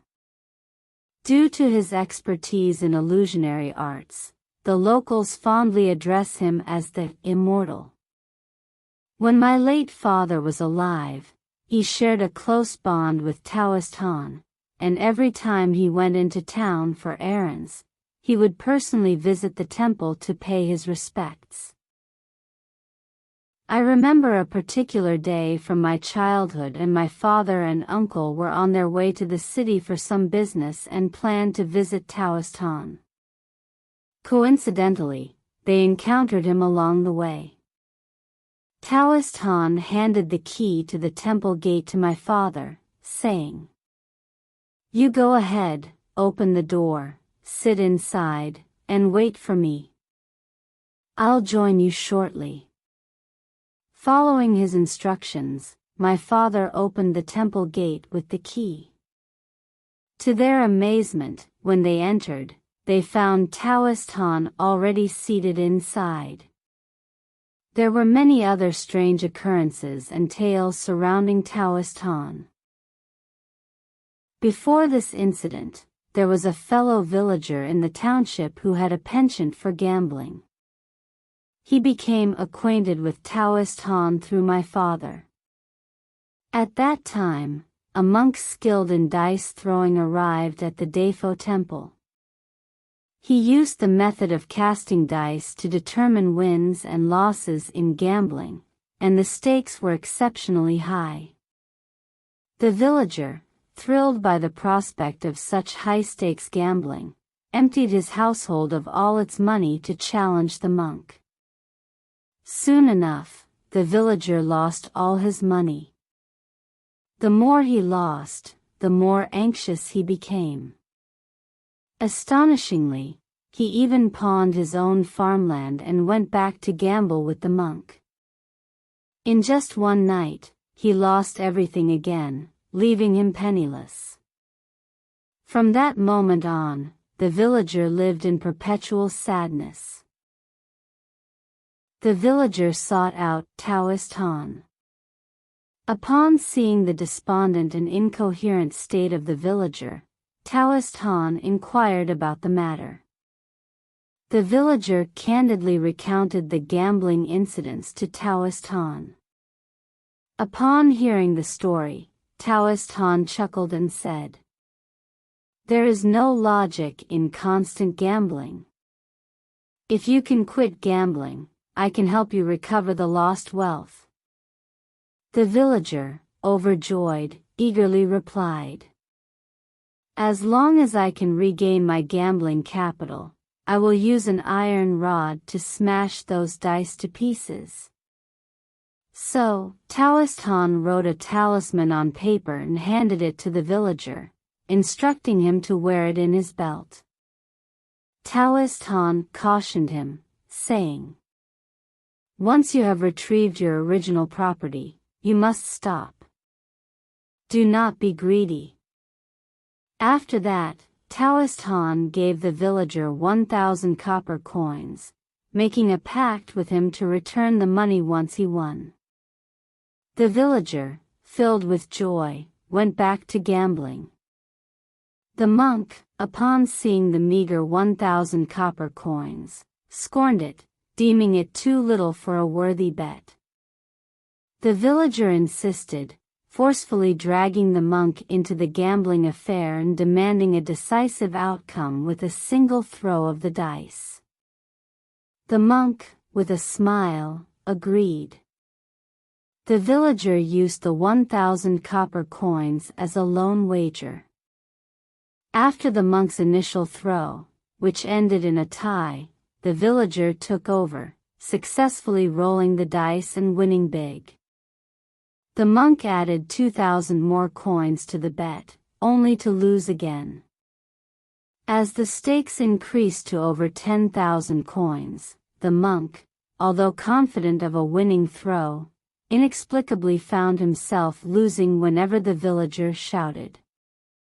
In this way, the money the villager had initially lost quickly returned, and he, consumed by thoughts of winning even more, ignored the Taoist's advice and continued gambling.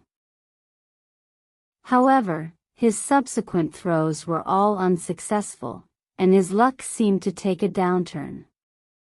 Perplexed, the villager checked the talisman in his belt, only to discover that it had vanished. Panicking, he immediately stopped gambling. Later, the villager returned to the temple with the money. After repaying Taoist Han's 1,000 coins, he carefully calculated the winnings and losses, realizing that the total now matched exactly with what he had initially lost. Feeling ashamed, he apologized to Taoist Han for losing the talisman. Taoist Han, with a smile, said, "The talisman has long returned to me. I repeatedly warned you not to be greedy, but you wouldn't listen. That's why I took it back myself." In the final remarks, the author states, "Among the various factors that lead people to squander their fortunes, none is swifter than gambling. Those who succumb to the world of vice and moral decay find themselves falling faster and more thoroughly through the abyss of gambling. Those addicted to gambling are like drowning in a sea of obsession, unaware of where the bottom lies. Business people, farmers, each has their own legitimate occupation. Scholars, especially those who study poetry, should cherish their time.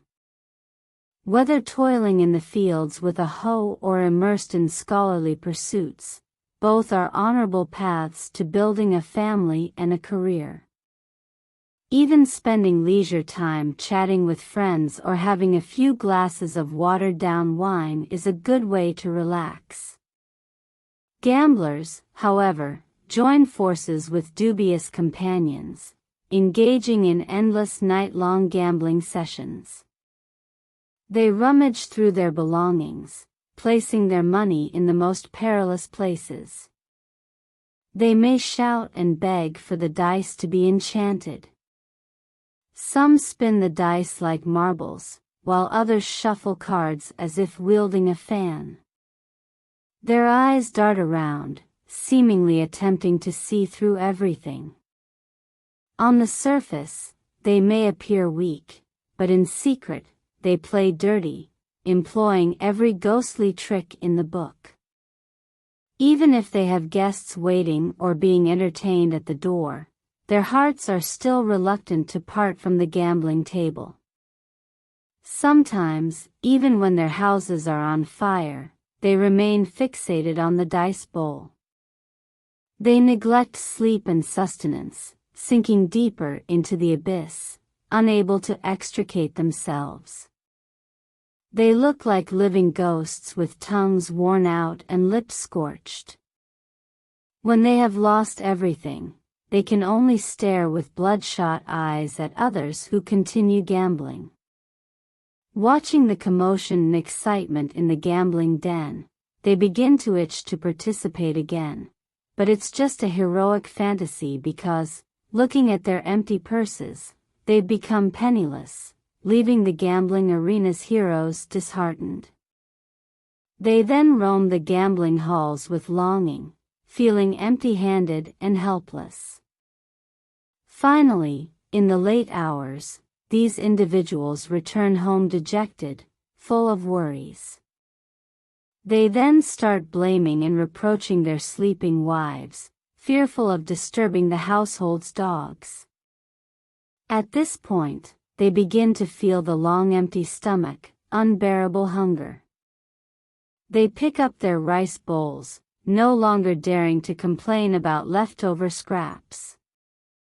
Ultimately, they may even resort to selling their sons, pawning their lands, hoping to recover their losses. Little do they realize that this throw, like a raging fire, has consumed their entire fortune, akin to fishing for the moon in a river. It's only after suffering such a heavy defeat that they begin to reflect, but by then, they have already descended into degradation. Ask yourself, among gamblers, who possesses the highest gambling skills? People may probably point to the destitute fellow who has lost even his trousers. Some may resort to joining bandits due to unbearable hunger, while others, scratching their heads in desperation, can only rely on selling a woman's jewelry for survival. Alas! Morality decays, character falters, fortunes are squandered, and names are ruined, all consequences of the pernicious habit of gambling.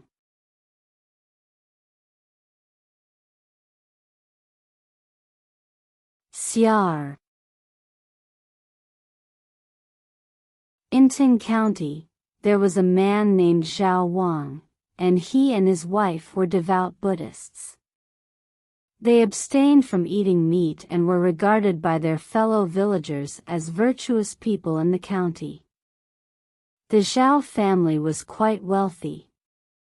Zhao Wang had a daughter named Siar, who was exceptionally intelligent and beautiful. Zhao Wang and his wife doted on her. At the age of 6, Siar, along with her older brother Chang Chun, was sent to school by Zhao Wang. In 5 years, Siar had thoroughly studied the 5 classics. Siar had a classmate named Ding, with the courtesy name Zimo, 3 years older than her. Zimo was eloquent and charismatic, and a deep affection developed between him and Siar. Privately, Zimo expressed his intentions to his mother, who then sent a matchmaker to propose marriage to the Zhao family. However, Zhao Wang, focused on arranging a prosperous match for Siar with a wealthy local family, paid no attention to the proposal from the Ding family. Soon after, Zhao Wang became influenced by the White Lotus Society, engaging in secret activities. During the Tianqi era, the leader of the White Lotus Society, Xu Hongru, rebelled against the imperial court. The Zhao family joined the rebellion and became insurgents. Due to her education and high intelligence, Siar excelled in various magical arts, such as paper-cutting soldiers and transforming beans into horses. With her exceptional abilities, Siar became the most outstanding among Xu Hongru's 6 female disciples. As a result, she learned all the magical arts mastered by Xu Hongru. Zhao Wang, benefiting from Siar's capabilities, gained the trust of Xu Hongru and was given significant responsibilities. In that year, Zimo had reached the age of 18 and was studying at the county school. He never discussed marriage matters because his heart was still captivated by Siar. Finally, one day, Zimo secretly left home and joined Xu Hongru's followers. When Siar saw Zimo, she was naturally overjoyed, and the treatment she provided him far exceeded the norm. Due to Siar's exceptional abilities, Xu Hongru entrusted her with managing military affairs. Siar was busy day and night, rarely seen by her parents. However, Zimo could meet Siar every night, and each time they met, Siar would dismiss the attendants and soldiers, leaving the two of them to talk by candlelight until late at night. On one occasion, Zimo asked Siar, "Do you know the true purpose of my coming here?" Siar replied, "I don't know." Zimo answered, "I'm not here to seek power and success through the White Lotus Society. My true goal in coming here is for you. The White Lotus Society is ultimately a deviant sect that will not succeed and will only lead to its own destruction. You are an intelligent person. Haven't you thought about this? If you can escape with me, please believe that my intentions toward you are sincere, and I will never let you down. Xiar, feeling lost and after some contemplation, seemed to wake up from a dream. She said to Zimo, "If I secretly escape without saying goodbye to my parents, it would be unjust. Please allow me to bid farewell to them in person." So, the two of them approached Zhao Wang and his wife, explaining the situation, but Zhao Wang remained unrepentant. He said to them, "Our master is a deity, how could he be wrong?" Knowing that further persuasion would be futile, Xiar tied her maiden hair into a married woman's hairstyle. She also crafted 2 paper kites shaped like eagles, and each rode one. The 2 paper kites soared side by side like birds with outspread wings as they flew towards the distance. At dawn, they arrived in Liwu County. Xiar pinched the neck of the paper kite, and it immediately folded its wings, landing gracefully. Xiar put away the paper kite and took out 2 paper donkeys.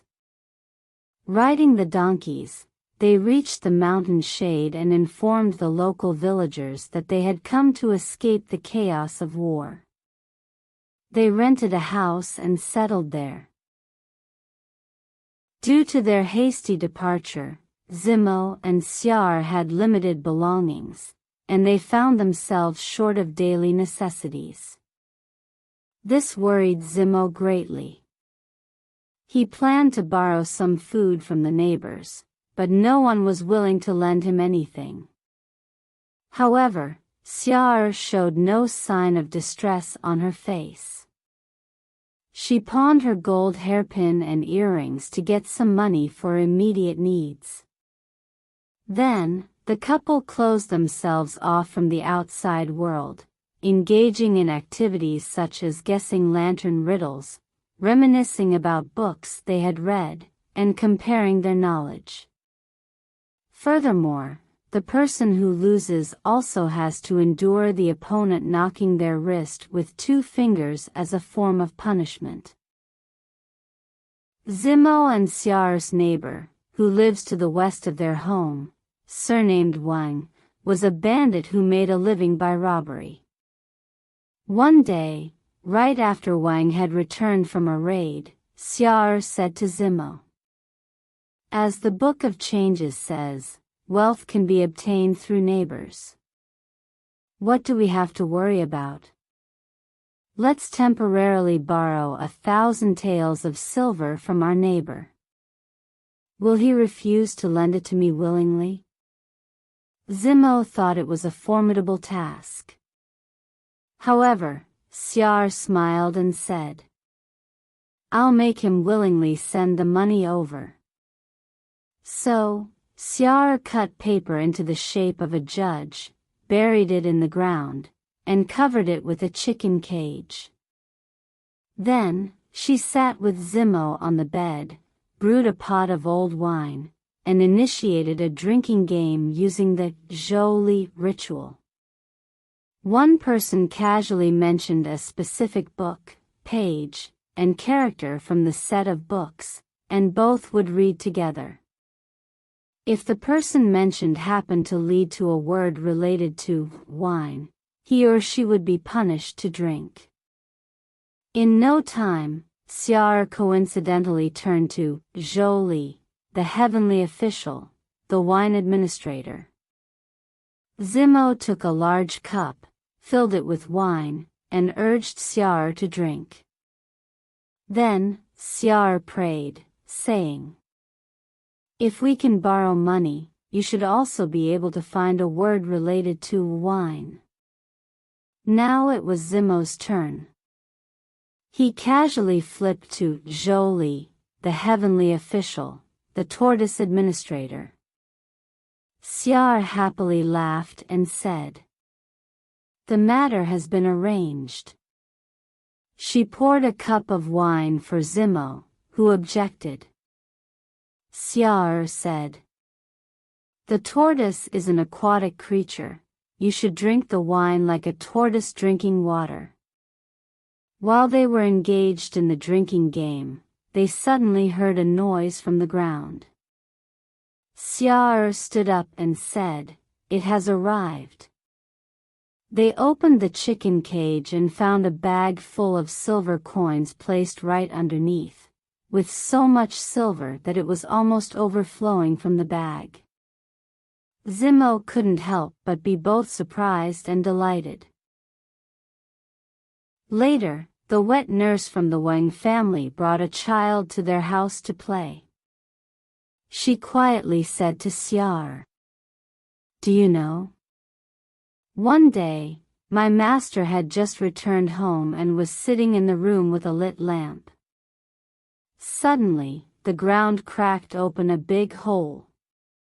The crack was so deep that it seemed bottomless, and a judge walked out from inside, telling my master, 'I am a magistrate from the underworld. The supreme god of Mount Tai wants to summon officials from the underworld and compile a record of robbery crimes. He needs 1,000 silver lamps, each weighing 10 taels. If you can donate 100 silver lamps, all your past sins recorded in the underworld's register will be forgiven.'" Hearing this, the master was scared out of his wits, quickly lit incense to pray, and offered 1,000 taels of silver. The judge took the silver and slowly returned to the underworld, and the crack on the ground gradually closed up. Xiao listened to this narration and intentionally expressed amazement, pretending to be surprised. From then on, the couple gradually acquired land, cattle, horses, and employed servants and maids. They even built their own mansion. In the village, several idle ruffians, seeing Zimo and Xiao's wealth, gathered some bad characters and climbed over the walls, attempting to rob them. Just as Zimo and Xiao were awakened from their dreams, they saw torches illuminating the surroundings and thieves all around the house. 2 men rushed up and grabbed Zimo, while another tried to touch Xiao's chest. Xiao, bare-chested, leaped up, folded her fingers, and sternly shouted, "Halt, halt!" Immediately, all 13 thieves were frozen in place, sticking out their tongues and standing there like puppets. Xiao then dressed and jumped off the bed, called the family, and tied up the thieves one by one, forcing them to reveal the specific reasons for their robbery. Then, Xiao accused them, saying, "We came from afar, seeking a quiet life in the mountain valley, hoping for your help. Unexpectedly, you would resort to such heartless actions. Hardship and adversity are common experiences for people. If you are in need of money, you could have told us directly. Am I the kind of miser who only cares about getting rich without a shred of generosity? According to your wolf-like behavior, you should all be killed. However, I am reluctant to do so. Today, I will let you go for now. If you dare to offend again, I will show no mercy." The thieves kowtowed in gratitude and fled in haste. Not long after, Shu Hongru was defeated in battle and captured by the government forces. Xiao's parents and siblings were all executed, but Zimo used a substantial sum to ransom Xiao's elder brother Zhao Changchun's son, who was only 3 years old. Zimo and Xiao treated him as their own son, changed his surname to Ding, and named him Qingji. Thus, the villagers gradually learned that the Ding family was related to the White Lotus Society. At that time, a locust plague struck, devastating large areas of crops. Xiar cut hundreds of paper kites and placed them in her own fields. The locusts were frightened away, avoiding Xiar's fields, and as a result, her crops were spared. Jealous villagers, witnessing this, collectively reported them to the authorities, accusing the Ding family of being remnants of Shu Hongru's faction. The county official, eager to seize the Ding family's wealth, considered it a fat prize and promptly sent people to arrest Zimo. To escape death, Zimo had to spend a considerable amount to bribe the county magistrate. Xiar then said to Zimo, "Strictly speaking, our wealth is ill-gotten, and some loss is inevitable. However, the local people are treacherous, and this is a dangerous place. We cannot stay here for long." They sold their properties at a low price and moved to the west of Idu County. Xiar was clever and exceptionally adept at accumulating wealth. She was even more shrewd in business and planning than many men. She once operated a glassware factory, personally providing guidance and training to every worker she hired. The chess pieces and lamps produced in the factory featured novel and unique designs, surpassing all other factories. Consequently, the products from Xiar's glassware factory were quickly sold at high prices. After a few years, the Ding family's wealth skyrocketed, making them the wealthiest in the local area. Xiar managed her servants very strictly, ensuring that every one of the hundreds of people under her command was occupied and productive. During leisure time, she often enjoyed tea and played chess with Zimo, or immersed herself in reading history for entertainment. Xiar personally planned the budget, while Zimo kept track of accounts and numbers. Every 5 days, Xiar would conduct inspections of financial transactions, as well as assess the performance of the maids and servants. Diligent workers were rewarded, while the lazy ones faced the whip or kneeling as punishment.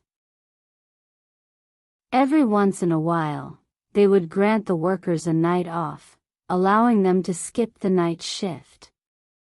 The couple would then set up a feast, inviting all the maids and servants to join. They even encouraged them to sing some popular folk songs to entertain everyone. Xiar was incredibly perceptive, seemingly aided by divine intervention, and no one dared to deceive her. The rewards she gave to her subordinates always exceeded their labor and efforts, ensuring that everything ran smoothly. In the village with over 200 households, Xiar generously supported the financially struggling families, helping them find ways to make a living. As a result, the village was free from idle and lazy individuals. One year, during a severe drought, Xiar instructed the villagers to set up an altar in the wilderness. In the night, she rode a sedan chair to the outdoor altar. Mimicking the steps and rituals of the ancient Yu the Great, renowned for flood control, Xiar recited incantations. Soon after, a generous rain showered down, blessing the farmland within a 5-mile radius. From then on, people regarded her as a divine figure. When Xiar went out, she never covered her face with a veil, and villagers of all ages had seen her. Some young men would gossip about her beauty in private, but when they encountered Xiar face to face, they behaved respectfully and dared not look directly at her. Every autumn, Xiar would spend money to send boys who couldn't work in the fields to gather bitter herbs and thistles. After doing this for 20 years, wild vegetables had filled all the rooms in the building. People mocked her for doing foolish things. However, when a severe famine struck Shandong, causing a scarcity of food and leading to cannibalism, Xiar generously distributed the stored wild vegetables mixed with grains to help the starving people. The inhabitants of several nearby villages owed their survival to her, and there were no instances of people fleeing their homes in desperation. At the end of the story, the author provides the following commentary. He says, Xiar's actions are truly the result of divine power bestowed by the heavens, beyond what mere mortals can achieve. However, if it weren't for a single sentence of guidance from Zimo, Xiar might have met the same fate as her accomplices, facing execution. This illustrates that there must be numerous exceptionally talented individuals in the world who, if led astray, may not meet a good end. Who can say whether among the 6 individuals taught by Shu Hongru, there isn't another exceptionally talented person? It's just regrettable that they didn't encounter Zimo.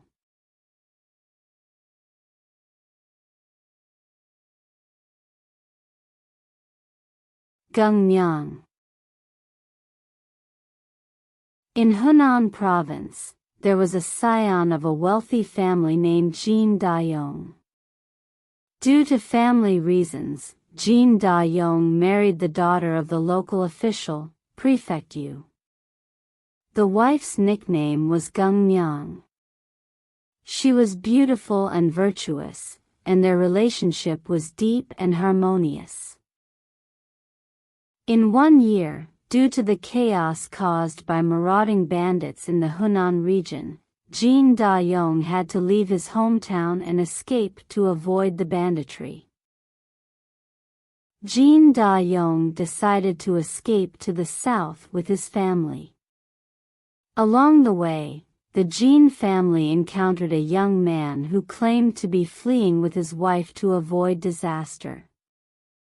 This young man introduced himself as Wang Shpa and claimed to be from Yangzhou in the south. He warmly offered to guide Jin Dayong and his family. Delighted by the offer, Jin Dayong and Wang Shpa's families decided to travel together. When they reached the riverbank, Gungmyang quietly warned Jin Dayong, "Please do not share a boat with Wang Shpa. I noticed that he has been peeping at me several times. His eyes were wandering, and his expression was uneasy. He must be someone with ulterior motives."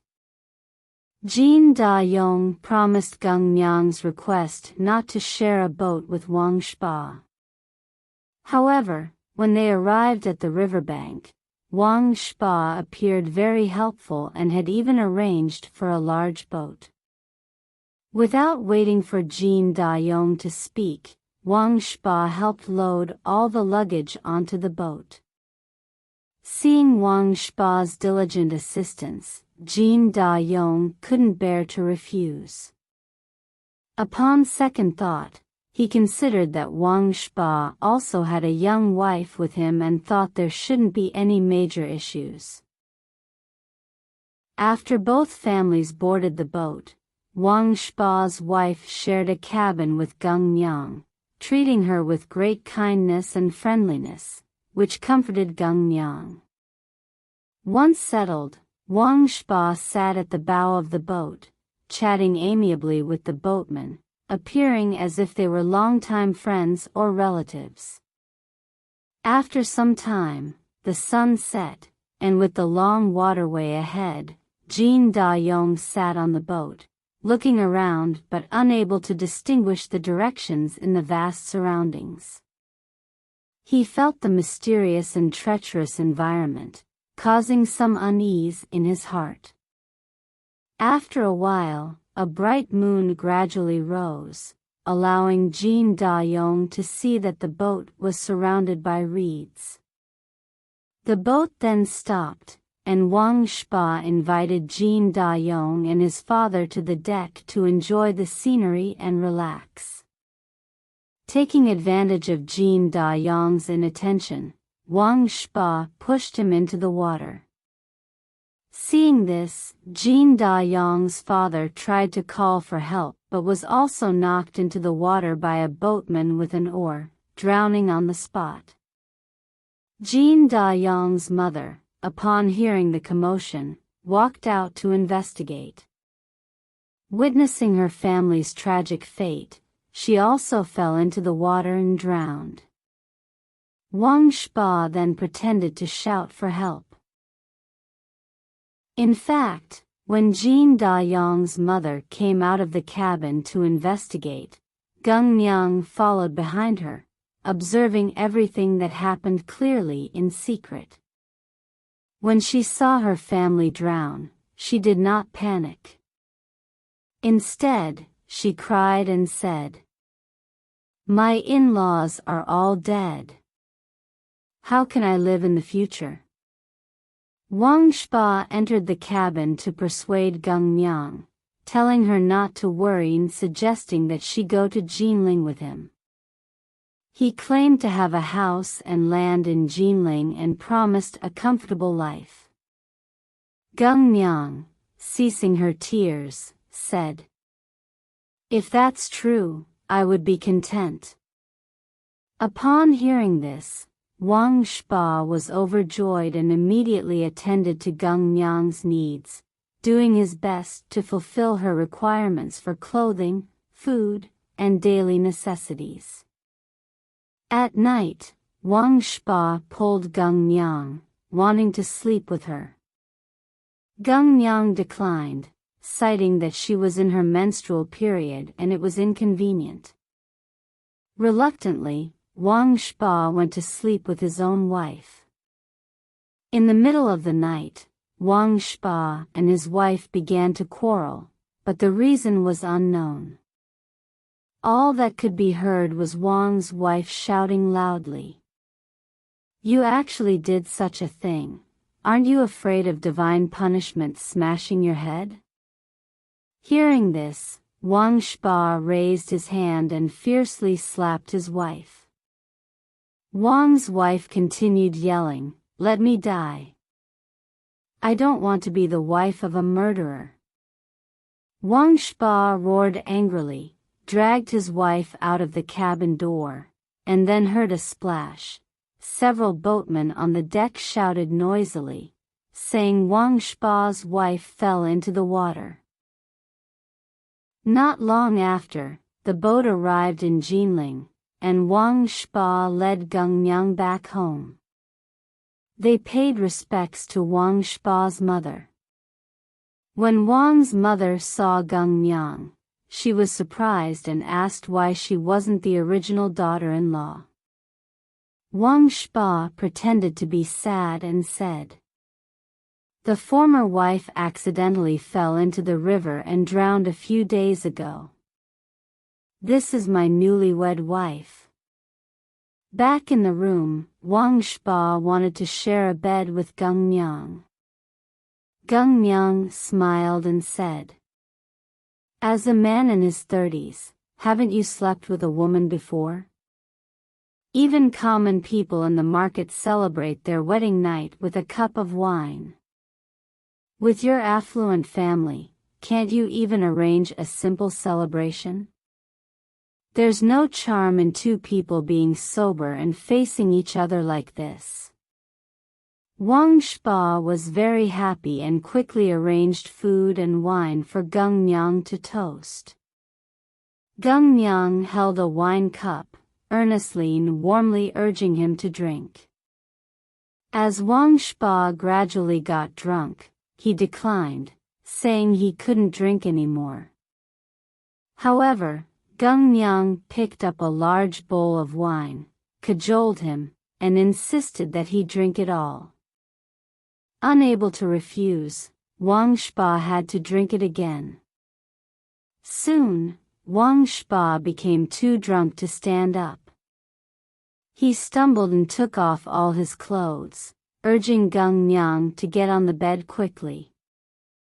Gung Niang removed the cups and plates, extinguished the candles, pretended to go to the toilet first, went out to find a knife and returned to the room. Gung Niang fumbled her way to Wang Spa's neck in the dark. However, Wang Spa, unaware of what was happening, held on to Gung Niang's arm and spoke affectionate words. Gung Niang accurately located Wang Spa's neck and struck down with the knife. However, her strength was insufficient, and Wang Spa, surprisingly, did not die. He shouted loudly, sitting up. Gung Niang swung the knife again, and this time, Wang Spa finally breathed his last breath. Wang's mother seemed to hear unusual noises and came over to inquire about what had happened. Gung Niang killed her as well. At this point, Wang Spa's younger brother, Wang Shijiu, realized that something was wrong. Gung Niang knew she couldn't overpower Wang Shijiu, and ultimately faced inevitable death. She quickly took out the knife and committed suicide. However, the blade was too dull and had a gap, so no matter how hard she tried, she couldn't pierce it. Gung Niang could only open the door and run outside. Wang Shijiu followed closely behind, so Gung Niang had no choice but to jump into the pool in the courtyard. Wang Shijiu called for servants, and when everyone pulled Gung Niang out of the pool, they found that she was already dead. However, her face still looked beautiful, just like when she was alive.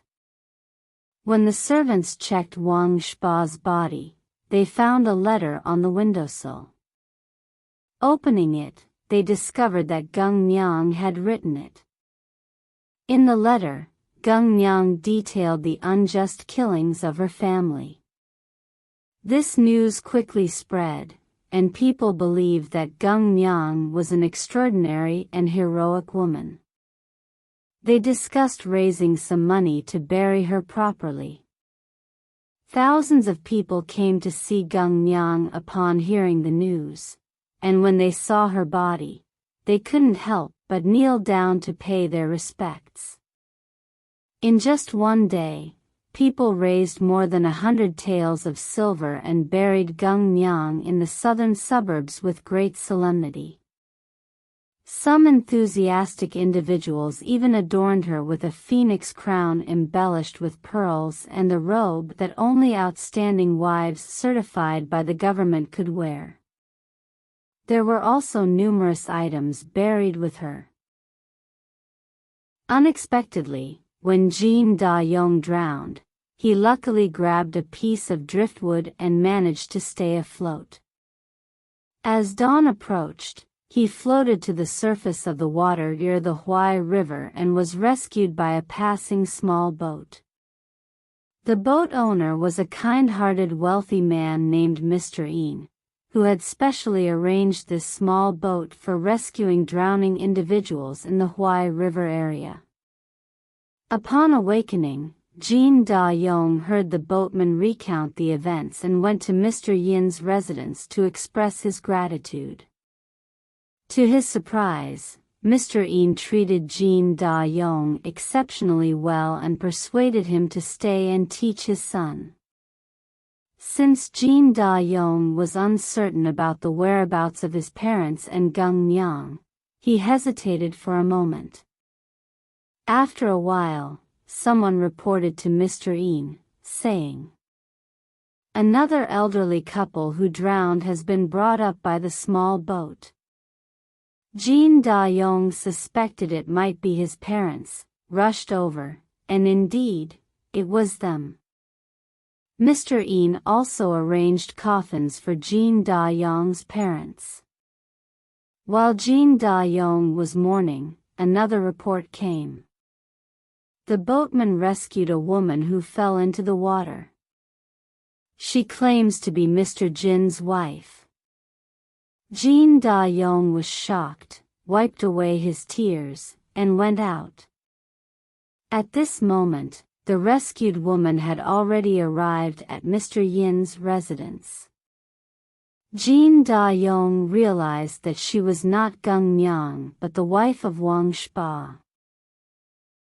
She cried bitterly in front of Jean Da-yong, begging him not to abandon her.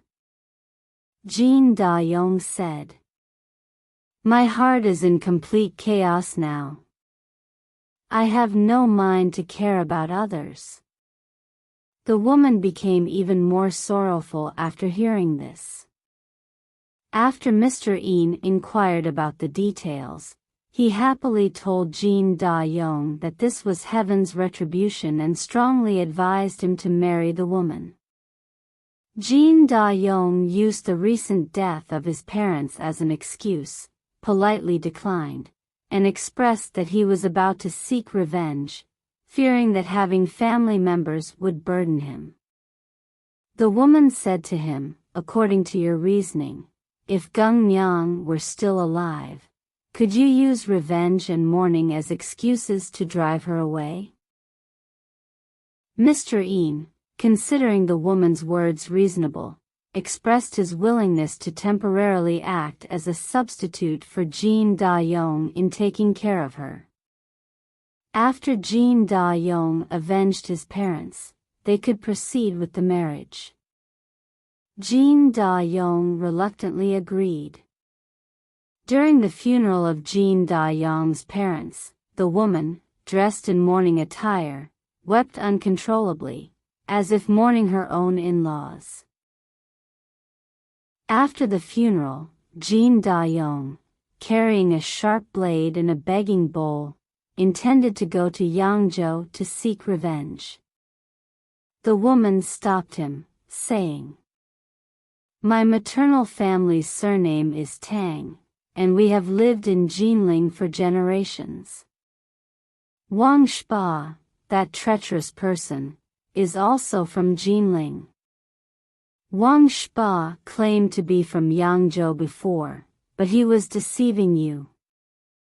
Moreover, many of the water bandits in this area are likely his associates. I'm afraid that before you can avenge your family, calamity may befall you first." Jean Da-yong, upon hearing this, was at a loss on how to proceed. Just then, there were widespread rumors locally about a woman who avenged her enemies, and people of all ages along the Huai River were discussing it. The woman in question turned out to be Gung Myang. Upon hearing this, Jean Da-yong was initially delighted but soon became even more sorrowful. He expressed to Ms. Tang that he couldn't marry her, saying, "Fortunately, Gung Myang did not suffer disgrace and dishonor her family. How can I, with such a resolute wife, bear to marry again and betray her unwavering loyalty?"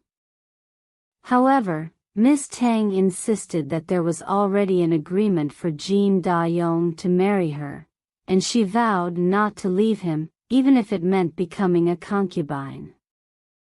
At that time, there was a deputy general named Yuan who was a good friend of Mr. Een. Before heading west, General Yuan visited Mr. Een to bid farewell. Impressed by Jean Da-yong, General Yuan invited him to manage documents under his command. Soon after, rebellion broke out, and General Yuan was ordered to quell the uprising, achieving great success. Jean Da-yong, due to his involvement in significant military affairs, was rewarded according to his merits and was appointed to the position of guerrilla officer. After these military achievements, he returned once again to Mr. Yin's household, where he officially married Miss Tang. A few days later, Jin Da-yong took Ms. Tang to Jinling, specifically to pay respects at the grave of Gung Myang. Passing through Zhenjiang, they planned to visit Mount Jin. While boating on the river, a small boat approached them. In the boat sat an old woman and a young lady, and Jin Da-yong noticed that the young lady resembled Gung Myang. The small boat swiftly passed by, and the young lady gazed at Jin Da-yong through the cabin window, looking even more like Gung Myang. Surprised and doubtful but hesitant to inquire directly, Jin Da-yong urgently exclaimed, "Look, a flock of ducks flying into the sky." The young lady, in response, also shouted loudly, "See the greedy dog about to eat the fishy food." These two phrases were jokes shared between Jin Da-yong and Gung Myang in their private chamber. Jin Da-yong, upon hearing this, was even more astonished. He quickly turned the boat, approached the small boat, and confirmed that the young lady was indeed Gung Myang. The maid helped Gung Myang onto the boat, and Jin Da-yong and Gung Myang, facing each other, embraced and wept. Passers-by were deeply moved by their reunion. Miss Tang approached with the etiquette of a concubine meeting the main wife and greeted Gung Myang.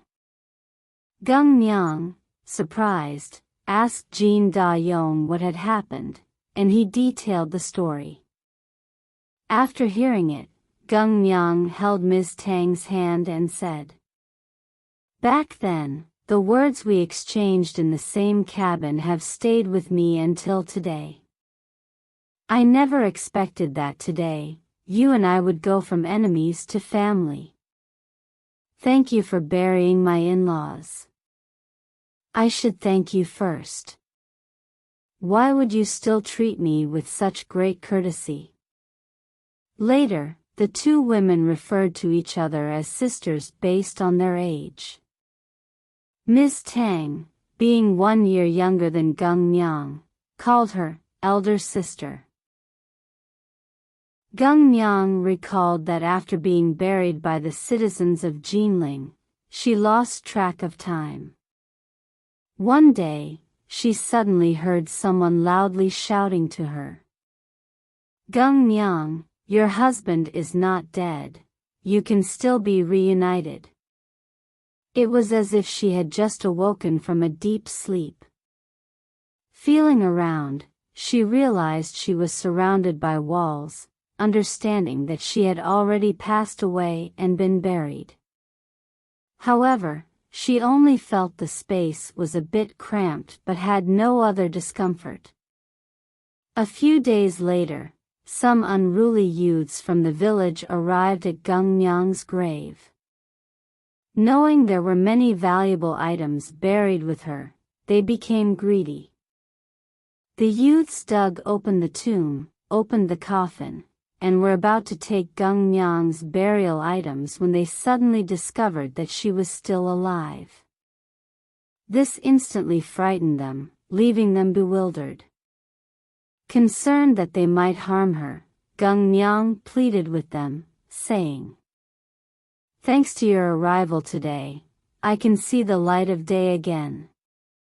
Take the golden hairpin and earrings on my head. I also request that you sell me to a temple to become a nun, so you can gain some money. Please rest assured, I will never reveal what happened today." Unexpectedly, the ruffian youths knelt down, bowing their heads and said, "Madam, your virtuous and chaste character is admired by both gods and mortals. We, a few ruffians of the streets, resorted to such unscrupulous actions due to our dire circumstances. As long as you don't disclose today's events, it will be the luckiest outcome for us. How could we dare to sell you to a temple to become a nun? Gung Myang insisted. Don't worry, it's my own willingness. One tomb raider suggested. I heard there is a Mrs. Gung in Zhenjiang. She has been a widow for many years without any offspring. If she sees you, she will surely be delighted. Gung Myang expressed her gratitude to them. She took off all her pearl accessories and handed them to the tomb raiders, who hesitated but eventually accepted the gifts after Gung Myang insisted. The unruly youths then escorted Gung Myang to Mrs. Gung's residence, fabricating a story that Gung Myang got lost due to a strong wind on the river. Mrs. Gung, a wealthy widow without a companion, was delighted to see Gung Myang and treated her like her own daughter. On this very day, Gung Myang had just returned from touring Mount Jin with Mrs. Gung. Gung Myang then detailed the entire story to Mrs. Gung. Subsequently, Jin Da-yong boarded Mrs. Gung's boat and paid his respects to her using the proper etiquette. Mrs. Gung warmly entertained Jin Da-yong, treating him like her own son-in-law. Mrs. Gung even extended an invitation for him and Ms. Tang to visit her home. After staying at Mrs. Gung's house for a few days, they eventually departed. The exchanges between the Gung and Jin families continued without interruption. At the end of the story, the author provides the following commentary. Faced with significant upheavals, those who willingly endure humiliation may survive, but those of unwavering integrity may choose to face death. Those who choose to live may incur intense hatred, almost glaringly so, while those who embrace death evoke deep sorrow and tears. As for someone like Gung Myang, who can converse with ease in front of enemies and personally take the life of an enemy, even among the renowned heroes throughout history, few can match her courage. Who says that women cannot possess the same bravery and strategy as those celebrated heroes?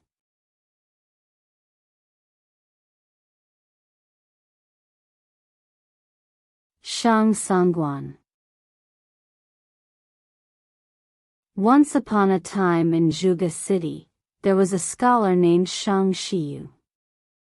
One day, Shang Shiyu got drunk and casually made a few jokes, unknowingly offending a wealthy man in the city. The wealthy man ordered his servants to severely beat him. As a result, when Shang Shiyu was carried back home, his injuries were too severe, and he soon passed away.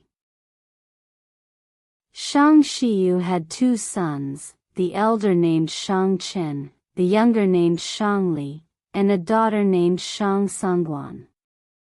Shang Songguan, at the age of 16, had her marriage arranged, but due to her father's sudden death, the wedding was postponed.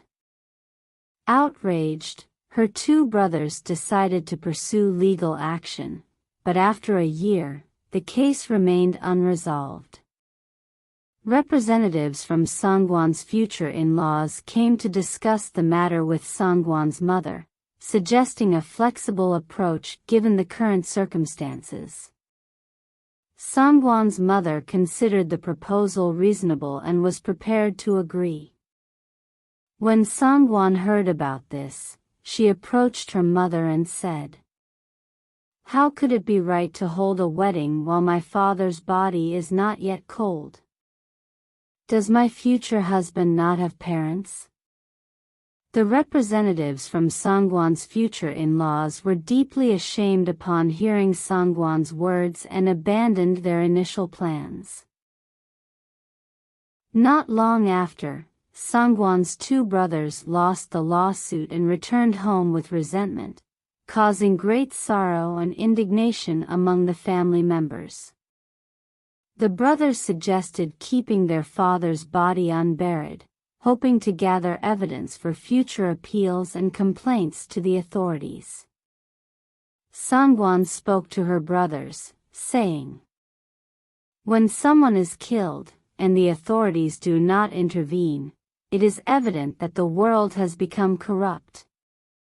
Will the heavens send us a judge or a righteous official to address our grievances? How can we bear to leave our father's remains exposed like this?" Moved by her words, the two brothers agreed to bury their father.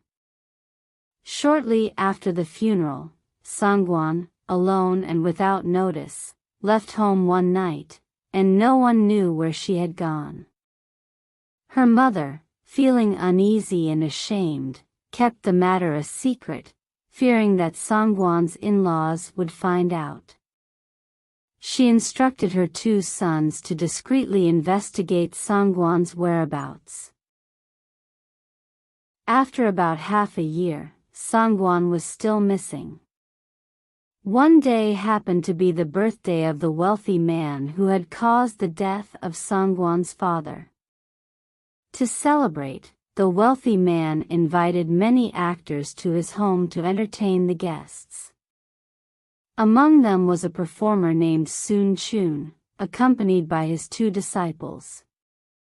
One of his disciples, Wang Cheng, had an ordinary appearance but sang with a clear and resonant voice, earning applause from the audience. The other disciple, Li Yu, had a remarkable appearance resembling a beautiful woman. When guests urged him to perform, he hesitated, claiming unfamiliarity with the scripts. However, when compelled to sing, his performance included many popular children's songs, eliciting applause and laughter from the audience. Witnessing this, Sun Chun felt embarrassed and explained to the host, "My disciple has not studied drama for long and has only learned some toasting etiquette. Please don't blame him." The wealthy man then asked Li Yu to serve drinks to the guests. Li Yu moved skillfully among the guests, offering toasts. He excelled at observing the host's expressions, winning the wealthy man's favor. After the banquet ended and the guests departed, the wealthy man decided to keep Li Yu with him for the night. Li Yu attentively prepared the bed and undressed the wealthy man, providing exceptionally thoughtful service. Despite the wealthy man making suggestive remarks and teasing, Li Yu responded with a gentle smile, showing no signs of irritation. The wealthy man became increasingly enamored with Li Yu, completely captivated by him. Consequently, he dismissed all the servants, leaving only Li Yu to accompany him. Observing the departure of the servants, Li Yu closed and locked the door securely with a bolt. The servants, unconcerned about their master's private affairs, had already moved to other rooms to drink and chat. After a while, the servants heard a thud sound coming from the master's room. One of the servants quickly ran to check what had happened. When he reached the door of the master's room, he found complete darkness inside, with no sound at all. As the servant was about to turn away and leave, suddenly, a loud noise echoed from the master's room, as if a rope supporting a heavy object had suddenly snapped. The servant urgently called out into the room, but there was no response. Quickly gathering other servants, they decided to force the door open and rushed inside. Upon entering, they discovered that the wealthy man had already been decapitated, and Li Yu had hanged herself. However, the rope had snapped, causing her to fall to the ground. Still, the broken rope was hanging around Li Yu's neck. The servants were shocked and immediately reported the situation to the family members of the master's household. Subsequently, the entire household staff gathered at the scene of the incident, bewildered by what had occurred. As they carried Li Yu's body into the courtyard, they noticed that his shoes and socks were hollow inside, as if there were no feet. The servants took off Li Yu's shoes and socks and discovered that inside them was a pair of 3-inch golden lotuses, adorned with white mourning shoes. Everyone then realized that Li Yu was actually a woman. The shock intensified among the people. They quickly summoned Li Yu's master, Sun Chun, for a thorough interrogation. Sun Chun was completely terrified by the unfolding events, unsure how to answer the series of questions. He could only respond. Li Yu joined us as a disciple a month ago and expressed her willingness to follow me to celebrate the master's birthday. I truly don't know where she came from. The servants also noticed that Li Yu's undergarments were mourning clothes, suspecting her to be an assassin sent by the family of Shang Shiyu.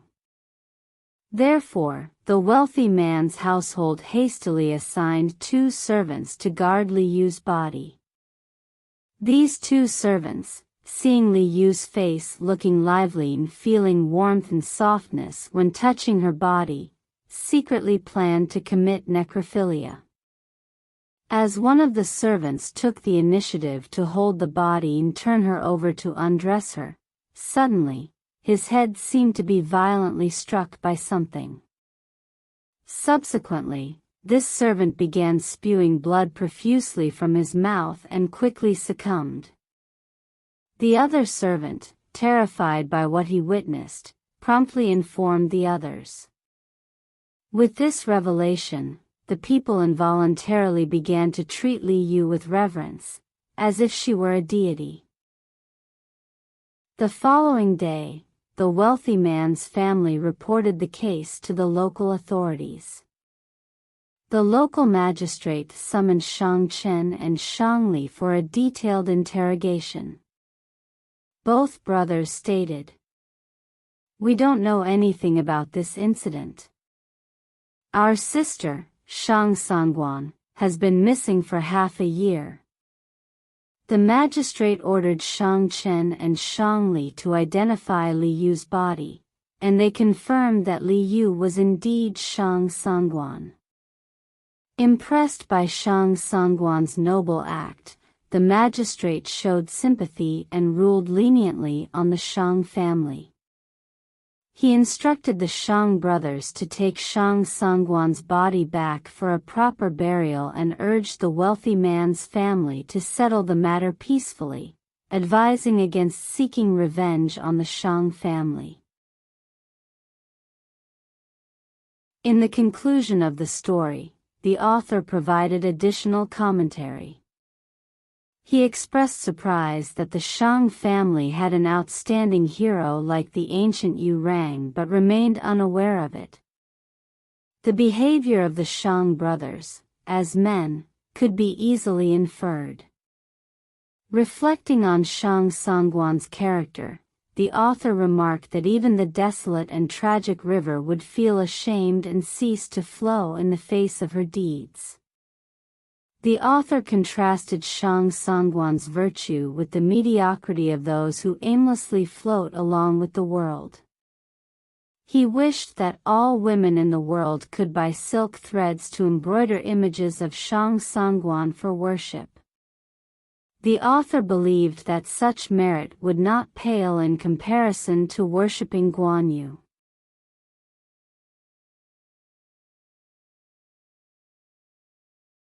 Wang Shixiu. In Luzhou, there was a man named Wang Shixiu, born strong and robust, capable of lifting a large stone mortar used for pounding rice. Both Wang Shixiu and his father were skilled at playing football. Unfortunately, his father met with a tragic accident and drowned in the Qiantang River during a boat trip when he was in his 40s. About 8 or 9 years later, Wang Shixiu went to Hunan for business. One night, the boat he was on anchored by the shore of Dongting Lake. As Wang Shixiu gazed from the ship's rail, he saw a full moon rising from the east, casting its reflection on the clear lake like a white ribbon. While he was admiring the beauty of the night, he suddenly noticed 5 people jumping out of the lake. They were carrying a large mat, spreading it flat on the water surface. The mat was quite large, covering an area of about half an acre. They arranged food and drink on the mat, and the utensils made some clinking sounds, but these sounds were gentle and not like the clatter of ceramic or porcelain. After a while, 3 of them sat on the mat, while the other 2 stood by serving. Among the 3 sitting, 1 wore yellow clothes, and the other 2 wore white.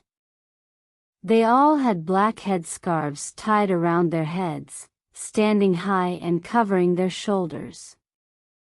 This attire was very strange and peculiar, something Wang Shixiu had never seen before.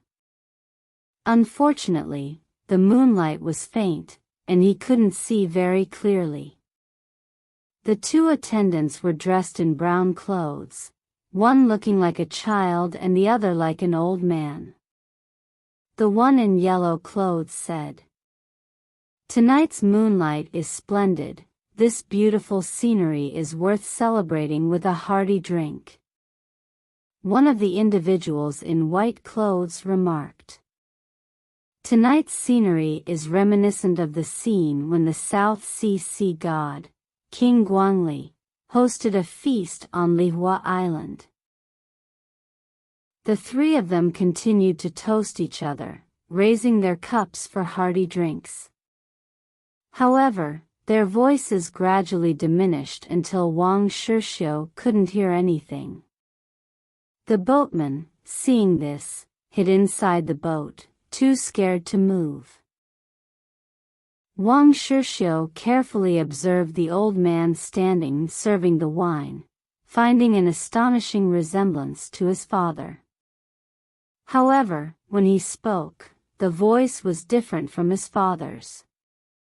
As the midnight hour approached, suddenly one of them said, "With the bright moon tonight, we should play a game of football for joy." Immediately, Wang Shixiu saw the young child dive into the water and retrieve a large round ball, about the size of 2 clasped hands. The ball seemed filled with mercury, translucent and sparkling with a silver light. The 3 individuals who were seated all stood up. The person in yellow called the old man serving wine to join them in playing football. With one kick, the old man sent the ball over 10 feet high, shining brightly in mid-air, making it difficult for anyone to open their eyes. Suddenly, the ball flew towards Wang Shixiu, landing directly in the boat he was on. Wang Shixiu felt an itching sensation at the tip of his foot and instinctively kicked the ball out with force. He sensed that the large ball was light and soft. However, his powerful kick seemed to have punctured the ball. The ball flew more than 10 feet high, leaking some light from the middle. The light created a brilliant rainbow in the night sky as the ball descended. Finally, with a whoosh sound, the ball rapidly plunged into the water, resembling a comet streaking across the sky and falling into the water. Immediately, the water emitted a sound like boiling, bubbling for a moment before settling down. The people on the mat were infuriated, shouting, "Who is this intruder ruining our enjoyment?" However, the old man laughed and said, "The ball was kicked well. This kick is our family's unique skill, the meteor hook." The person in white expressed dissatisfaction with the old man's casual response, angrily stating, "We are all angered, why are you so cheerful?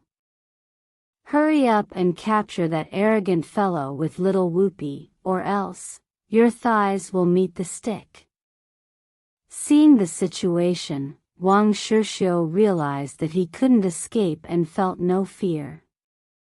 He raised a large knife, standing at the bow of the boat, prepared to confront the group. In the blink of an eye, the young child and the old man appeared before Wang Shishio, each wielding weapons. As Wang Shishio focused on the old man, he was indeed his father. Overwhelmed with emotion, he cried out, "Father! I am here." Startled, the old man, realizing the situation, met his son's gaze with a melancholy expression. Seeing this, the young child hastily retreated. The old man spoke to Wang Shishio. "My son, quickly hide, otherwise, we will all perish." Before his words could settle, the three individuals from the mat had already boarded Wang Shishio's boat. These three people had dark complexions, and their eyes were larger than pomegranates. They seized the old man and attempted to leave. Wang Shishio fiercely struggled with them, causing the boat to sway violently until the cable snapped. With a swift strike, Wang Shishio cut off the yellow-clothed person's arm, who then fled. One of the white-clothed individuals charged towards Wang Shishio, who swiftly beheaded him. The severed head rolled into the water, emitting a thud sound before sinking. Wang Shishio intended to cross the lake swiftly under the cover of darkness. Suddenly, he observed a large mouth emerging from the water.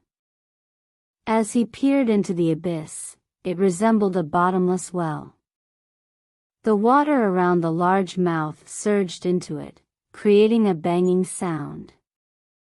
Abruptly, the massive mouth spewed out a water column, generating towering waves that seemed to touch the stars, causing all the boats on the lake to shake violently. People on the boats were terrified. Wang Shishio's boat happened to have two large stone drums, each weighing over 100 caddies. Wang Shishio immediately lifted one drum and hurled it towards the gaping mouth in the lake. The drum crashed down, creating a thunderous roar, and then the waves gradually subsided. Wang Shishio threw another drum, and the lake surface became calm. Suspecting that his father had turned into a ghost, the old man explained, "I was originally not dead. Back then, we were a group of 19 people drowned in the river, all devoured by demons. I was spared because of my skill in playing football. Later, that demon offended the water god of the Qiantang River and moved to hide in Dongting Lake. The three people you saw were actually fish spirits, and the ball they kicked was a fish bladder." Father and son rejoiced at their reunion, setting sail towards home without waiting for dawn. When daylight arrived, the others on the boat found a large fish fin on the deck, about 4 to 5 feet long, likely the arm of the yellow-clothed fish spirit that Wang Shishio had severed during the night.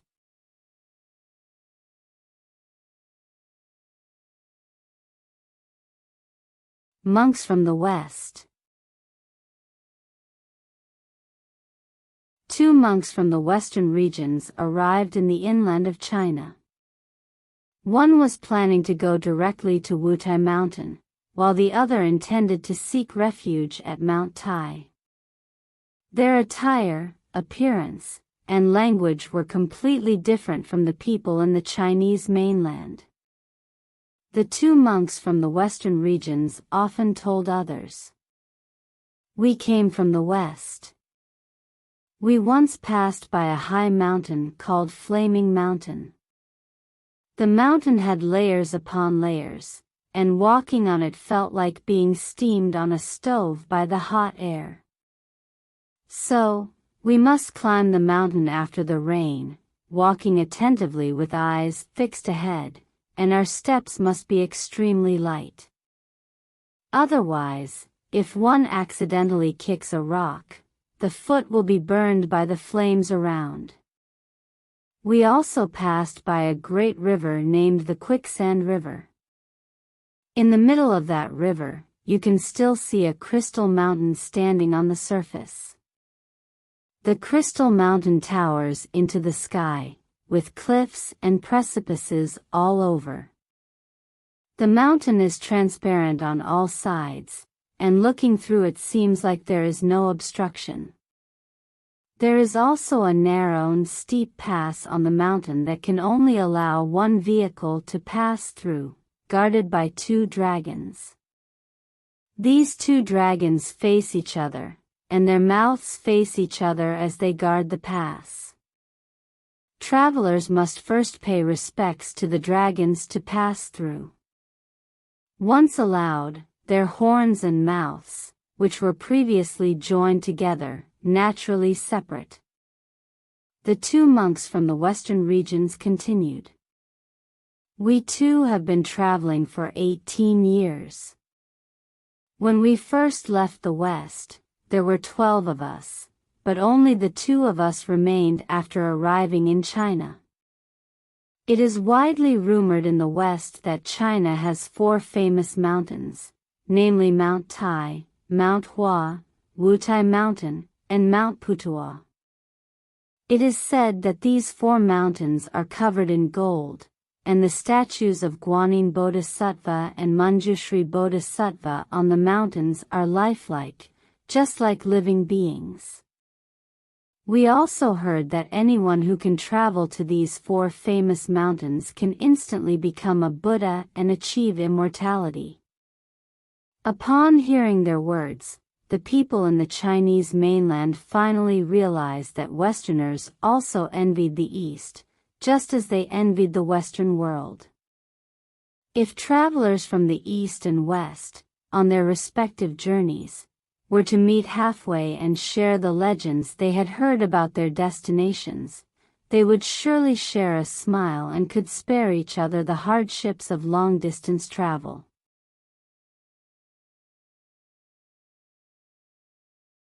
Yu Jiang. There was a farmer named Yu Jiang. When he was 16, his father slept in the fields one night and was unfortunately eaten by a wolf.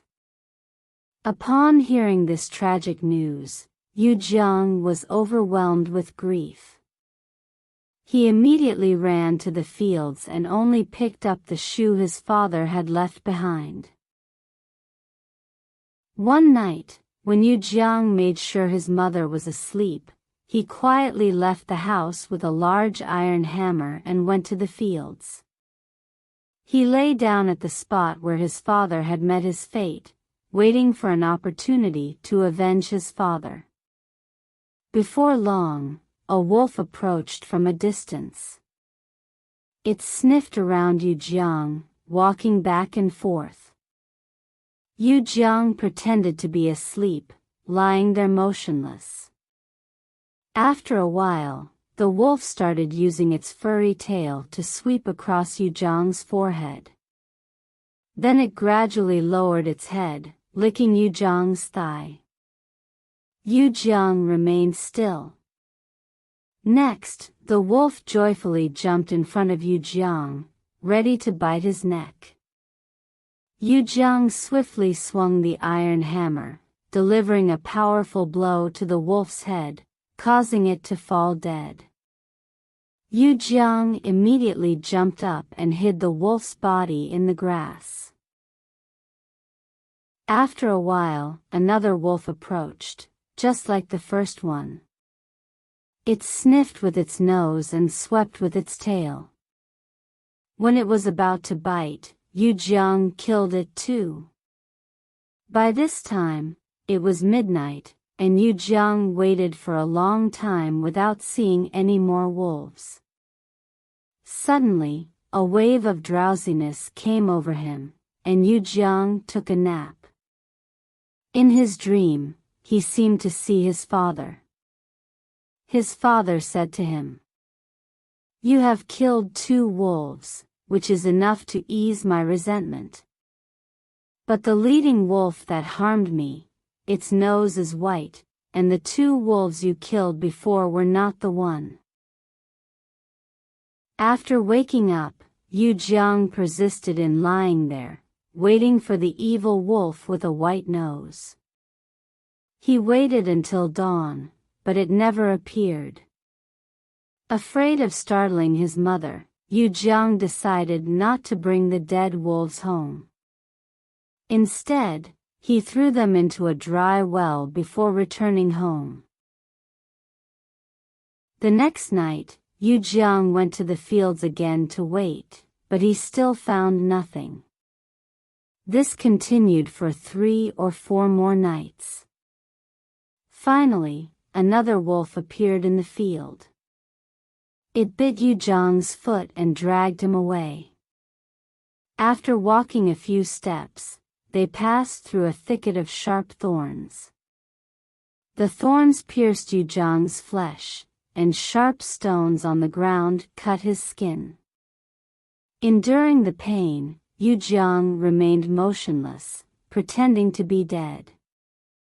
The wolf dropped him on the ground, intending to bite his abdomen. Yu Jiang suddenly leaped up, wielding the iron hammer to strike the evil wolf. The wolf fell, and Yu Jiang, worried it might still be alive, continued to strike until the wolf was completely dead. Upon closer inspection, Yu Jiang confirmed that this wolf indeed had a white nose. Overjoyed, Yu Jiang carried the dead wolf home and recounted the revenge story to his mother. With tears in her eyes, his mother accompanied him to the scene, where Yu Jiang pulled out the bodies of the 2 wolves he had previously killed from the dry well. In the end, the author provided a commentary, saying that a remarkable figure like Yu Jiang could emerge from a rural farmer's family. His bravery and righteousness stemmed from his courageous character and filial piety. Yu Jiang not only displayed courage and boldness but also demonstrated extraordinary wisdom.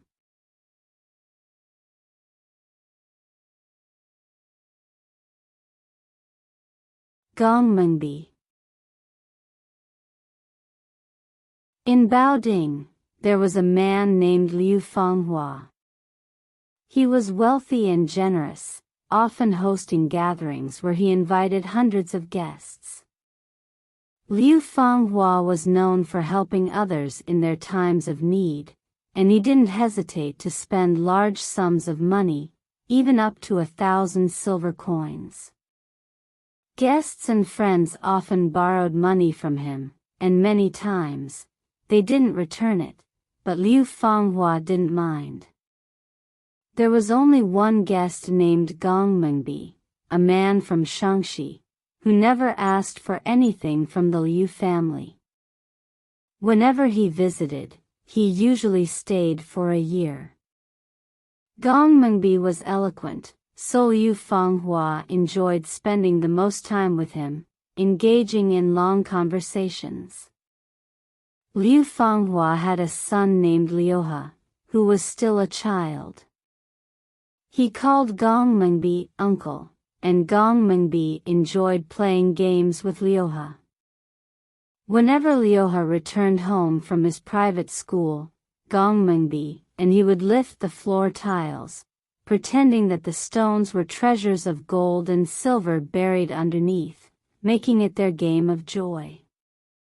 Liu Fanghua's house, with 5 buildings, had stones buried in front and behind every house.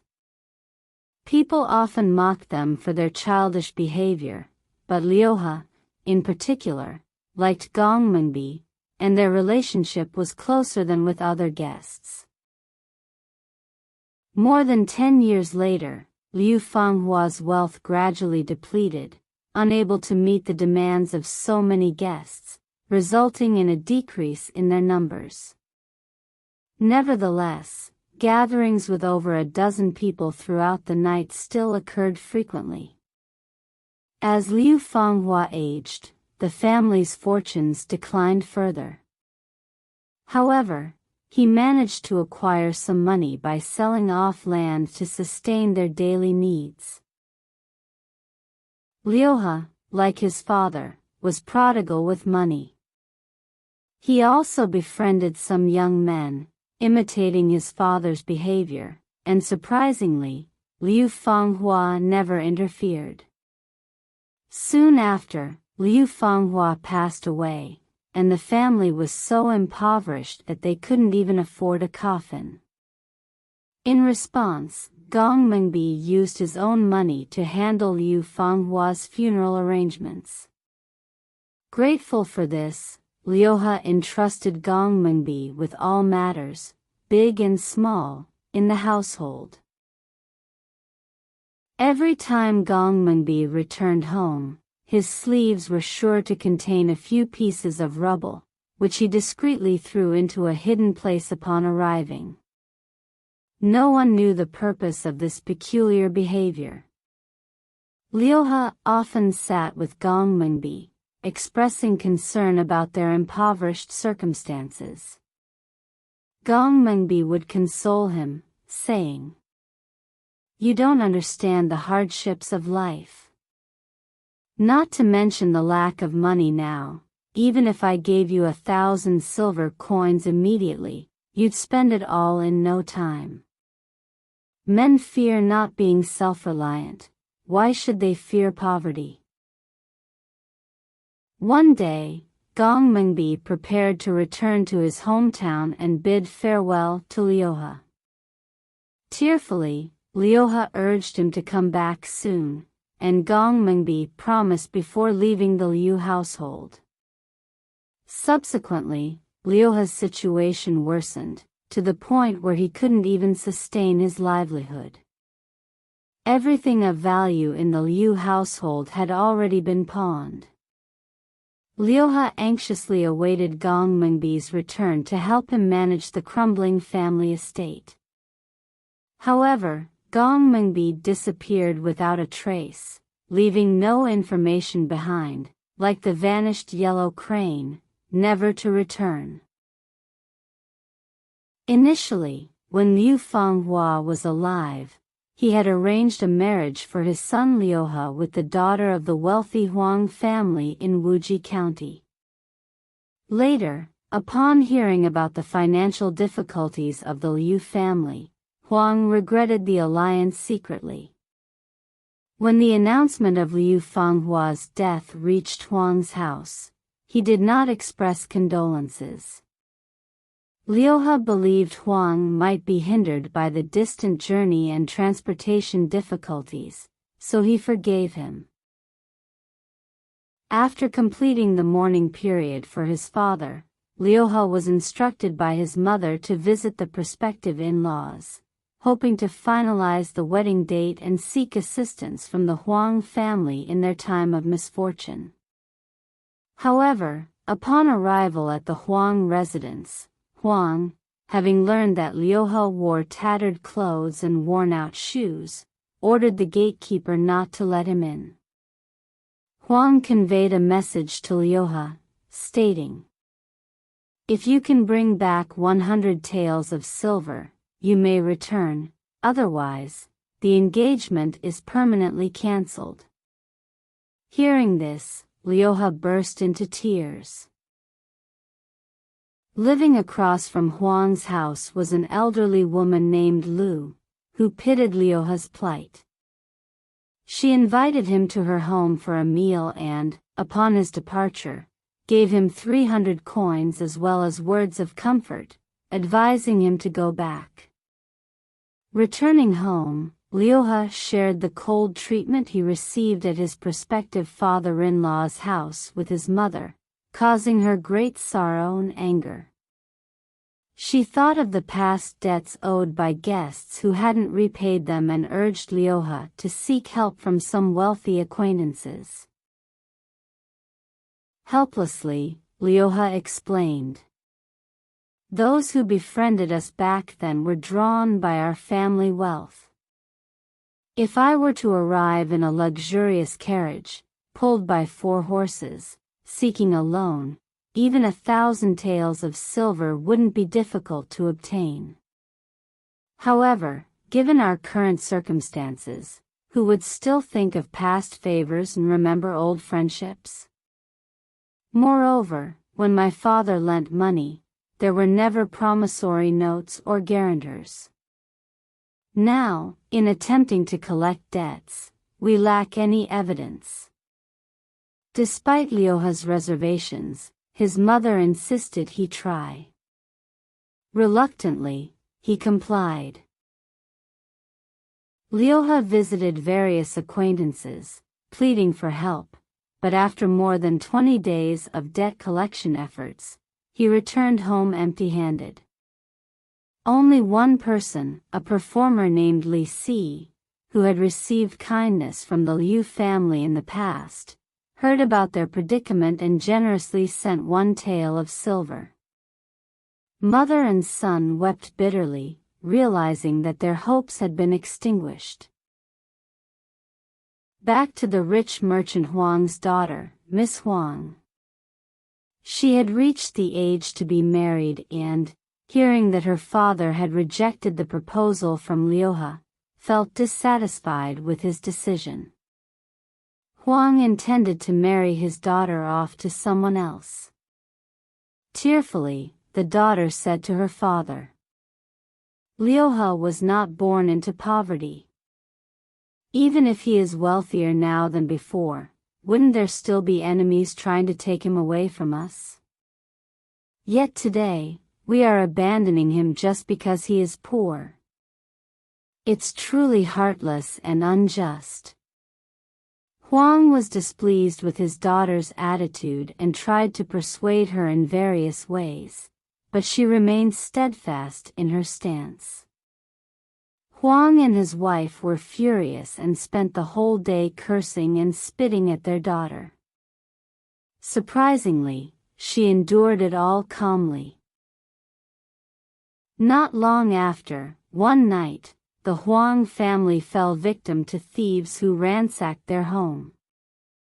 Huang and his wife were subjected to torture and nearly lost their lives. Their wealth was completely plundered.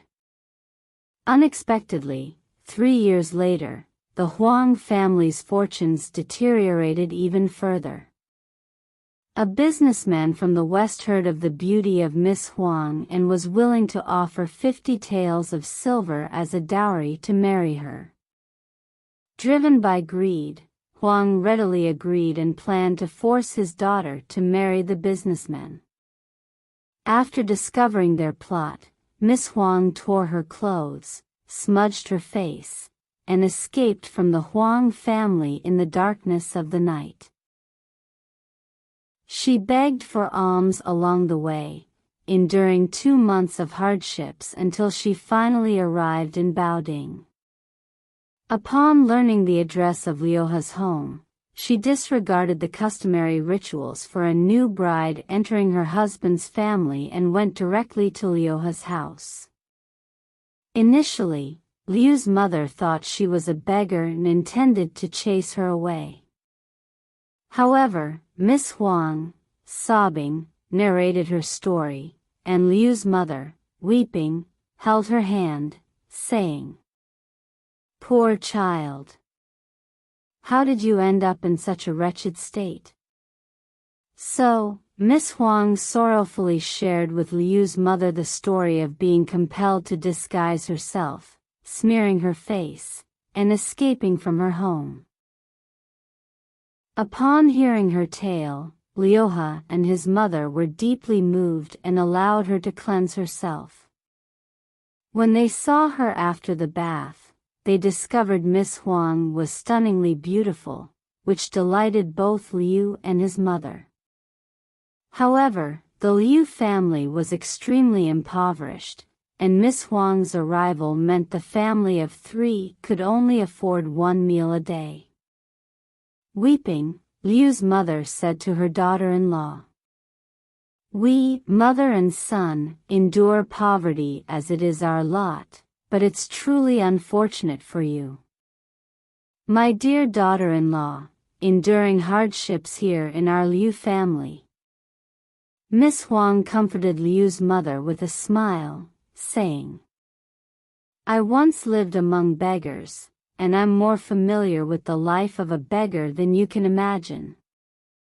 Compared to then, our situation now feels like the difference between heaven and hell." Liu's mother, hearing this, finally smiled in relief. One day, Miss Huang visited the vacant old house of the Liu family and found overgrown weeds everywhere with no clear space. She slowly entered the interior and discovered thick layers of dust, and in the dim corner of the wall, it seemed like something was piled up. When she kicked it with her foot, it hurt, and picking up a piece, she was astonished to find it was high-quality silver. Amazed, she hurried back to inform Liuha. Following her, Liuha went to investigate. To their surprise, the silver pieces were remnants that Uncle Gong had brought back in his sleeves and abandoned in the dark corners, which had now turned into pure silver. This reminded Liuha of the times he used to bury stones under the floor tiles of the old house with Uncle Gong during his childhood. Worried that those stones might also have turned into silver, Liuha promptly redeemed the old house, which had been mortgaged to creditors. Liuha discovered that the old house's floor tiles were already broken and incomplete, and the stones buried years ago were exposed and visible, feeling somewhat disappointed. However, when he lifted other floor tiles, he was astonished to find piles of shiny silver underneath. In an instant, the Liu family became wealthy once again. They redeemed the mortgaged fields, hired servants, and their mansion surpassed its former grandeur. After such a tumultuous experience, Liuha began to motivate himself. He said to himself, "If I don't stand on my own feet now, I would be letting down Uncle Gong's sincere efforts for my family." From then on, he devoted himself to studying. 3 years later, he was chosen as the intellectual and moral model of the town. Even after regaining wealth, Liuha didn't forget his benefactor. He personally went to express gratitude to Mrs. Liu, the kind old lady living across from the Huang family. Liuha, dressed in splendid attire, accompanied by over 10 servants, all riding tall horses, arrived grandiosely at Mrs. Liu's house. Mrs. Liu's house was very small, with only one room. Liuha sat on her bed and chatted with her. Meanwhile, the noisy arrival of Liuha and his entourage created a commotion in the narrow alley. Since Miss Huang ran away, the wealthy man who intended to marry Miss Huang pressured the Huang family to return the betrothal gifts. However, the dowry had already been spent by the Huang couple, and they couldn't repay the full amount. In desperation, Huang had to sell their house to settle the debt. From then on, the Huang family became as destitute as the Liu family in the past. Hearing about Liuha's newfound prosperity, Huang felt deep regret, closed his door, and sank into sorrow. Mrs. Liu bought wine and dishes to entertain Liuha. During the conversation, she spoke highly of the virtue of the Huang family's daughter and expressed regret about her disappearance. Mrs. Liu asked Liuha if he had married, and he replied that he already had a wife. After the meal, Liuha insisted on taking Mrs. Liu to see his new wife. They returned to Baoding together. As they entered the gate of Liu's house, Miss Huang, dressed in her best attire, came out to greet them, surrounded by a group of maids like a celestial being. Mrs. Liu was surprised to see Miss Huang in such a state. They held hands and reminisced about the past, and Miss Huang eagerly inquired about her parents' well-being. Mrs. Liu stayed at the Liu family's house for a few days, receiving generous hospitality from the entire family.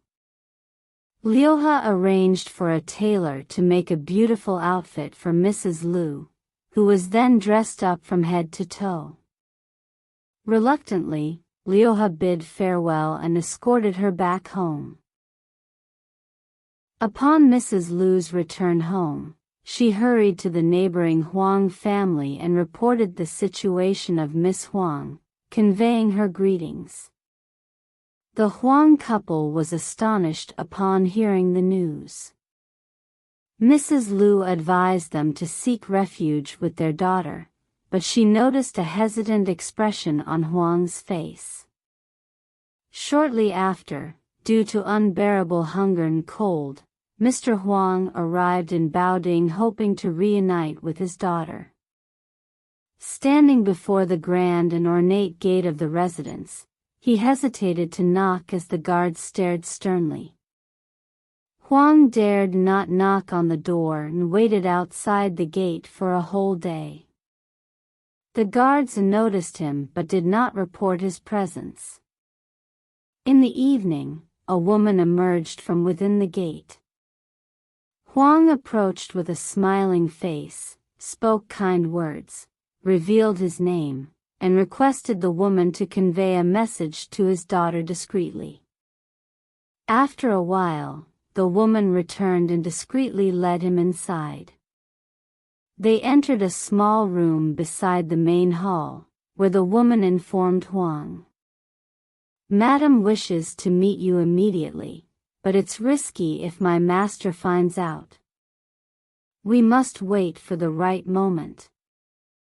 "Sir, when did you arrive? Are you hungry?" Huang recounted his arduous journey to the woman. She then brought him a pot of wine and 2 plates of food. Handing him 5 taels of silver, she said, "My master is currently hosting guests in the hall, and madam may not have the opportunity to come out.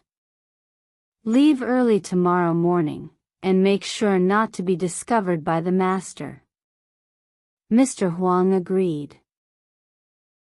Early the next morning, Huang packed his belongings and went to his daughter's door.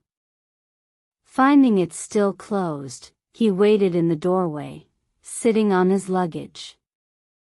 Suddenly, a commotion arose, and voices were heard saying that the master was about to leave. Huang, thinking to pick up his luggage and quickly retreat, was already seen by Liuha. Perplexed, Liuha inquired about the stranger, but none of the household members could provide an answer. Annoyed, Liuha exclaimed, "Intruding into someone else's home, he must be a troublemaker. Quickly tie him up and take him to the yamen for me." The family members, in unison, bound him securely with a short rope and tied him to a tree in the courtyard. Huang, feeling ashamed and frightened, did not offer a single word in his defense. At that moment, the woman from the previous day rushed out, kneeling before Liuhe, and explained. "This man is my uncle. Because he arrived late yesterday, I didn't have time to report it to the master. Only then did Liuhe order the servants to release him." The woman escorted Huang outside, apologizing for the oversight.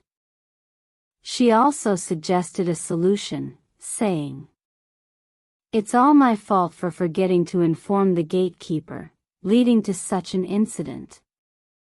Madam said that if you want her, you can have Mrs. Huang pretend to be a flower seller and come with Mrs. Liu, our neighbor across the street." Mr. Huang, expressing gratitude, agreed and left. Back at home, he recounted all his experiences to his wife. Mrs. Huang, yearning for her daughter as if starving, sought the help of Mrs. Liu. Mrs. Liu readily agreed to accompany her on a visit to Liuhe's residence. The two elderly ladies entered the courtyard of Liuhe's residence, passing through more than 10 gates before reaching the place where the daughter lived. They saw Miss Huang adorned in a gorgeous attire, wearing a high hair bun, adorned with luxurious fabrics, and the room was filled with a delightful fragrance. At her slightest command, the maids and servants hurriedly gathered around her, bringing golden lacquered chairs and bamboo tables to cool the air. Through subtle exchanges in their own language, the mother and daughter greeted each other, their eyes meeting, and tears welled up in their eyes. At night, the maids prepared a guest room for the two old ladies. The bedding was light and soft, a luxury even during the prosperous days of the Huang family. The two old ladies stayed at Liu's house for about 3 to 5 days, and Miss Huang treated them with great warmth. Whenever there were no others around, Mrs. Huang would tearfully confess her past mistakes. Miss Huang would console her, saying, "What unresolved issues are there between us, mother and daughter? It's just that Liuhe is still holding a grudge, so I dare not let him know everything." After that, every time Liuhe returned home, Mrs. Huang would hurriedly retreat and hide. One day, while Miss Huang and mother were having a heart-to-heart talk in bed, Liuhe suddenly walked in. Seeing this situation, he angrily shouted, "You, old woman from the countryside, what audacity! How dare you sit together with my wife? I should shave off all your hair." Mrs. Liu hurriedly stepped forward to explain. "This old lady is a familiar acquaintance of mine, Mrs. Wang, who sells flowers. Please don't blame her." Liuhe calmed down, apologized, and, after sitting down, said to Mrs. Liu, "You've been here for several days. I've been too busy to find time to chat with you properly. I wonder how those two old animals from the Huang family are doing." Mrs. Liu smiled and replied, "They are doing fine, just struggling with extreme poverty. Sir, now that you are wealthy and prosperous, why not consider your relationship with the Huang family?" Liuhe, slapping the table, exclaimed, "If it weren't for your old kindness in giving me a bowl of porridge back then, how could I have returned to my hometown alive? Just thinking about it, I really want to skin them and sit on it." What relationship can I possibly have with them? He scolded vehemently, even stomping his feet. Miss Huang, feeling angry, said to Liuhe, "Even if they are unkind and unjust, they are still my parents. I endured the long journey, my hands covered in frostbite, and my toes wearing through my shoes. I believe I haven't done anything wrong to you. Why do you insult my parents in front of others? Are you intentionally embarrassing me?" Liuhe realized he had gone too far, so he suppressed his anger, stood up, and left. After hearing the words from Liuhe, Mrs. Huang felt ashamed and remorseful, utterly humiliated. She decided to leave immediately, and before departing, Miss Huang secretly gave her 20 taels of silver. Back home, with no news from the Huang couple, Miss Huang was particularly concerned about them. Sympathizing with his wife's distress, Liuhe sent someone to invite them to Baoding. When the Huang couple arrived at Liu's residence, they couldn't lift their heads due to shame. Liuhe apologized, saying, "I hadn't met the elderly couple before. Last year, you came a long way without explaining your identity, and I truly offended you." Huang responded only with a low, embarrassed voice. Liuhe then provided the Huang couple with new clothes and shoes. Despite staying at Liu's house for over a month, the Huang couple still felt uneasy and wanted to bid farewell and return home. Seeing their determination to leave, Liuhe did not insist on them staying. Before their departure, Liuhe gifted them 100 taels of silver, saying, "Back then, that wealthy merchant offered 50 taels to marry your daughter. Today, I'll double that and use 100 taels to marry your daughter." Mr. Huang accepted the gesture with great shame. Liuhe arranged for transportation to send them back to their hometown. With this money, their later years could be considered comfortable. At the end of the story, the author provides the following commentary. After the decline of a wealthy family, former guests will disappear, which is truly infuriating. One might feel inclined to tightly close the doors and have no intention of making connections with any guests ever again. However, there are friends like Gong Mingbi who generously contribute funds for the burial of the deceased, transforming stones into gold to aid the living. This can also be seen as a repayment to those who are generous and hospitable.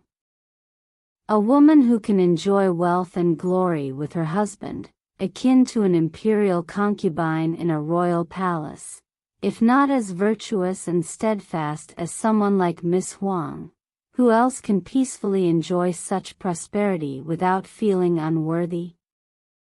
The Creator does not bestow blessings arbitrarily, and this story should illustrate that point. It reminds me of another story I heard before. In the past, in a certain village, there was a wealthy man who hoarded every bit of wealth, accumulating fortunes meticulously. He buried hundreds of taels of silver underground, fearing discovery by others.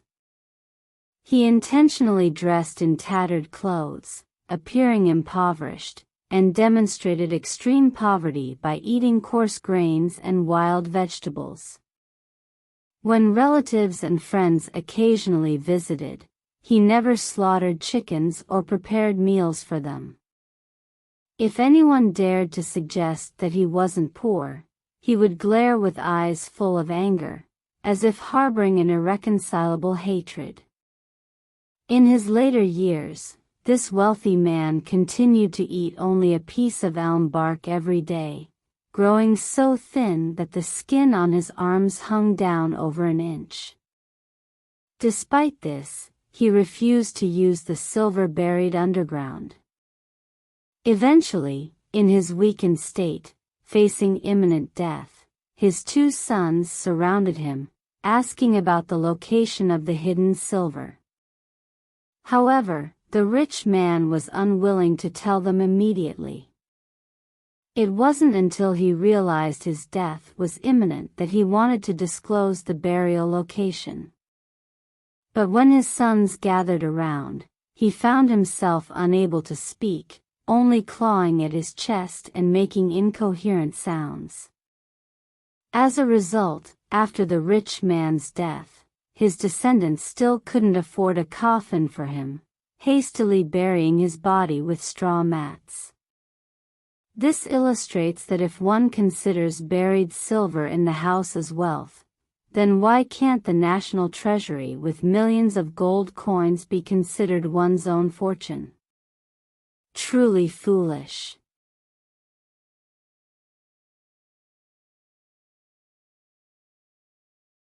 Ashia. In Wendeng County, there was a person named Jingxing who had been famous since his youth. Jingxing was a neighbor of Qinsheng, and their study rooms were separated only by a low wall. One evening, as Qinsheng passed by a desolate ruins, he heard the sound of a woman crying amidst the pine and cypress trees. Approaching, he discovered a woman about to hang herself from a tree branch.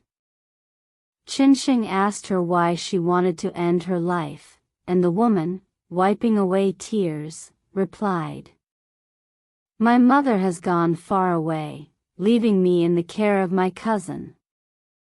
Unexpectedly, my cousin, driven by selfish ambitions, took the money but refused to shelter me. Now I am alone and destitute, better off ending my life." With that, the woman burst into tears again. Qinsheng untied the rope from the tree branch and persuaded her to get married. The woman expressed concern about not having someone trustworthy for a lifetime. Qinsheng then invited her to stay temporarily at his home, and she agreed. Returning home with the woman, Qinsheng lit a lamp and carefully examined her, realizing she was exceptionally beautiful. Qinsheng immediately developed feelings for her and pleaded to sleep with her.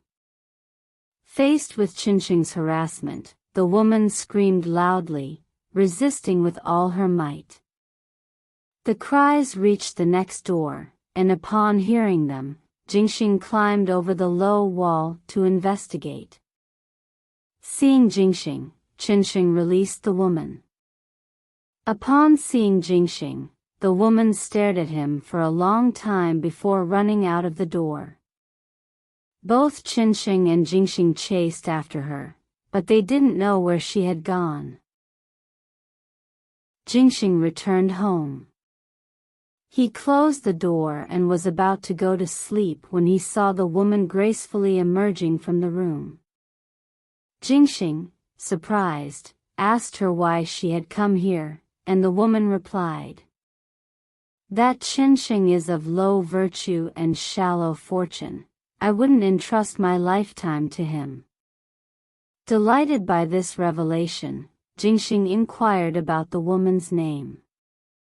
She said, "My family ancestors lived in the Qi region, so my surname is Qi, and my nickname is Ashia."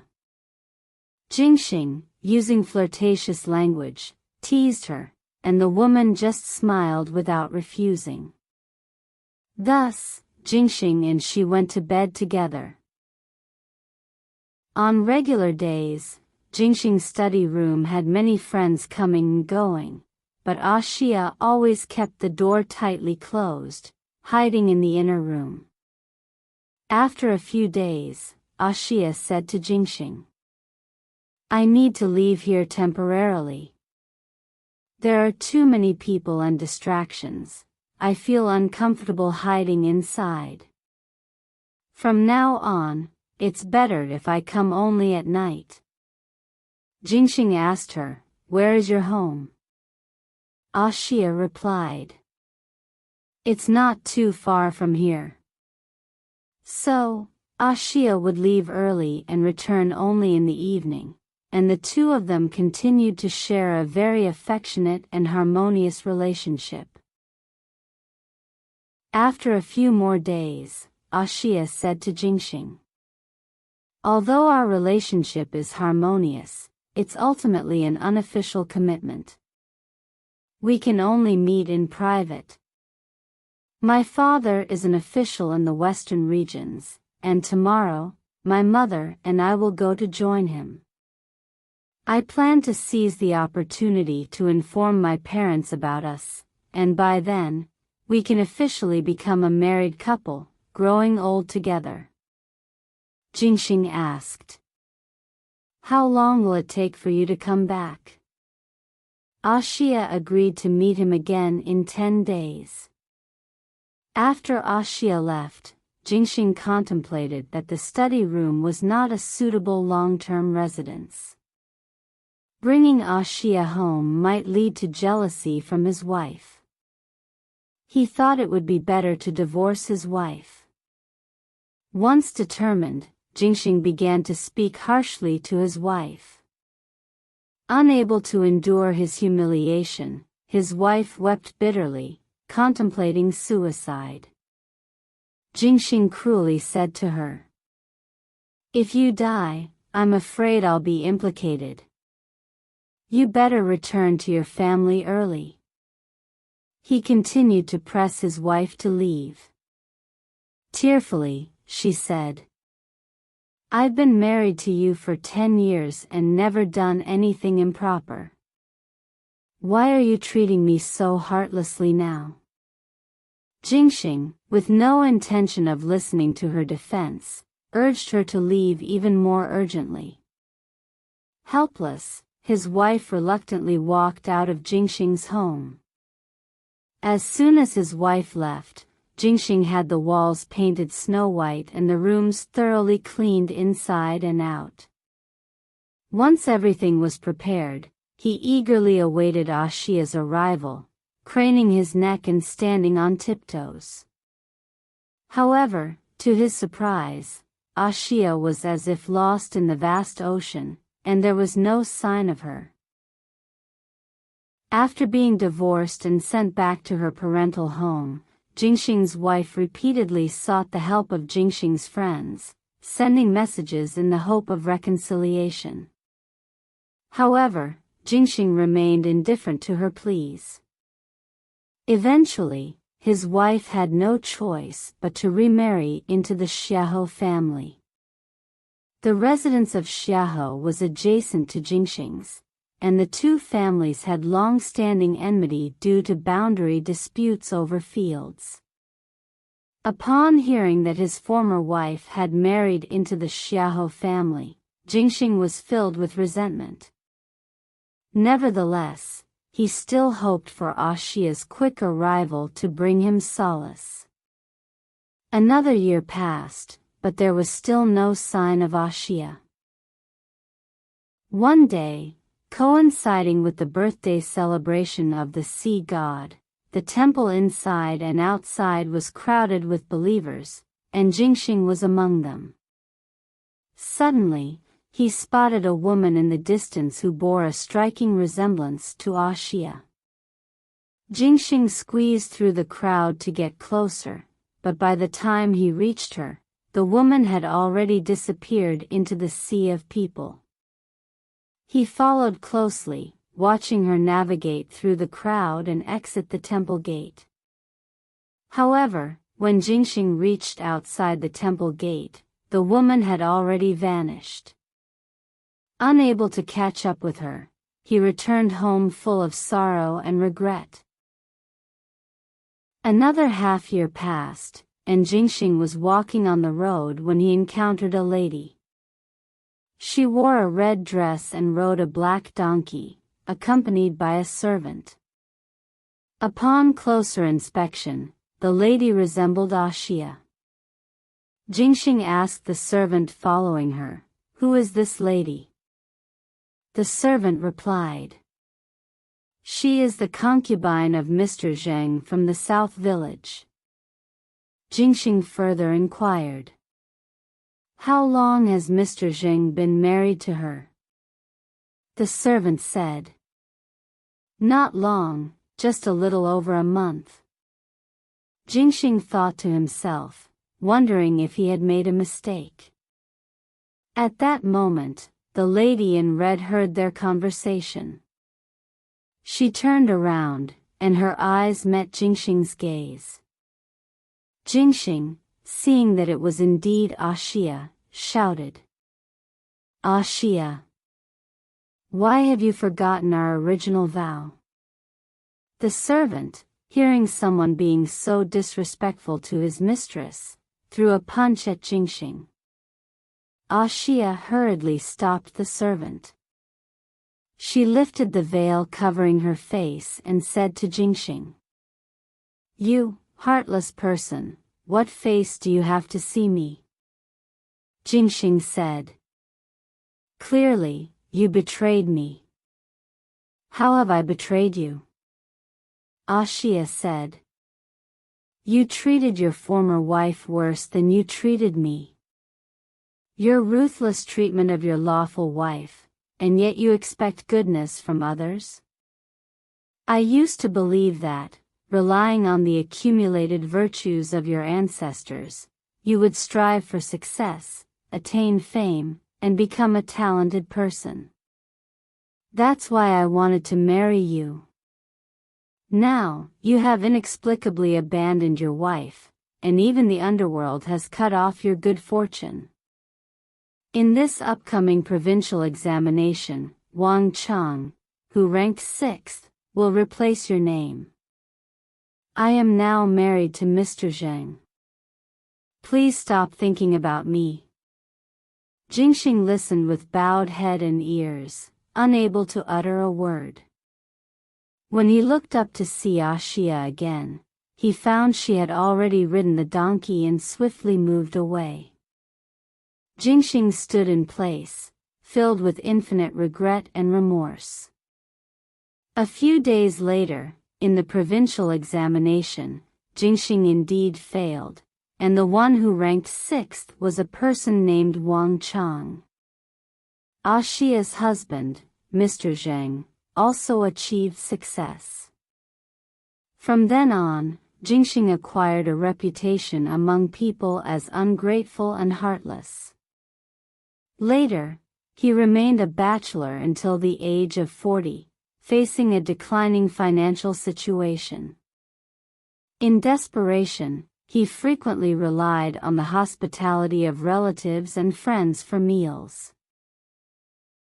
One day, Jingxing happened to visit the Zheng family, and Mr. Zheng warmly welcomed him, inviting him to stay. Ashia appeared from behind, observing the guest. Seeing Jingxing in a rather destitute state, she couldn't help feeling a bit of pity.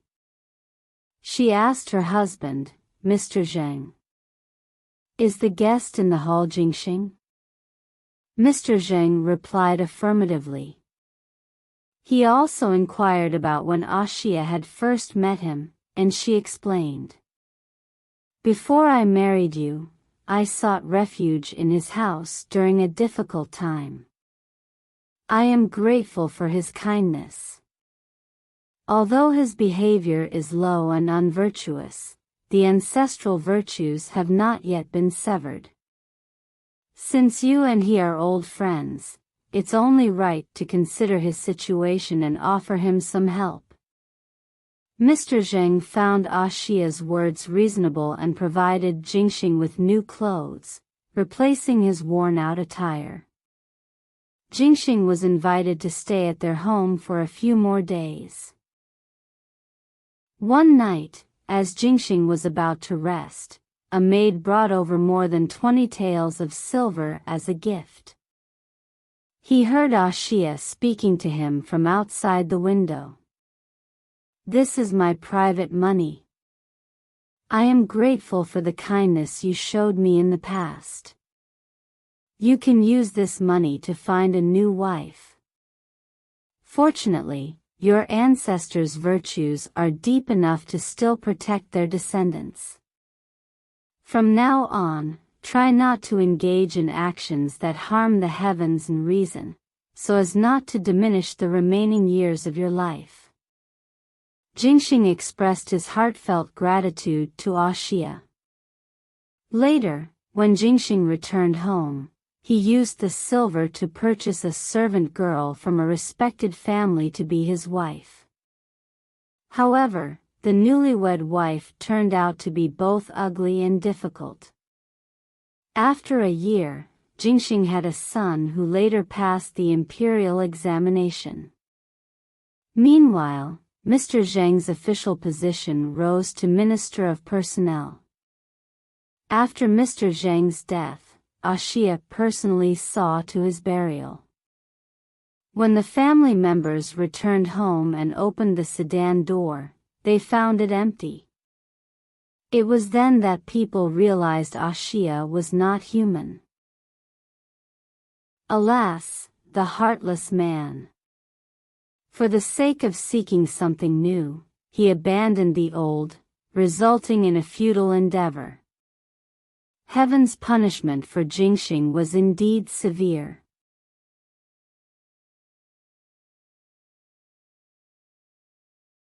Mina Bird. There was a man named Wang Fenbin who once told me a story. In his hometown, there was a man who raised a mina bird. Every day, this man would teach the mina bird to speak, and the mina bird learned exceptionally well. Their relationship was not only close but also involved the mina bird accompanying him on every journey for many years. One day, as they passed through Jiangzhou and Shaanxi, the man realized that despite being far from home, he had run out of money for the journey. This left the man in distress with no solution. At this moment, the mina bird said to him, "Why don't you sell me? If you take me to the royal residence, you'll surely get a good price. This way, you won't have to worry about the journey back home."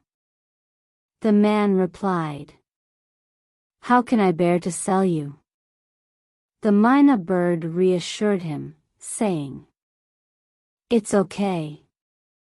Once you have the money, immediately leave the royal residence, and wait for me under the big tree 20 miles west of the city."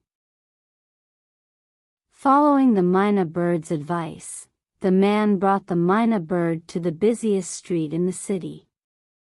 They engaged in a conversation in front of the crowd, and people, curious about the spectacle, gathered around.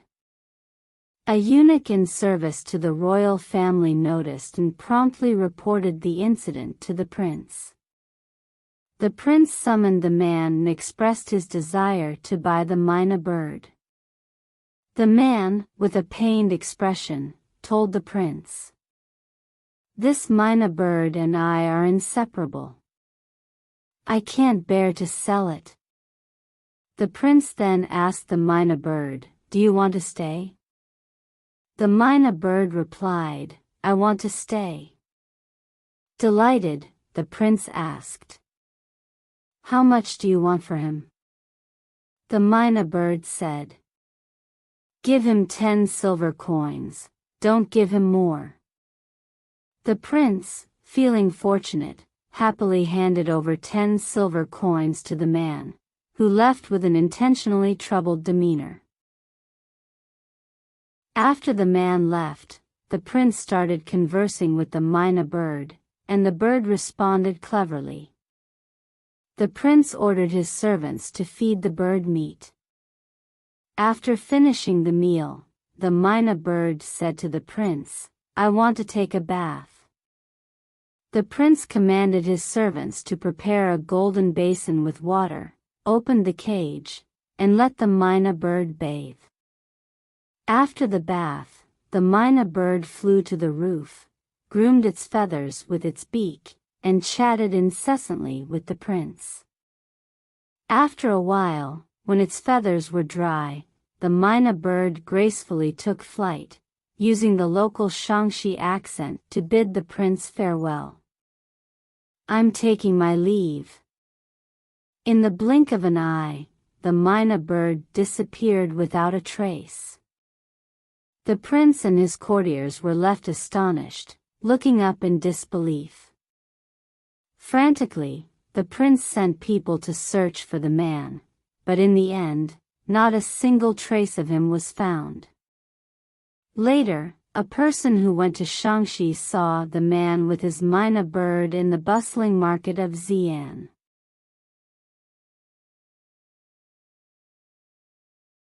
Proclamation to ghosts. In the city of Qingzhou, there was a Shangshu named Shi Maohua.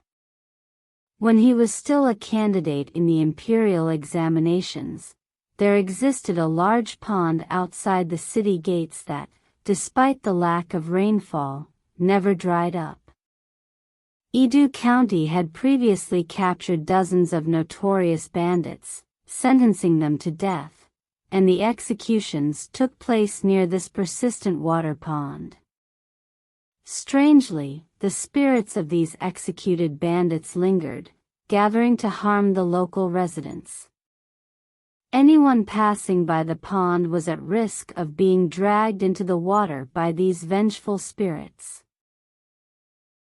One day, a person fell victim to a ghostly attack while passing by the pond.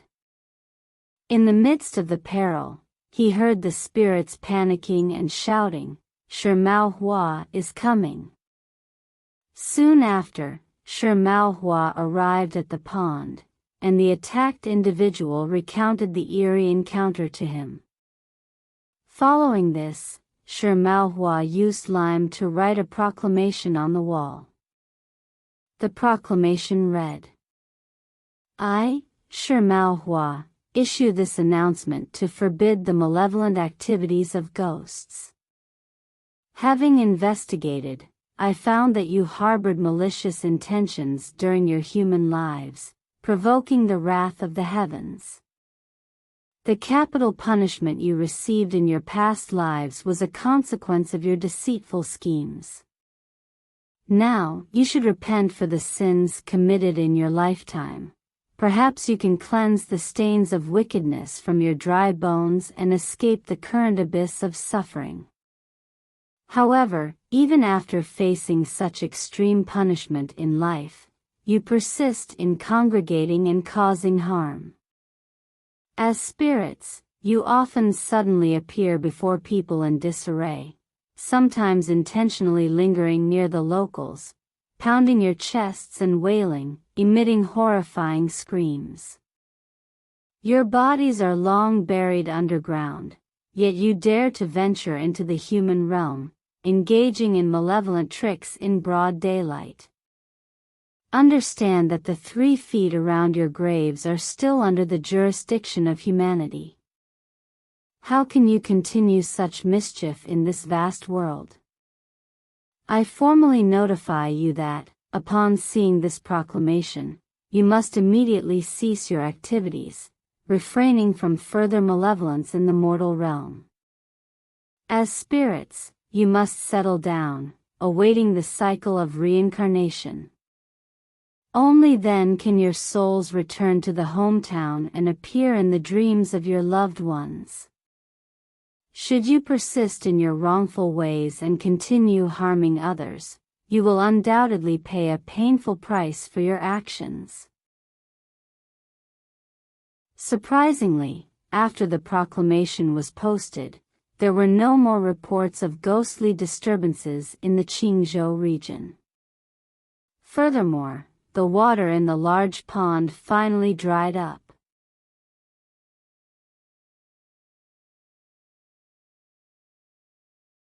Clay Ghost. My fellow townsman, Tang Jiwoo, served in the Hanlin Academy. When he was only a few years old, he was once brought by a cousin to play in a temple. Tang Jiwoo, known for his open-mindedness and boldness from a young age, saw clay ghost statues with large and bright glass eyes in the temple. Enamored by the beautiful glass eyes, Tang Jiwoo secretly used his fingers to pry them out and concealed them in his pocket, bringing them home. Upon arriving home with his cousin, the cousin suddenly seemed to fall ill.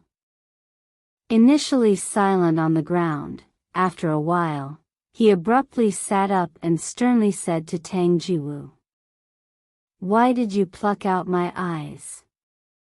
He then began to clamor and shout in distress. The family members were unaware of what had happened, and Tang Jiwoo confessed to his misdeed in the temple. Consequently, the whole family faced the cousin's body, praying and saying, "The child is ignorant and playfully harmed your eyes. Please do not blame him, and we will return them immediately." Only then did the cousin loudly declare, "If that's the case, I won't cause trouble. I'm leaving." After saying this, the cousin collapsed to the ground, seemingly unconscious. After a good while, he finally regained consciousness, but when questioned about what he had said earlier, he seemed bewildered. The family hurriedly returned to the temple and reinstalled the clay ghost statue's glass eyes into their sockets. In the story's conclusion, the author adds a commentary.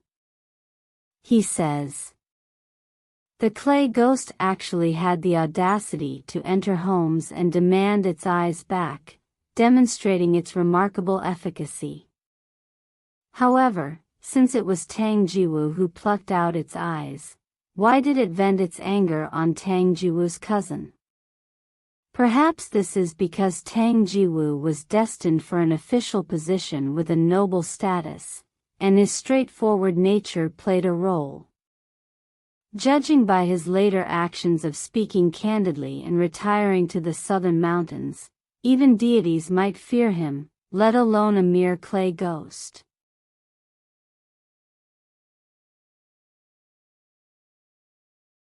Liu Haisher. In the Putai region, there was a man named Liu Haisher. At the age of 14, he came to Binzhou to escape the war. In Binzhou, Liu Haisher became classmates with a local student named Liu Tsanka, and their friendship was so strong that they became sworn brothers. Soon after, Liu Haisher received the news of his parents' death and rushed back home for the funeral. After that, he lost contact with Liu Tsanka. Liu Tsanka came from a wealthy family and, at the age of 40, had 2 sons. His eldest son, named Liu Ji, was a renowned scholar in the county at the age of 17. The younger son was also exceptionally intelligent. Later, Liu Tsanka took a woman from the Nei family in the county as a concubine and favored her greatly. After 6 months, Liu Ji suddenly fell ill with a severe headache and soon passed away, leaving Liu Tsanka and his wife in deep sorrow. Not long after, his wife also fell seriously ill and passed away. A few months later, Liu Ji's widow also died, and the maids and servants in the household died one after another under mysterious circumstances. Liu Tsanka mourned incessantly, overwhelmed by the unbearable pain of losing his family members. One day, Liu Tsanka was sitting at home, feeling anxious when suddenly, the gatekeeper came to report that Liu Haishur had arrived. Delighted to hear about his good friend's visit, Liu Tsanka quickly went out to personally welcome Liu Haishur into his home. Just as Liu Tsanka was about to inquire about Liu Haishi's well-being, Liu Haishur, in surprise, asked him, "Brother, you are facing a disaster. Don't you know?" Astonished by his words, Liu Tsanka was unsure why he would say such a thing. Liu Haishur continued, "We haven't communicated for a long time, but I always felt that your situation might not be good." Hearing this, Liu Tsanka shed tears and proceeded to narrate the events that had occurred in his family over the past 6 months. Liu Haishur listened, also moved to tears. After a while, Liu Haishur smiled and said, "Your family's calamity is not over yet.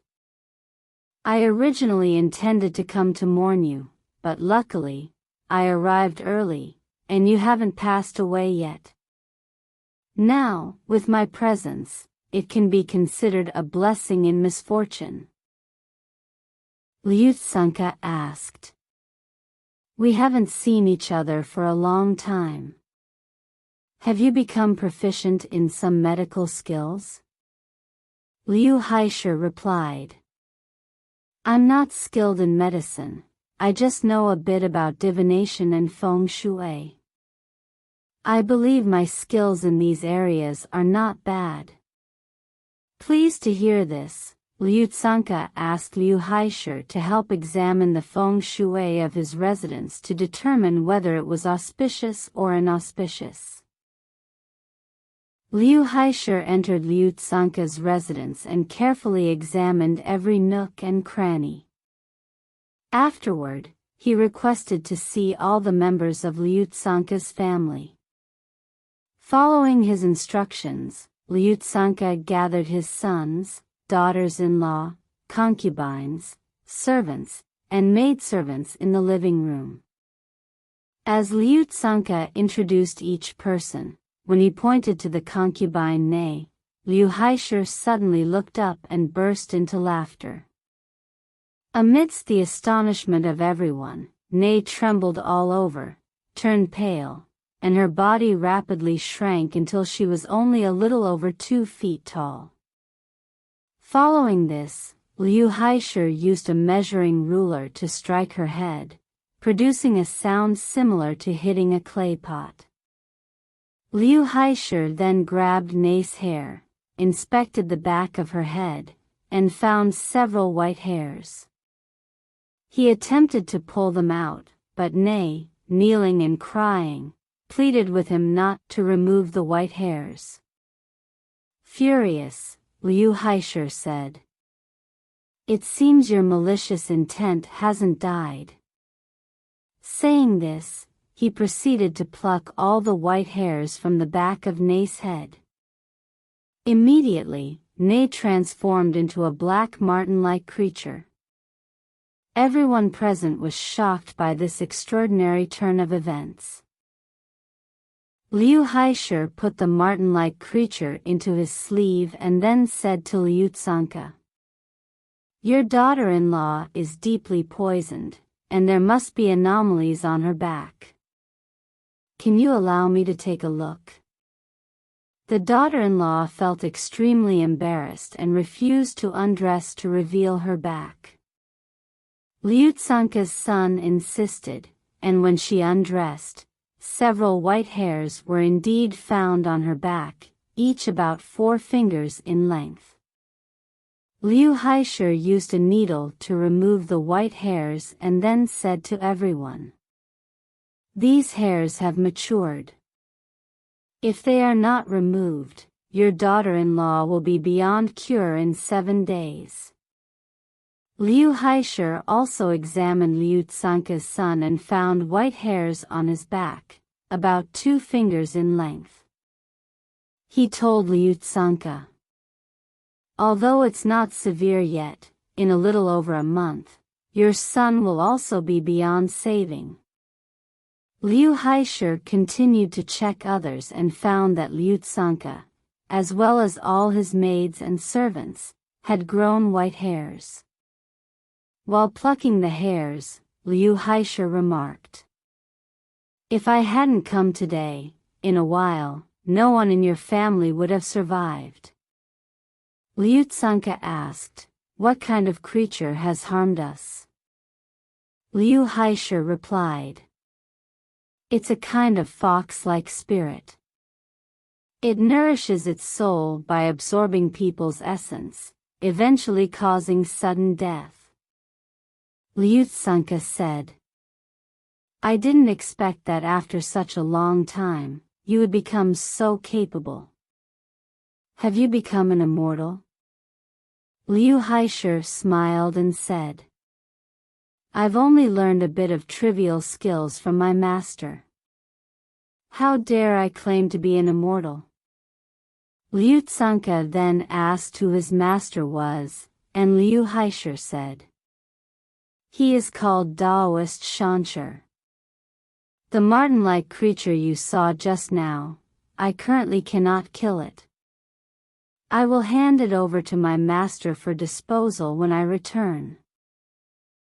After Liu Haisher finished speaking, he was about to take his leave. Suddenly, he felt his sleeve was empty and exclaimed, "The little creature has escaped. There was still a big hair on its tail that I hadn't plucked, and now it has run away." Everyone was shocked upon hearing this. Liu Haisher said, "I've plucked all the hair on its neck. It shouldn't be able to transform into a human again. Now, it can only transform into an animal, and I believe it hasn't gone far." So, Liu Haisher began to inspect the cats in Liu Tsanka's house and checked the dogs outside, but found no abnormalities. When he opened the pigsty door, Liu Haisher smiled and said, "It's here." Liu Tsanka looked and saw that there was inexplicably an additional pig in the pigsty. As soon as the pig heard Liu Haisher's laughter, it lay on the ground, not daring to move. Liu Haisher grabbed its ears and pulled it out, carefully examining its tail. Indeed, there was a white hair on the pig's tail, as hard as a needle. Just as Liu Haisher was about to pull out the white hair, the pig broke free from his grasp, rolled on the ground, and kept whimpering, refusing to let Liu Haisher pull the hair. Liu Haisher said, "You've caused the death of so many people, and now you refuse to let me pluck one hair from you?" After saying that, he grabbed the pig and successfully plucked out the hair. In an instant, the pig transformed back into the marten-like creature. Liu Haisher put the creature back into his sleeve, prepared to bid farewell again. Liu Tsanka earnestly tried to persuade him to stay, and Liu Haisher stayed for a meal.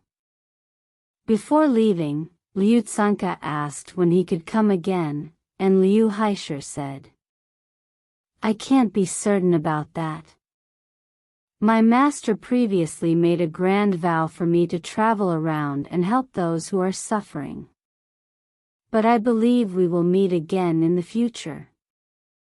After Liu Haisher left, Liu Tsanka carefully pondered the name of Liu Haisher's master.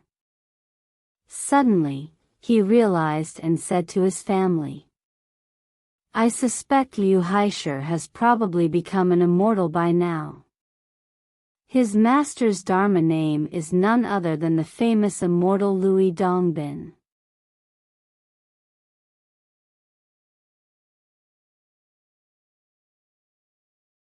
Bid farewell in the dream. Mr. Li's grandfather had a deep friendship with my grandfather's brother, Yu Tiangong. One night, Mr. Li's grandfather dreamt that Yu Tiangong visited his home. Yu Tiangong, with a solemn expression, engaged in a lengthy conversation with him.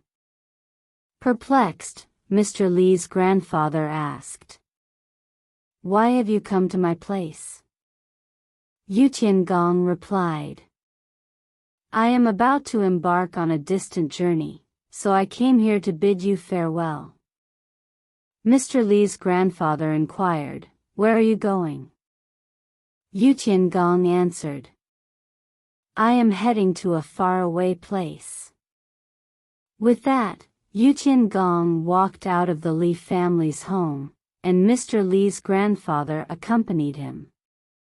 They arrived at a mountain valley, where they observed a large crack in the rock wall. At this moment, Yu Tiangong clasped his hands, bidding farewell to Mr. Li's grandfather. After that, he turned his back to the large crack in the rock and slowly retreated. Eventually, Yu Tiangong seemingly entered the crack, and despite Mr. Li's grandfather calling out to him, there was no response. At that moment, Mr. Li's grandfather abruptly woke up from the dream. As dawn approached, Mr. Li's grandfather recounted the dream to his brother, Li Jingyi, and instructed him to prepare morning items. He told his brother, "Yu Tiangong might have already passed away. We need to be ready to bid him farewell."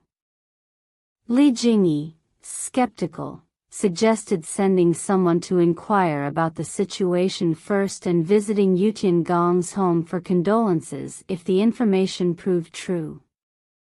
However, Mr. Li's grandfather disregarded the advice, donned mourning attire, and headed straight to Yu Tiangong's home. Upon reaching the entrance, he saw funeral banners already hanging prominently on the gate.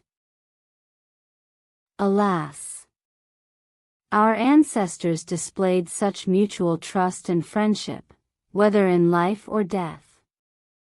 It is evident that ancient accounts, like the story of Zhang Xiao's coffin refusing to advance near the burial site until his close friend Fan Shi arrived to offer condolences, may indeed be true.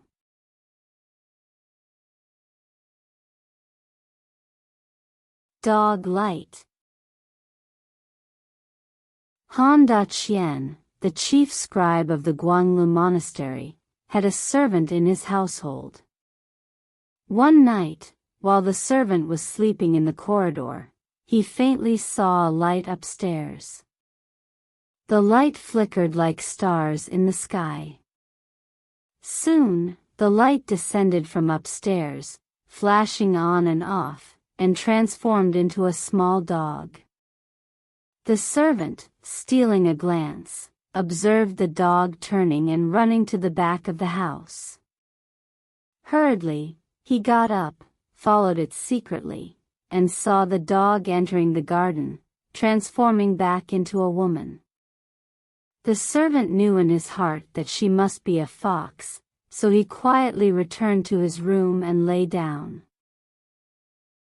After a while, the woman also came from behind. The servant pretended to be asleep and secretly observed her movements. The woman leaned over him and vigorously shook him. The servant, feigning just waking up, asked who she was. The woman did not answer. The servant asked again, "Wasn't the light upstairs just now from you?" The woman said, "Since you already know, why bother asking?" So, the two of them shared the same bed, indulging in pleasure night after night. From then on, the servant and the woman separated during the day but came together in joy at night, becoming accustomed to it.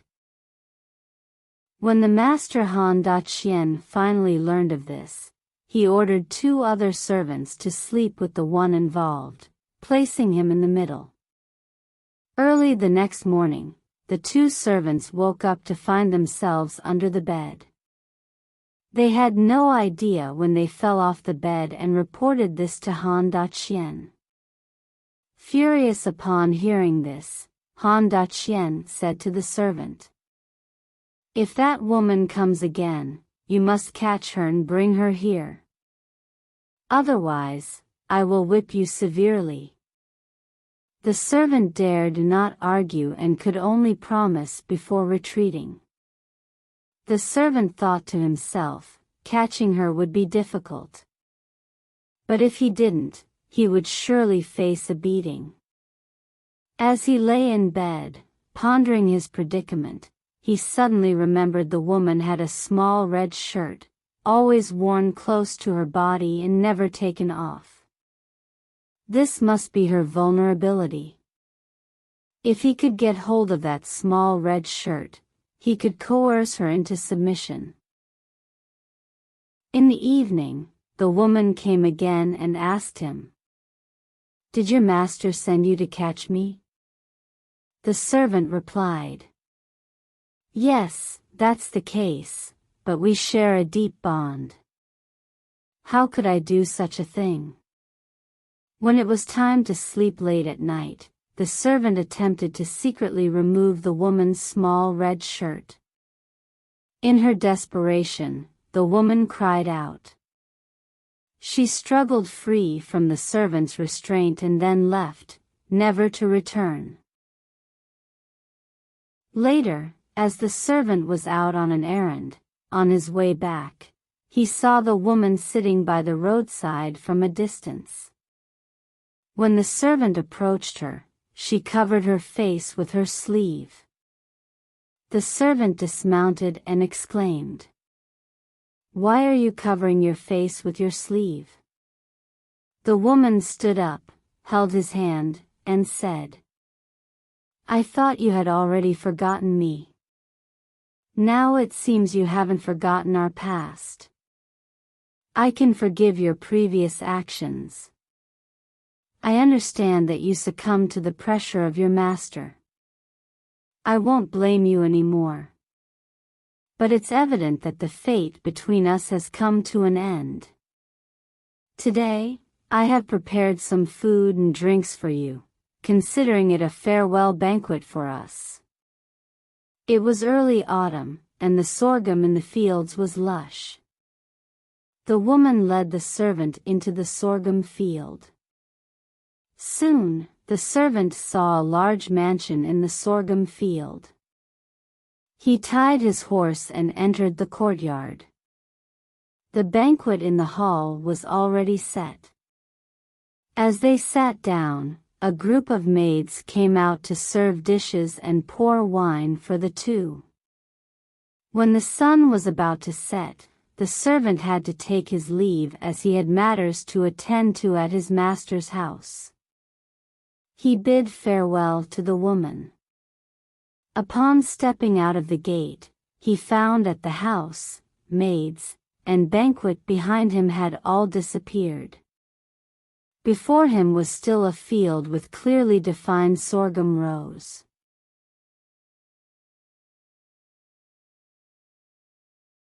Monks from the Western regions. There was a monk named Ti Kong who once told me a story. In Qingzhou, he had encountered two monks from foreign lands. These two monks had peculiar and eccentric appearances, with large earrings hanging from their ears, draped in yellow cloth, and curly hair and beards. The monks claimed to be from the western regions and had heard that the governor of Qingzhou greatly esteemed Buddhism. Therefore, they had come specifically to pay their respects. The governor of Qingzhou dispatched two bailiffs to escort them to a nearby temple. The monks in the temple, including Ling Pei, looked down on them due to their unusual appearance. However, the manager of the temple, responsible for overseeing the monks, saw their distinctiveness and warmly welcomed them in private. As a result, the two foreign monks decided to stay there. Someone asked the two monks, "I heard that there are many extraordinary individuals in Western countries. Do you also possess some peculiar magical powers?" At this moment, one monk smiled slightly, pulled something out of his sleeve, and held a small pagoda in his palm. The pagoda was about a foot tall and exquisitely crafted. There was a small Buddha niche on the highest part of the temple wall, and the monk threw the small pagoda toward it. The pagoda landed perfectly in the niche, without any deviation. People also noticed a relic on the pagoda shining brightly, instantly illuminating the surroundings. After a while, the monk waved his hand, and the pagoda returned to his palm. The other monk exposed his bare arms. His left arm gradually extended, while his right arm became shorter, shrinking into his body until it almost disappeared. Then, his right arm slowly lengthened, and the left arm shortened.